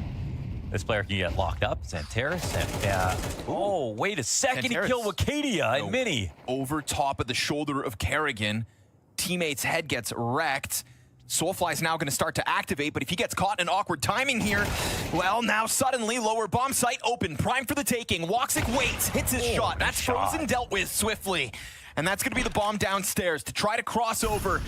Looking to play in front of the Opera's angles. You know Woxic, hot to the trot, is going to be quick to the scene. And so with 2 kills to his name, Xantares right behind him. Aurora aren't going to waste time on this retake. It's a quick kill of Brokey and a Jacob clutch queued up but denied. You get a double out of Woxic. You get a triple kill here for Xantares. 2 stars of the show for Aurora. I mean, if you're Aurora today, you don't roll out of bed too intimidated by this FaZe Clan. I know that in interviews, you know, people like to be political sometimes and still speak of FaZe as a team you never underestimate. You never let your guard down. This is a team that is 3-9 in series so far in 2026. Major, here he is, ready for the site hit, keeping his head down long enough to get 1 kill at least. Xantares, it's a 1 and done as well. Yet another moment where we go down to the 2v2. Yet another moment for Woxic to be key. And as that smoke lands... They're scared, though. I mean, they're thinking about heaven, but they're also worried about someone coming into mini. They use their second smoke up in heaven, so now they've got a plant for it. I like that. Woxic makes noise top of the rooftop. You see Brokey confidently planting backside. Look at this, burning the attention over towards main, but Woxic didn't actually commit to it. He just doubled right back up inside of heaven. He has created a boogeyman over towards the opposite side of the bomb site, and once those flames burn out, we'll see whether or not FaZe have pieced together that ruse. They have the perfect setup for the double heaven retake. Flash drop, support's dead. Brokey from down beneath has got this. Okay. He goes unnoticed behind the sight box and will put another on the board for the FaZe Clan. That's excellent pressure. A little smile there from Jacob. FaZe pick up another solid round, honestly. Interesting to see him. He's taking speed right here. And I mean, Aurora they're kind of waiting, I think, for the cross smokes to come out. They have been putting pressure on them with spams. But are we talking about nades outside right now? Doesn't look like it. One fast step and an instant duel lost here in favor of Aurora. Tries to drop a smoke, but there's still this gap, so Kerrigan knows you're stuck in on the right side still. Oh, but as Kerrigan goes for the flash, it's the moment for Woxic to reposition. Kerrigan wants to join forces with the players downstairs, but he gets double peeked bomb. in the middle of his venture. Ooh, the bomb. Yeah. Ouch. Madger's there to trade out through Squeaky. This draws Jacob back into the firing range where Woxic's going to put him to rest. And that, my friends, is a critical error. Bomb getting stuck behind the box.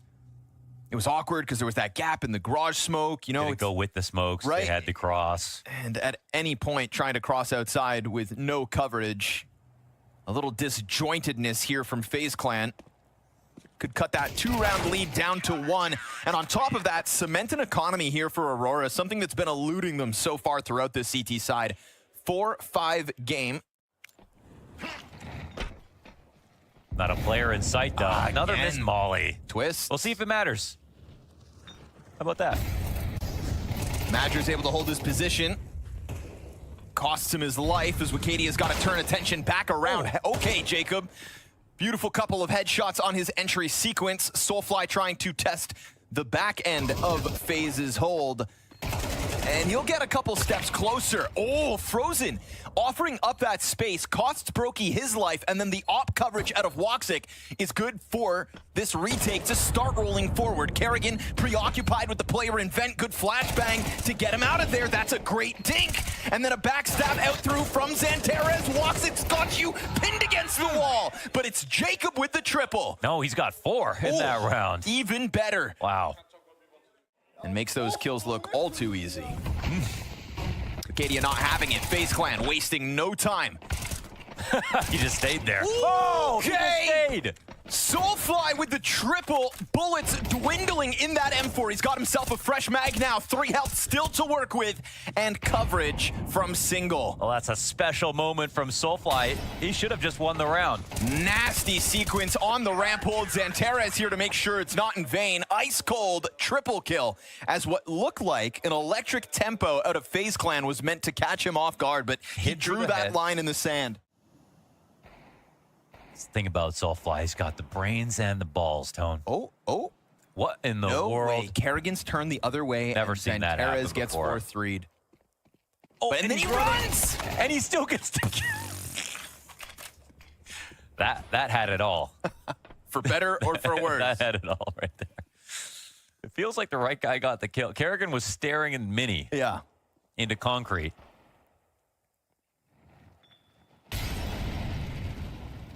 Well, this very limited pack of FaZe Clan players, all that remains on this T side. 6-round T side, excellent outing, considering you didn't even win the pistol. And Woxic's gonna make sure that stays at 6. Tied half out of Aurora as they recover in the tail end of this CT side. Nobody can quite compete individually here for FaZe in that regard, and yet still, as we go into the second pistol, tied 6-6. Yeah, so star players on Aurora, but FaZe have a bit of a team. So it's an interesting bout right now. I mean, I think Maui said this 6 would be a miracle, and they did that without a pistol, too. Here comes the pistol pop out. Okay, Oh, right, they Soulfly. can do that too, eh? Instant headshot. Woxic holds the flank with the double kill on his own, and Wikadia's got that insta frag as well. It is done. Yeah, 2 pistols. Pistol is done. Couldn't have been better than that, really. Yeah, Xantares 14-4, Woxic 14-6. Heavy hitters. Nasty. But they aren't ready for this ninja defuse. The old Kerrigan ninja defuse. I'm watching those fallen POVs. The old 10-second no smoke. Not today, my friends. Not today. Another pistol round goes the way of Aurora. And again, 100% conversion on nuke second rounds. So statistically, looking like an 8-6 start to this T side, but we'll see. And that's what I was kind of alluding to when I said that, like, Aurora are not afraid of FaZe Clan as they roll out of bed today. Yeah. This isn't a FaZe that's supposed to... If you're going up against a FaZe Clan in a quarterfinal of Budapest, you're the home crowd favorite, like Torzi, and the crowd's cheering against you. That's the FaZe you've got to be worried about. Right. This one? Yeah, Not to be yet. rude. I'm not trying to be rude. Just, I think Aurora, I mean, we talk about Navi feeling the high of Pro League. Why wouldn't Aurora, even despite the grand final loss, Here's an interesting spot. I mean, you've got Aurora really looking around. They don't know what the stack is at the moment. They know they don't have ramp. They could try to take this back upstairs if they want to, but that's where FaZe are going to be going in a second.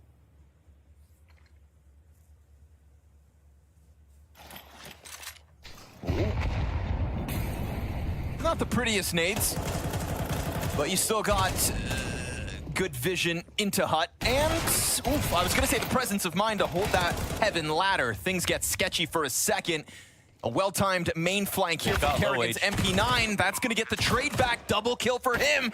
And then a scout tag instantly, dropping him down to 42. And the follow-up, because Woxic is not whiffing today. No, he isn't. Yeah, he's got a magnet on that thing.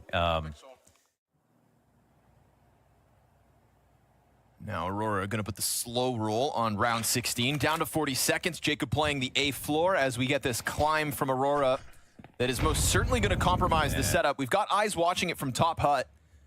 Frozen's going to have to hit this, and he drops the duel. Ooh, now that op is in a very scary spot. 77 health for Xantares. Brokey's going to hit the one towards main at least, but utility pressure from all directions, and he's not allowed to get away from this.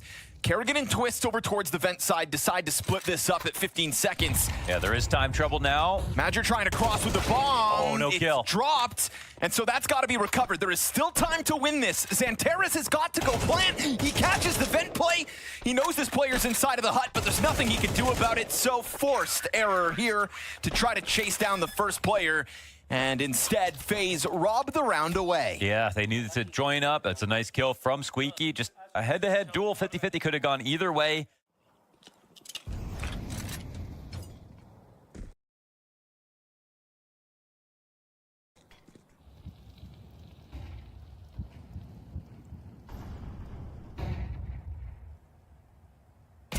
Frozen looking for another duel, but down at Soulfly's go, and that is with the Galil. Galil. Over the M4. And he was kind of just tapping with it, too. Frozen gets put on ice in back-to-back opening duels. Acadia floating around the rooftop could catch somebody trying to peek this push. Kerrigan's gotten by Acadia for the moment. Kerrigan's going to miss the timing, though. Like, they're ready to take upper, and now Acadia's just on protocols to watch for lobby lurks. They can come by, take the upper site. Jacob knows he has his work cut out for him. Kerrigan's got to slow burn this flank, but he's still trying to get in behind Woxic's op. That was a nice escape. Xantares has managed to get his position up in Heaven as well. That could cut off the ramp rotate that eventually comes to the Heaven retake. And there goes Kerrigan. Flank all day long, but by the time he gets to the bomb site, we've got Aurora locked into the post-plant positions. Xantares trying to find anybody looking for exits. That Brokey op would be valuable to drop, but it's already managed to get back towards ramp. So we've got majority alive for the moment on FaZe, with Aurora queuing up their 10th round win. Sometimes the 5v4 advantage is because of what you do later on, but I think in this instance, it's just like getting that raw duel with a Galil in that spot was just so huge for the program. They had that upper attack already in the back of their heads, so they just were able to move into that very smoothly.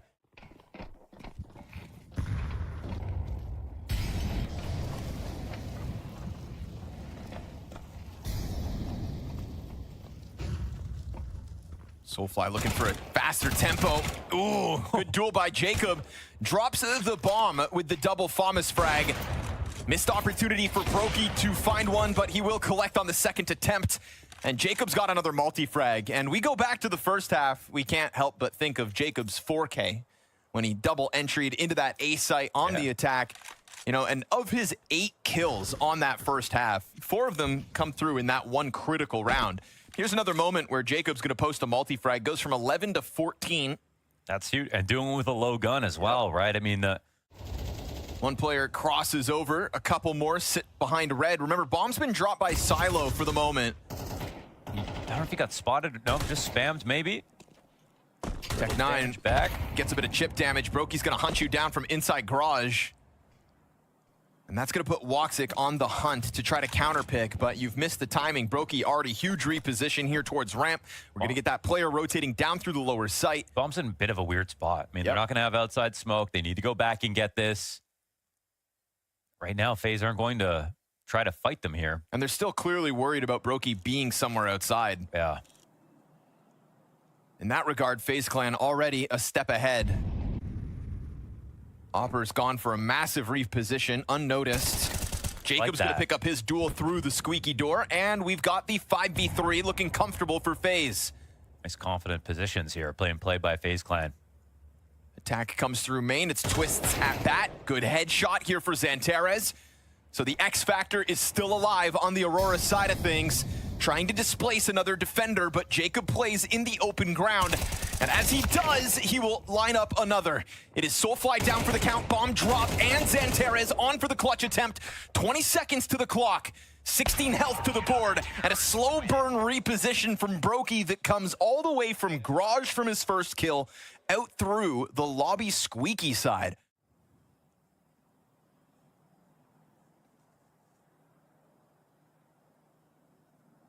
But FaZe individually, they're playing all these interesting spots.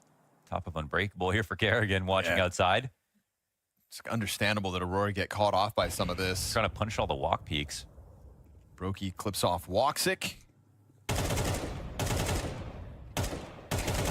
Frozen ready for a feast. We'll mow down all of the ramp players on the approach. Nobody allowed to step beyond the threshold. That's huge. Big lean back, though, outside for FaZe. New position from Frozen. Oh, he's going to have to come up big, and he will. Double kill straight down beneath him. That was a very quick man advantage for Aurora, ripped from their hands. I was looking at the 4K versus Ecos. I was like, okay, Frozen, get your score back. You know, get back into the match. But here he is, 2 kills, a spray transfer with the ramp hold that sends Aurora into a spiral. They don't know what to do right now. It's another weird one-off position. It's another approach that costs Aurora bodies. Bomb dropped in front of Brokey as well. Brokey has support from the back of the site. Jacob's watching this. Beautiful stuff. Finds the timing for the headshot. FaZe are in the lead. Can you believe it? On a 5-round streak now, our FaZe Clan. This CT side's been rock solid.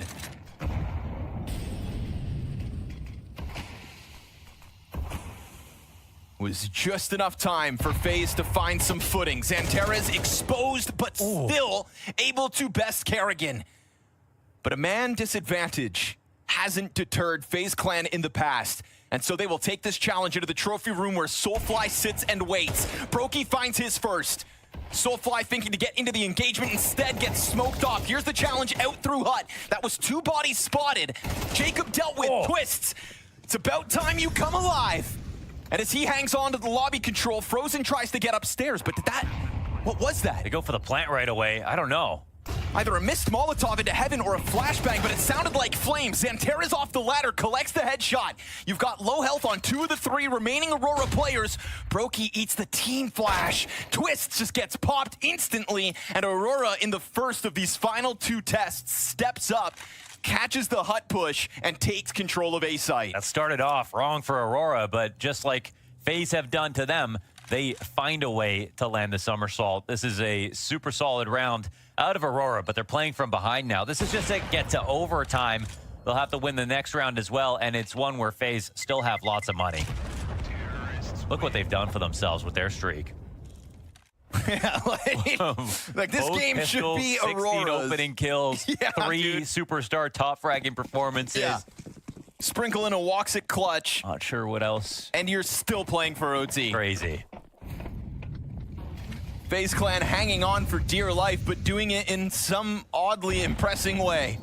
That's what they do, is they cast miracles. Right? That's that's what they've done. Oh. It's what we felt like we were losing, and yet far and few between. So I don't know how he's going to take this if he wants to go up. But he will maybe find a moment to catch Kerrigan. Yes, no way, because Kerrigan has a ramp player. Kerrigan stops. Now Xantares knows he's outside. Xantares, perfect slip of the net. See that? Oh, it's perfection. Just a second ahead of Kerrigan. Jacob, you could still be the hero, but instead it's a one and done. There's the flank from Frozen. Double up inside of the Hut. Twist collects his. Soulfly's 12 health stands between FaZe and their map pick victory, and he will kick this off. 20 seconds left. He's trying to get this reposition off. Damage is dealt, and this one is done. Twist with a round to be proud of at the very end. All the odds stacked up against FaZe Clan, but they will strike first in their opening series. Yeah, I mean, essentially, even if you don't believe on Inferno, it's just that they have a map to play with and they could win Inferno. You know, it would be a crazy thing, but it is, of course, possible. Roki sees that utility go over top. That's Jacob's sign to go for the fight. A little bit labored, but he'll get his one at least. And Twists clean with the USP. Slows down that bomb play. Gets another duel as a teammate stood next to him. Frozen's meant to be trading these. Now he's under pressure. Burst clock from Woxic. He's still bursting. Wacadia gets the kill back. Kerrigan's now starting to retake already. The bomb can exit CT spawn to B. Kerrigan's trying to beat him there. Well. A little bit awkward, actually, because Wacadia's going to communicate this. Now, Woxic, he can't actually speed up. More than a little bit. Very awkward situation. They're going to go back, though. Brokey has not made the rotation just yet, and Woxic's going to start running. And as he stomps, he's going to run straight into Brokey, who's just tucked outside of the doorway. Woxic jumps! Brokey's got the bomb drop down at his feet. And now Wacadia's 10 health, and 15 seconds to make this happen. Sloppiest pistol round we've seen in some time. And yet still Wacadia could pull off this clutch. Just enough time, just enough health. Anticipating Kerrigan coming from mid, he guns it down, and Finn will find a clutch as FaZe Clan take their first pistol victory of the series. And again, it's the mid to late and still come out with a headshot. Had like 3 players staring at him at one point, but few sloppy moments. Aggression here for FaZe. Jacob's trade, jump up by the MAC-10. Xantera's on the chase. Jacob doesn't even depart. Sticks around a second. And then a frag grenade finds half of Woxic's health. We come flying into round 2 as Aurora had a man advantage momentarily. Frozen's got 3 players gunning towards him now, and he is on the retreat. Fire in front of him, rotation comes over, and it feels like for a second we can catch our breath, but Aurora are still gonna try to test the waters here inside of the B site. You've got the rotator dead. Frozen sitting in the back of the site, dueling versus the Tech 9. Galil's gonna get the better of him, and now a gun picked up by Aurora, who have a man advantage. Jacob, yeah, he doesn't go to blow that smoke open and fight. Comes to the rotation, lets him know that he's coming in from Con. Draws a little bit of aggro, maybe away from Twist, but it's being watched either way. We've got no kit for this defuse. Jacob's gonna need a reload as well. Twist's separate duels at the moment.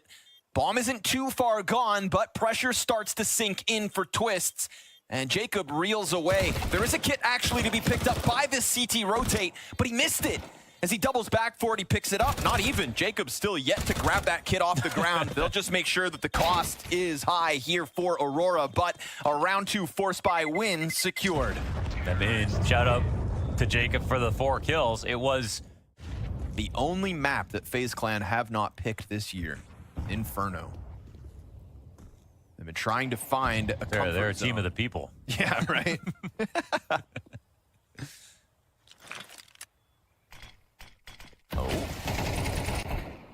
What? Twists? Fine by me. Triple kill on short side. Balcony player can't emerge. And Twists out of nowhere with the triple kill. Madger's answer back in the form of a single frag. MAC-10 goes down dusted with nothing. And that is Twists. There's a lot of twists. There's T's, S's, and Z's in there. You know what? That's true. I'm so sick of hearing nice shots. Shots, they win frags, but, you know, communication wins rounds. No, I like that. Let's brainstorm. I'd like to hear more nice composure. Yeah. Nice air. Nice sight hold. Yeah, good start to one for sure. Okay, reposition. Spam comes out from Frozen. Peels one off the play. Does stop this right. Oh, we got the smoke out. But just enough. Smoke saves the day. Any chance of a hold of this bomb site feels slim, but you've got this AK in hand. Xanteras and Soulfly with the Tech 9 headshots. Oh, and Woxic cleans house as Aurora go barreling up through Banana and collect their second round. Man, while the gun was hot, the second kill, he was aiming right in the middle of the body, but it was perfect for the recoil.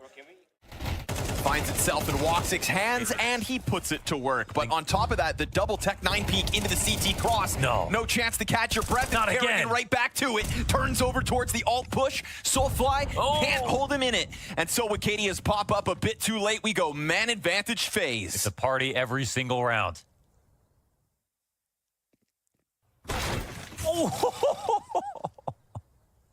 That's a Soulfly peak. And a dink on Brokey will die, right? Yeah, they chase him down. Wacadia doesn't let him reposition. Low health here for Xanterez. Active move out of Jacob. It could be a good timing for the Halls. I mean, a lot of timing involved in this. Jacob, does he clear the right thing? Wacadia's still watching. Oh! And he saw the other two. And Jacob's going to just peel that gun away from the mid play and hide inside of the bomb site. That is a bit of defense secured in 50 seconds for Aurora to still try to figure this one out. Double up inside of the site instead. Frozen not too concerned about this arch wrap, but with this much time, you've got to be worried about everything. Yeah, now they are playing spots where they can eventually just hold both lane and arch together. And they are watching it. Yeah, but Magic gets the first. He's not going to expect a second player. Good position here from Frozen, ready for the walkout. Oh, There's nice Xanterez. Quick headshot back. Halfway through the 1v2. Twist walking up on this. That's a really fresh smoke, though. Easy chance for Xanterez to reposition. Onto the graveyard stairs he'll go. Okay. Limited. Yeah, it's the one way you can play it now. And Twist, would he ever expect someone to even bother with it? Twist looking at the backside instead. Slow on the approach. He's jumping up. Oh, man, he's going to have to make noise. Doesn't have a kit either. Starts stomping. Oh, he misses! The Xanterez whiff! No! And a 10-second defuse to boot. No. Twist has started to find his mark in this series because as everybody else on that team within Nuke was able to come online, Twist still struggled. Not here on Inferno. They're going for the A fake just to hold the attention of the three guys here.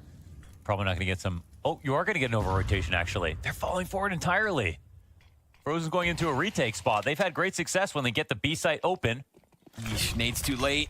Awkward one for Frozen. And Kerrigan just gets blindsided by the perfectly timed Wacadia challenge. Wacadia's going to find Frozen back turned.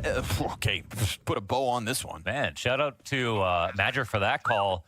I didn't expect them to bite that hard on the fake, especially not actually seeing anybody over towards A, but they didn't have brackets. And yeah, I guess they felt a bit more insecure. Also, no, I mean, it's B that's been the bigger issue for them overall.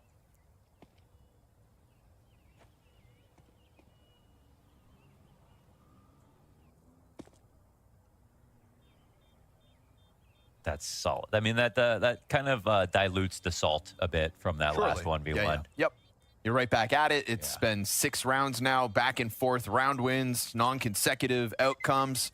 Oh, still no consecutive. Still no consecutives. Let's keep that up forever.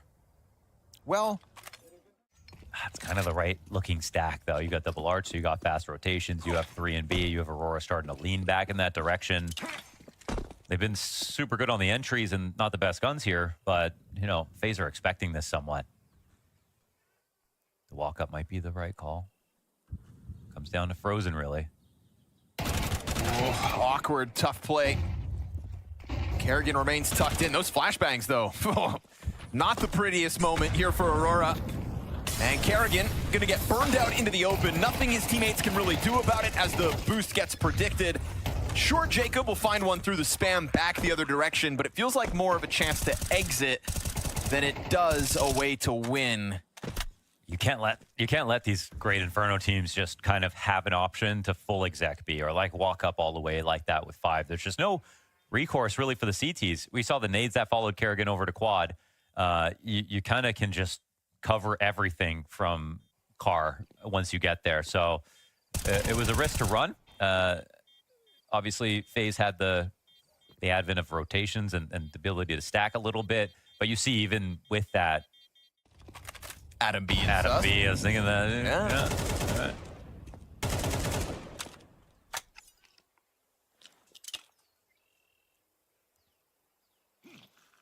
So again, it's sort of this game of like, well, okay, FaZe are sure that if they let them have B, they're going to try to come for it. So here we But, go again. A little scout is a good idea for Madger. They'll try to overstack it. 3 additional players in position. Jacob using this as a chance to try to carve a path to victory from the push off A. He's been quite weary. You got Wicadia making his move. Okay. Not quite ready for the peak, but Woxic's got the coverage, and that A bomb site soon to be found vacant. As Xanteres continues to confirm bodies towards B. This one comes with a price tag for Aurora, but Yeah. I think they'll be happy to find footing on site. Yeah, I mean, they can actually run down. Obviously, bomb's getting planted now. There's no kit to work with. So, just not worth it.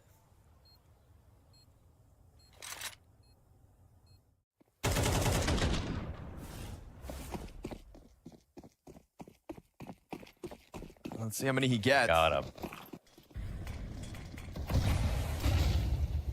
And they're going to come through that smoke. Oh, and you pay the price. Maybe you don't need nades. Yeah, exactly. Just racks up the frags off the AK. Him and Twist kind of tucked in front of the smoke grenade. So good on them to fight, I think, for the top of B, because you've slowly seen this Aurora takeover of the B bomb site. You've alluded to it. You give them the space. They'll happily just barrel roll through. The desk kind of painted the same picture. Well, Yeah. this time you have to fight for Banana, and it costs you too.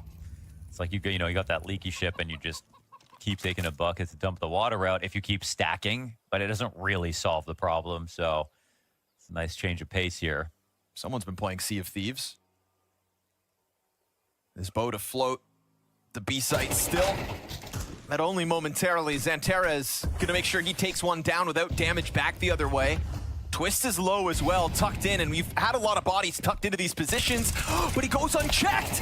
And so Soulfly's having to turn back around to deal with that one. Good kill into the church as well.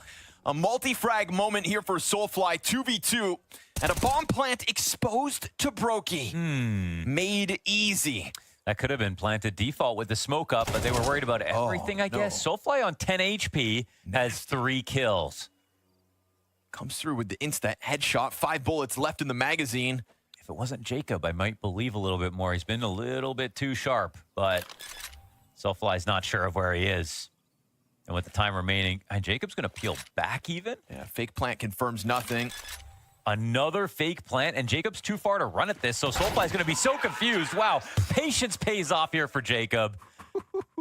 He made him think a little bit too much. Little smirk out of Jacob as well. Plays that one cool as need be.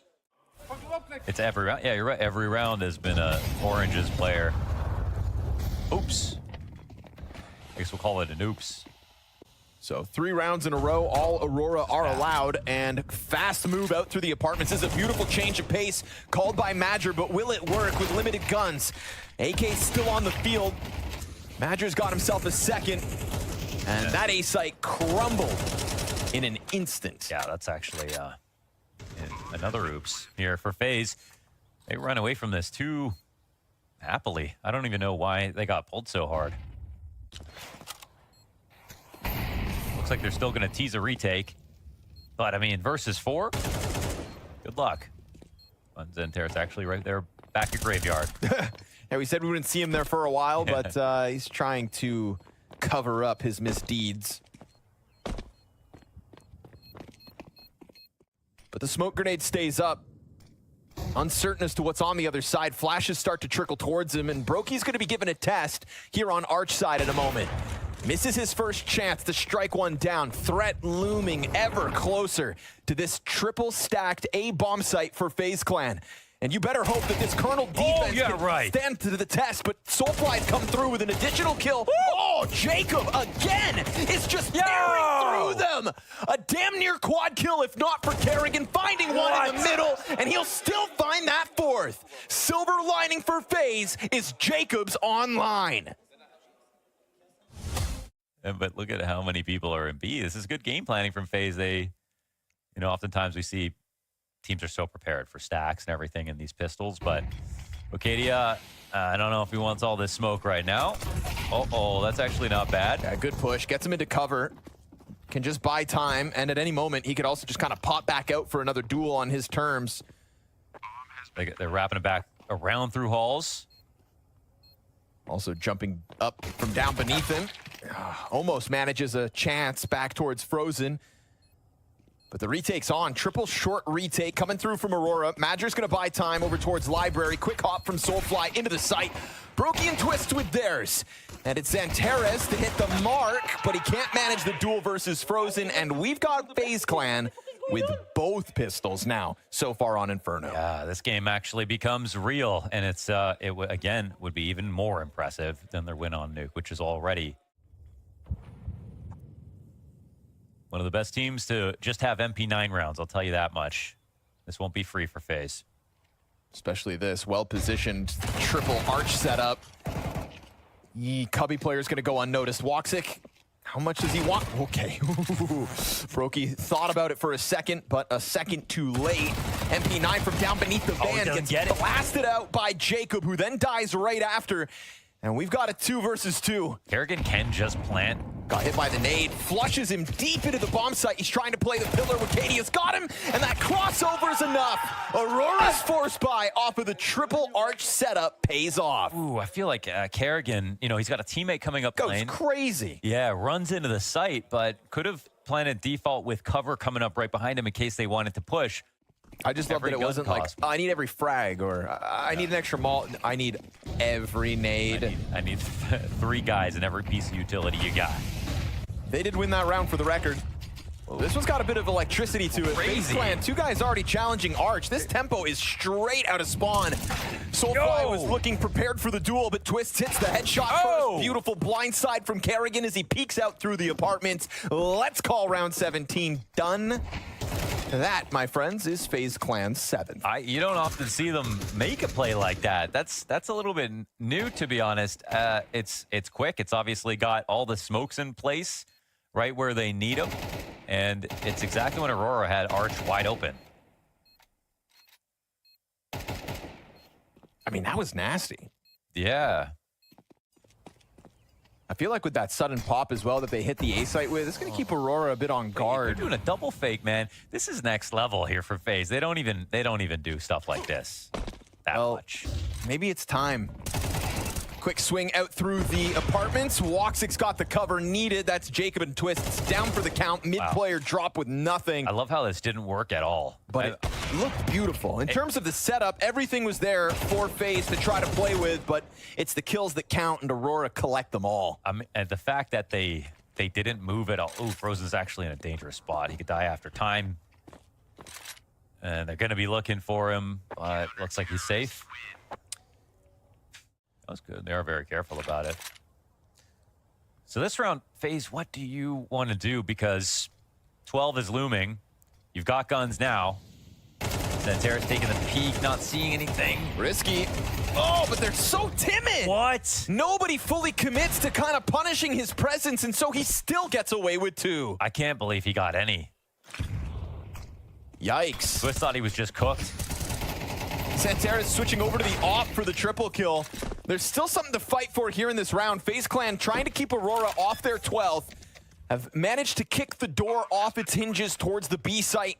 Put themselves in a 2 versus 4 post plant. This 2v5 situation trying to be pieced together. How do they work together? These 2 players have experience in these spots. And honestly, they have some advantages. The bomb's getting really low already. Bomb is planted in front of Orange. They feed Xantares over. Strong trade out of Madger. And so Brokey, 3/4 the HP.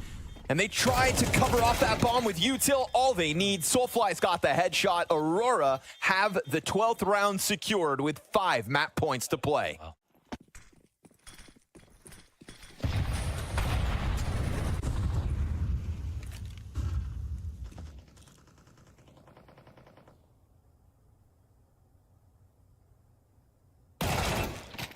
Dirty off angle from Soulfly, but it doesn't net him impact. We've got Woxic trying to hunt in middle, and he'll pluck Brokey off the round. Keeps things even, gives himself coverage to go back in with another attempt. Oof. And he's lucky it was just the Deagle that had a chance to shoot at him, right? The one limited weapon that FaZe Clan are still playing with is the one guy that has a chance. They've managed to walk by. I mean, it won't matter, right? That they're not getting they're going for this arch round. Woxic doesn't know about it just yet. But are they going to turn into a B split? Uh-oh, that's actually the mistake. And Kerrigan will get the Galil and the Molotov as well. Chucks it back at Banana as they do push into him, and he's going to be bested by Wicadia, but look at this running through CT spawn, not ready. But they're on the other side of the molly. Right, now they're stuck behind it. They're going to try to double back. Wicadia to the site. 15 seconds on the clock. Smoke's oh bad. My God, bro. Huge gap on that one. Wicadia dodging flashes. The bomb still gets over. Just barely. Gonna be planted. Knife out by Madger as he takes to the top rope. Catches you trying to reposition. Good trade back by Jacob at least. Awkward round. And in a moment, Wicadia no longer covered by that smoke as Twist skates into the coverage of Orange. Utility back sight, that's gonna take Jacob down to half health. Twist activates, walks it, dodges it. Oh, but now he's still got the health advantage. He will close out the first of 5 rounds needed to force OT. And after that small misstep in Boiler, Jacob comes back with a 4K and puts up another round. Man, the use of fakes from FaZe is not what I expected to see today, and that car molly was all just a distraction because it made it look like there was going to be a wrap towards A. Now, the funny part about that, wrap towards A would have been great. Sure. It was just Woxic alone there, but it still did its job. At this point in the map, round win's a round win. Oh, Uh-oh, he's dead. Done. Nade with his name on it. Or with Aurora dropping guard over here in B, will there be a timing to get in between this smoke? We'll see how far it goes down. Wicadia's running headfirst into this. Now he has to drop that defensively. Here's the stomping. They are going to just try to barrel on through. That's a great trade. They have the right idea. Not too bad. FaZe will take it. Making the most of what they can. Kerrigan takes damage in the spam fight. We've got this fast move by Madger on the Banana duel. It's him versus Kerrigan in a 1v1, but Kerrigan opts to go back through the smoke. Oh, and that is exactly what Zantares was banking on. 4 versus 2 advantage for the Aurora retake. Jacob tries to go back at the duel. It's a one and done from him, and Twist gotta shine here and now. Draws them in towards him, and it's a spam damage in through from Zantares. We need a map 3 between Aurora and FaZe Clan as Aurora step up to the test. And remember how this happened. The 6 rounds back and forth at the beginning of this map. Hopefully that's not the case for Frozen to the pistol. We've had some weird pistol moments for FaZe off. Inferno winning both and then losing to the Force buy in both those halves. Frozen's dead. See ya, sucker. Zantares opens up with ease. Should have been Jacob that round. This little mystery 8-ball. Did it say play tunnels? It might have said stack B for the rest of his team. Sit inside of it. 3 players strong as mid control could be taken over by Aurora. There's no contest from here. The bomb site. Yeah, but this just ends up being an A-walk. Interesting, good timing here for Kerrigan. He smells something is wrong. Oh, but the mid-B smoke is just going to hold the CTs there a little longer. It's a very nice play here for Aurora. Just the right utility to still sprinkle into the play. Kerrigan gets hit by the second flashbang. Soulfly capitalizes on that awkwardness caused by Madger's util. That's where you know, it's beautifully set up. Yeah, it's just enough. Sometimes classy. You see like a disproportionate response, a little fake, and then you try to throw 10 nades and get way too spread out, and it doesn't match the energy of the other team, but that was perfect. Like a mid-B smoke is exactly what they need. It even slows down the rotators from seeing things over towards A. So FaZe, I mean, on Inferno, they won both pistols, got ecoed twice. Correct. Aurora won both pistols on Nuke and then won both conversions. They're the guys who are much better on round 2. Terrorists win.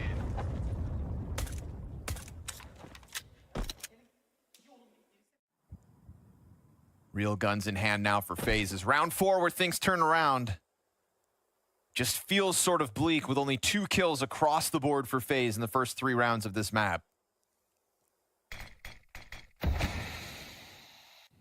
And numbers strong once more for Aurora approaching the catwalk play. Wicadia's Mac 10's got the trade back. Good challenge through that open smoke, but the Opera still surpasses Frozen, and with it, Wicadia has gotten additional space created already. So on the arrival of his teammates, they're good to go. Just go ahead and pelt that utility down into the CT spawn, couple it with a nice lurk out by Madger, and this is feeling like 4-0 guaranteed. Yes, they're moving a little bit too nice. I mean, after the first map, again, it's like, it's sort of embarrassing for Aurora to say we lost this game when you had all these great stats near the end of it, but it also points to that in the future, like if we don't make any of those, half of those mistakes, we're gonna pretty much crush you. Yeah. And we saw a bit more of that on Inferno.